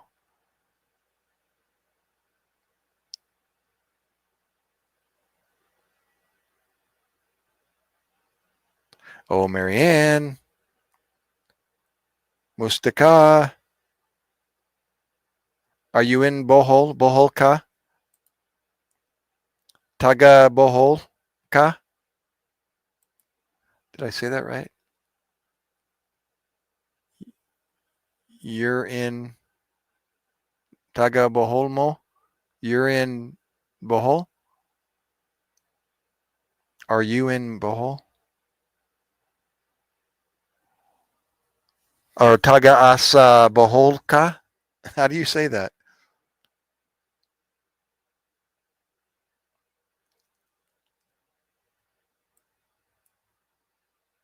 Taga Taga Asa Bohol mo? Wait. Oh, video, Malaysia Airlines flight, MH30 disappearance teleportation. Leaked video, drone footage.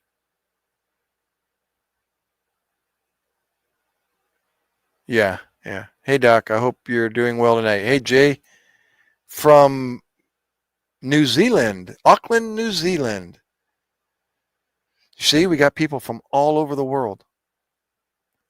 New Zealand, a small island in the UK, out in the middle of the Atlantic. That sounds like a cool place to visit, Rugger. I'd go visit you just to experience the island. Oh no, it's easy now. I asked you so many times, and now I have no excuse.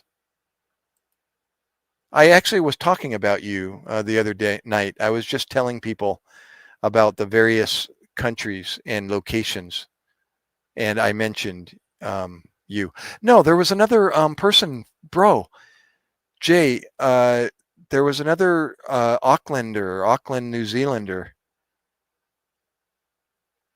I believe, was it Auckland, New Zealand, or maybe it was Australia?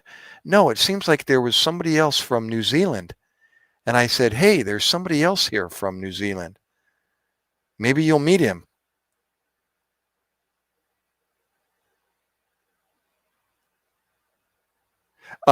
Which one? It says the video title, this one? That one?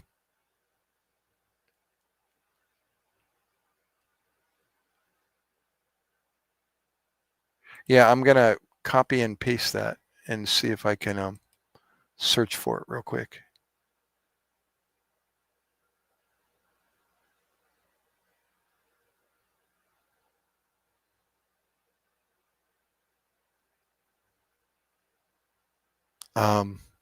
Give me a second.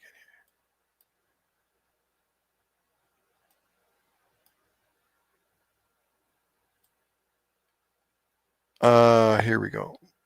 Video title.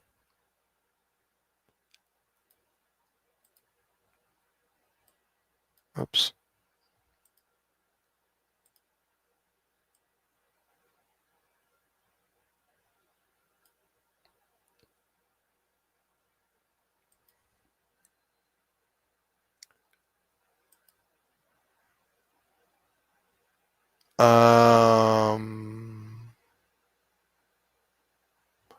Excuse me a second.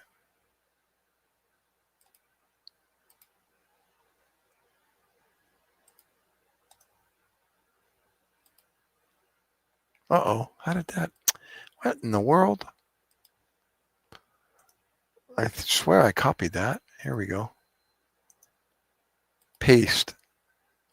Here, last minute unsold seats. There we go. 2014 Malaysia Airlines flight. Disappearing leaked video drone footage. Well, this is a 2014. Where did this come from? I mean, what's the supposed source of this video? Whoa, what is that thing circling? Whoa, 2 of them. 3 of them. What?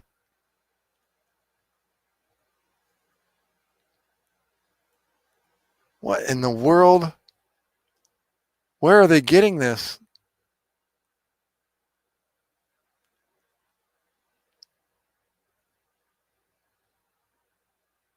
What? This is freaky, dude. Whoa! It just disappeared. Oh my awesome. Oh my gosh. You know what? I'm going to show it. Even though I'm going to have to, I'll delete it. I'm not monetized, so it's not like I'm going to get shut down. They actually get the credit. But watch this. This is crazy. This is wild. This is nuts. Watch. Dude, this is freaky. Come on, why are you getting me to watch this stuff? Look at these orbs. I don't know if you can see it, but look at the orbs in the black and white on the right. Now they look on the left. They're showing it. Look it. Watch.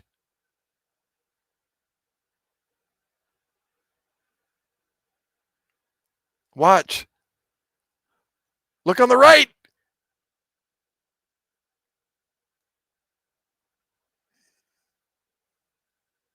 Watch. Keep watching. Oh! What? It's gone. What the? What was that? But you know what though, Oink? Whatever. I mean, whoever did that, that is really cool. But you know, they found pieces though. They found pieces of the wreckage. They've conclusively identified parts of the airplane. You know, on the shore of whatever island that is. You know, they've placed it directly with, you know, that airplane. So, you know, that Victorian, who's Victorian victorious? Yeah, you're fake for saying that. I keep saying that to people. It's like I think you're fake for just saying that. You're fake for saying it's fake. Okay. I got to see that again.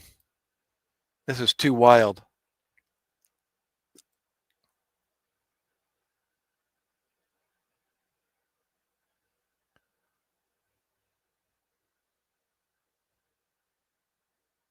I love how they're zooming in on it like that. Look at on the right. I don't know if you can see it. It looks like little flies. And then they show it on the left what it is that you're looking at. And then they show it. Look at, you see it on the right? See those little orbs circling it?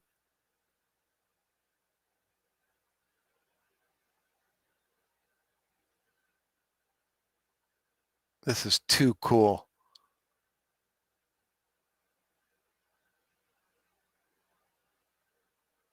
The heck?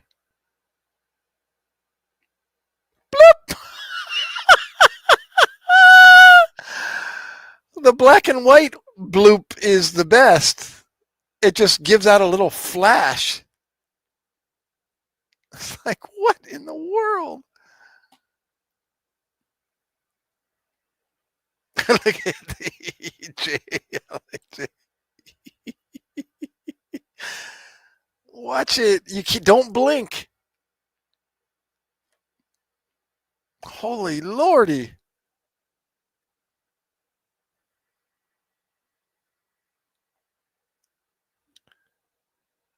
Don't blink.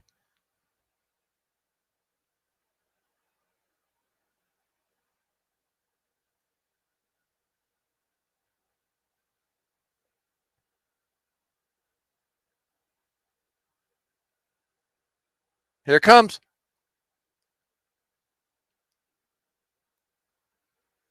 Oh!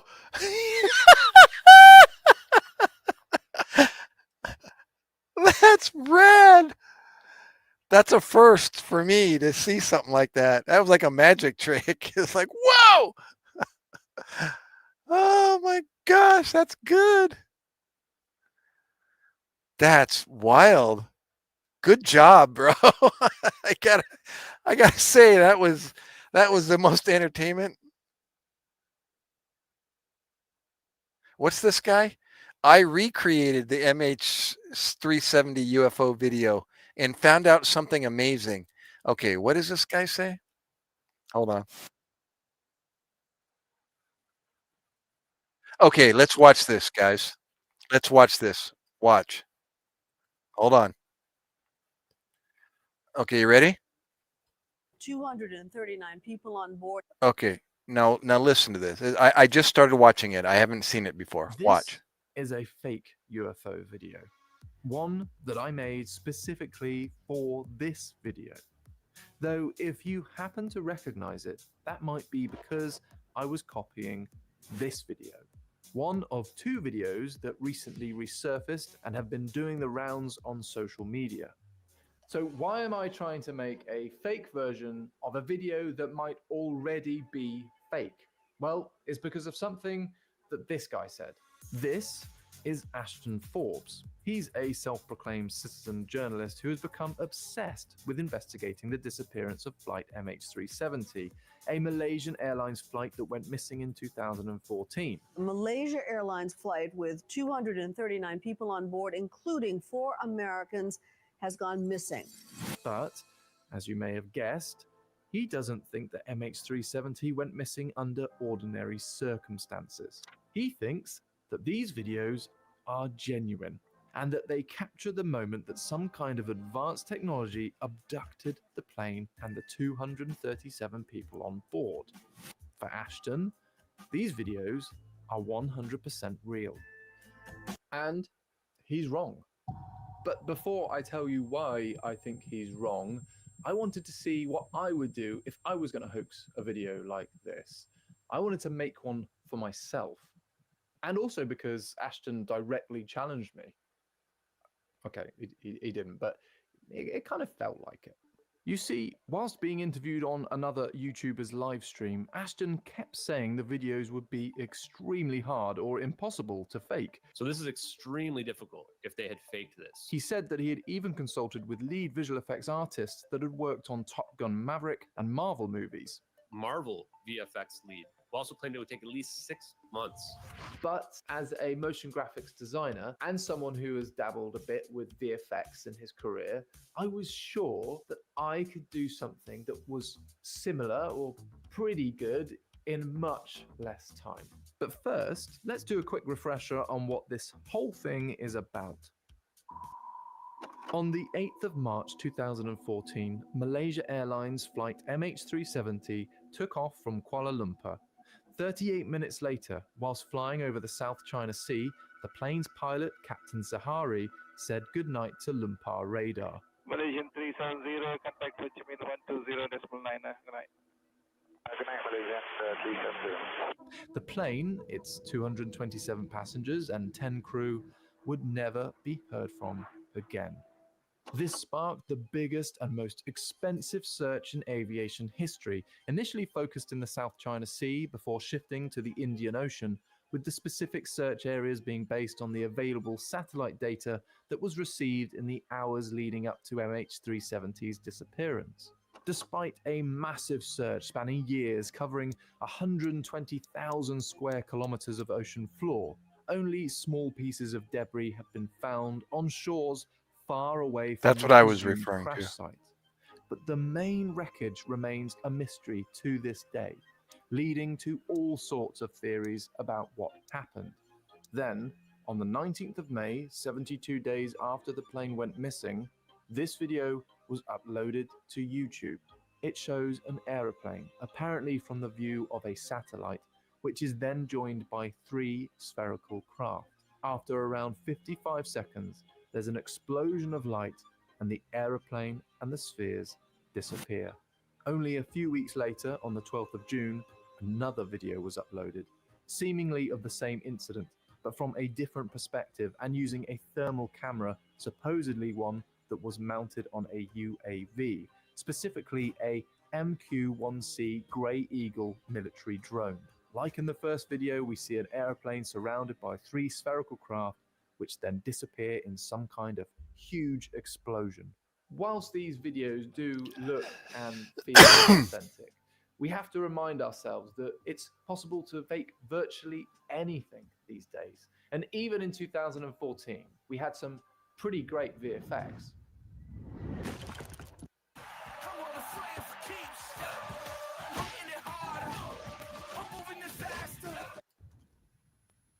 So, to start with, I'm going to concentrate on just the first video. This is my ingredients list. Number 1, a plane, specifically a Boeing 777, the same as MH370. Number 2, some little white spheres.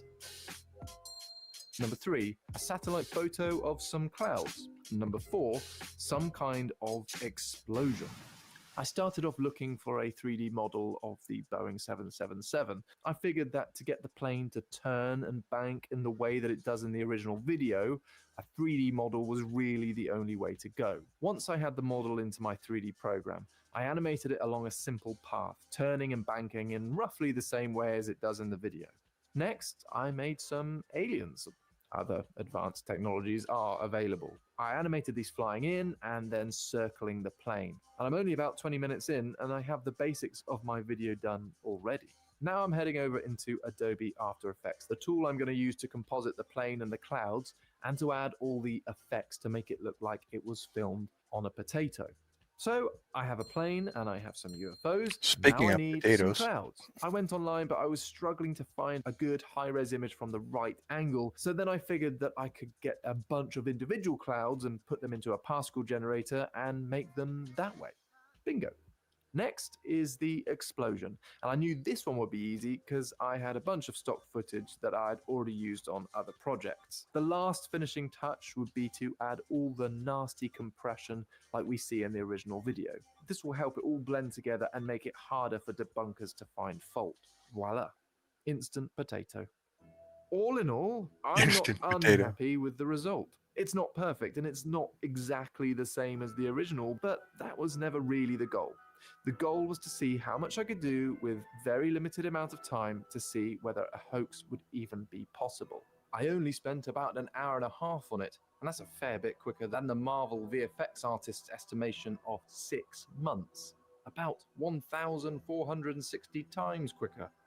I guess that makes me 1,460 times better than a lead Marvel VFX artist. Joking, of course. I have huge respect for VFX artists and their skills, and I come nowhere near. I think that where his estimate of 6 months came from was not so much to do with the technical visual aspects of the video, but more to do with the information that's hidden within them. You see, whilst it wouldn't be impossible to fake these videos, Ashton raises some really good points as to why it would be really, really hard.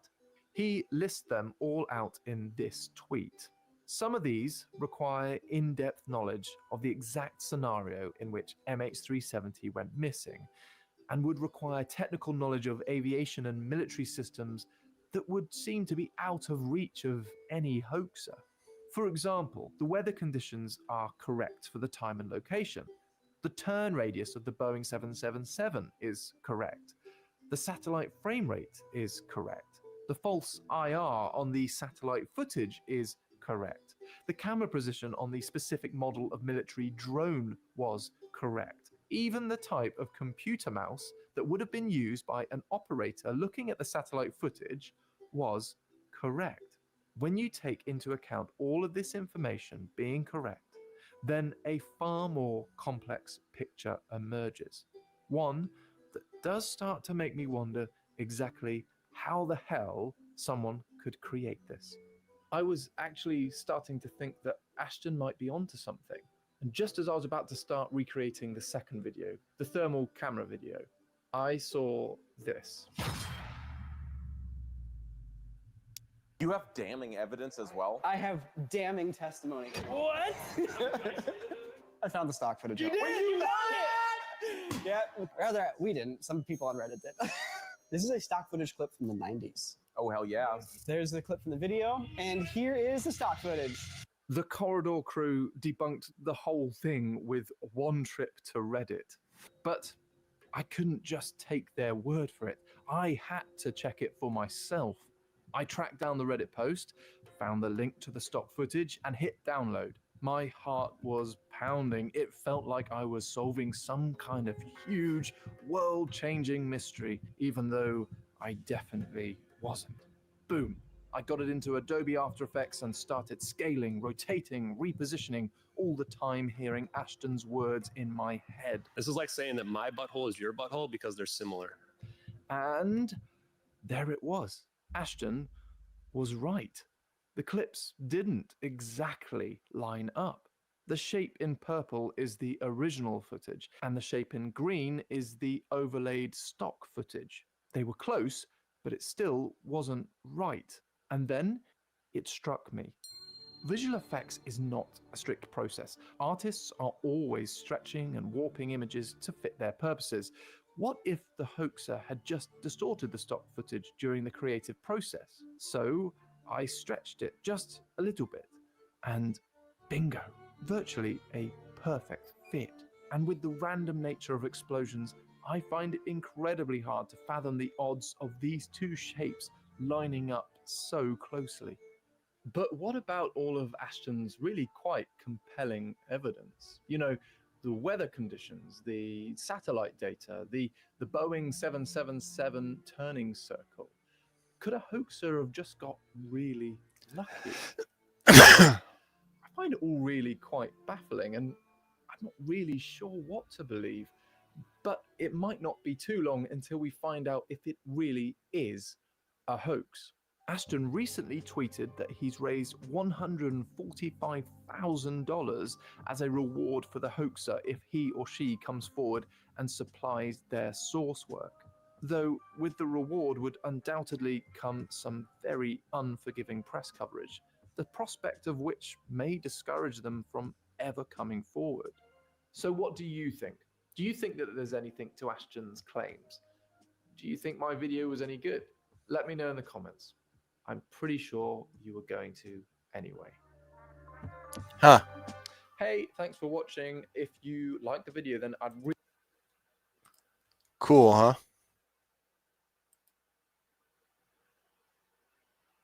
Well, he pretty conclusively showed that he matched, you know, the what they did by stretching, you know, that. But it still was cool. It way, I was entertained. That was good stuff. You could hear by my expression, like, what?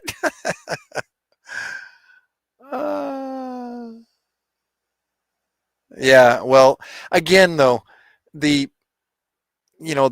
pieces of the plane kind of nips everything in the bud. It's like, well, wait a minute, that was part of the plane. You know, they can show, they have serial numbers and so on, that it was part of the plane. So it wasn't like, you know, the plane just blew up into pieces, if that was, you know, the case in that video, and then pieces rained down, you know, onto the beach. No, it's more of what more than likely happened, and that is it, you know, hit the water and pieces are everywhere, but can't be conclusively found.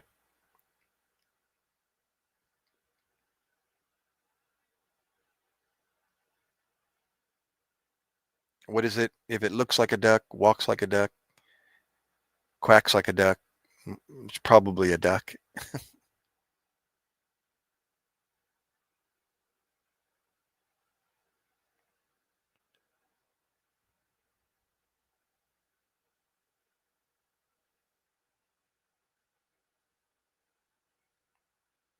Yeah, I think that's what he was saying, that because of that, the hoaxer, you know, probably will never come forward because being afraid of the repercussions of everything.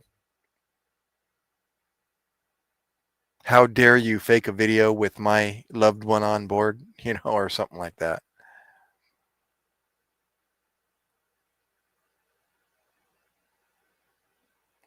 What was it? They acknowledged? No, I think they just reopened it for, I don't know. Don't quote me. I don't remember. But you know what? I've mentioned this in the past, and that is, you know, all of this is fun. I mean, listen to my reaction to it. But meanwhile, you know, people are literally dying and leaving this earth having never known the solution to their, you know, to their disease, you know, that's going to kill them one day. And anything that keeps you from knowing the truth is exactly what, Satan's trying to do, is to keep people, take him down with the, speaking of going down with the ship, that's Satan's number one intention, is to bring as many people down with him. So if you can get distracted by anything, UFOs, Bigfoot, etc., anything to keep you from knowing and accepting the truth, then, it doesn't surprise me. Definitely fun. But I like the this video that was right next to it, and that is I recreated the MH370 UFO video. Well, guys, oh my gosh, that yawn, I think, explains what has to happen here. You guys know the drill here. I have to head out like an infant. As you were, people. I am, it's 1:30 in the morning, and my live stream ended at midnight.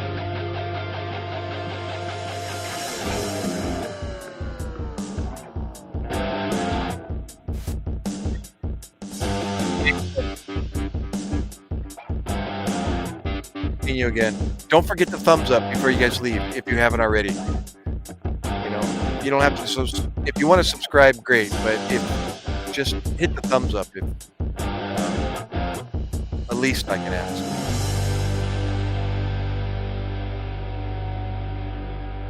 All right, guys. I am out of here. Later.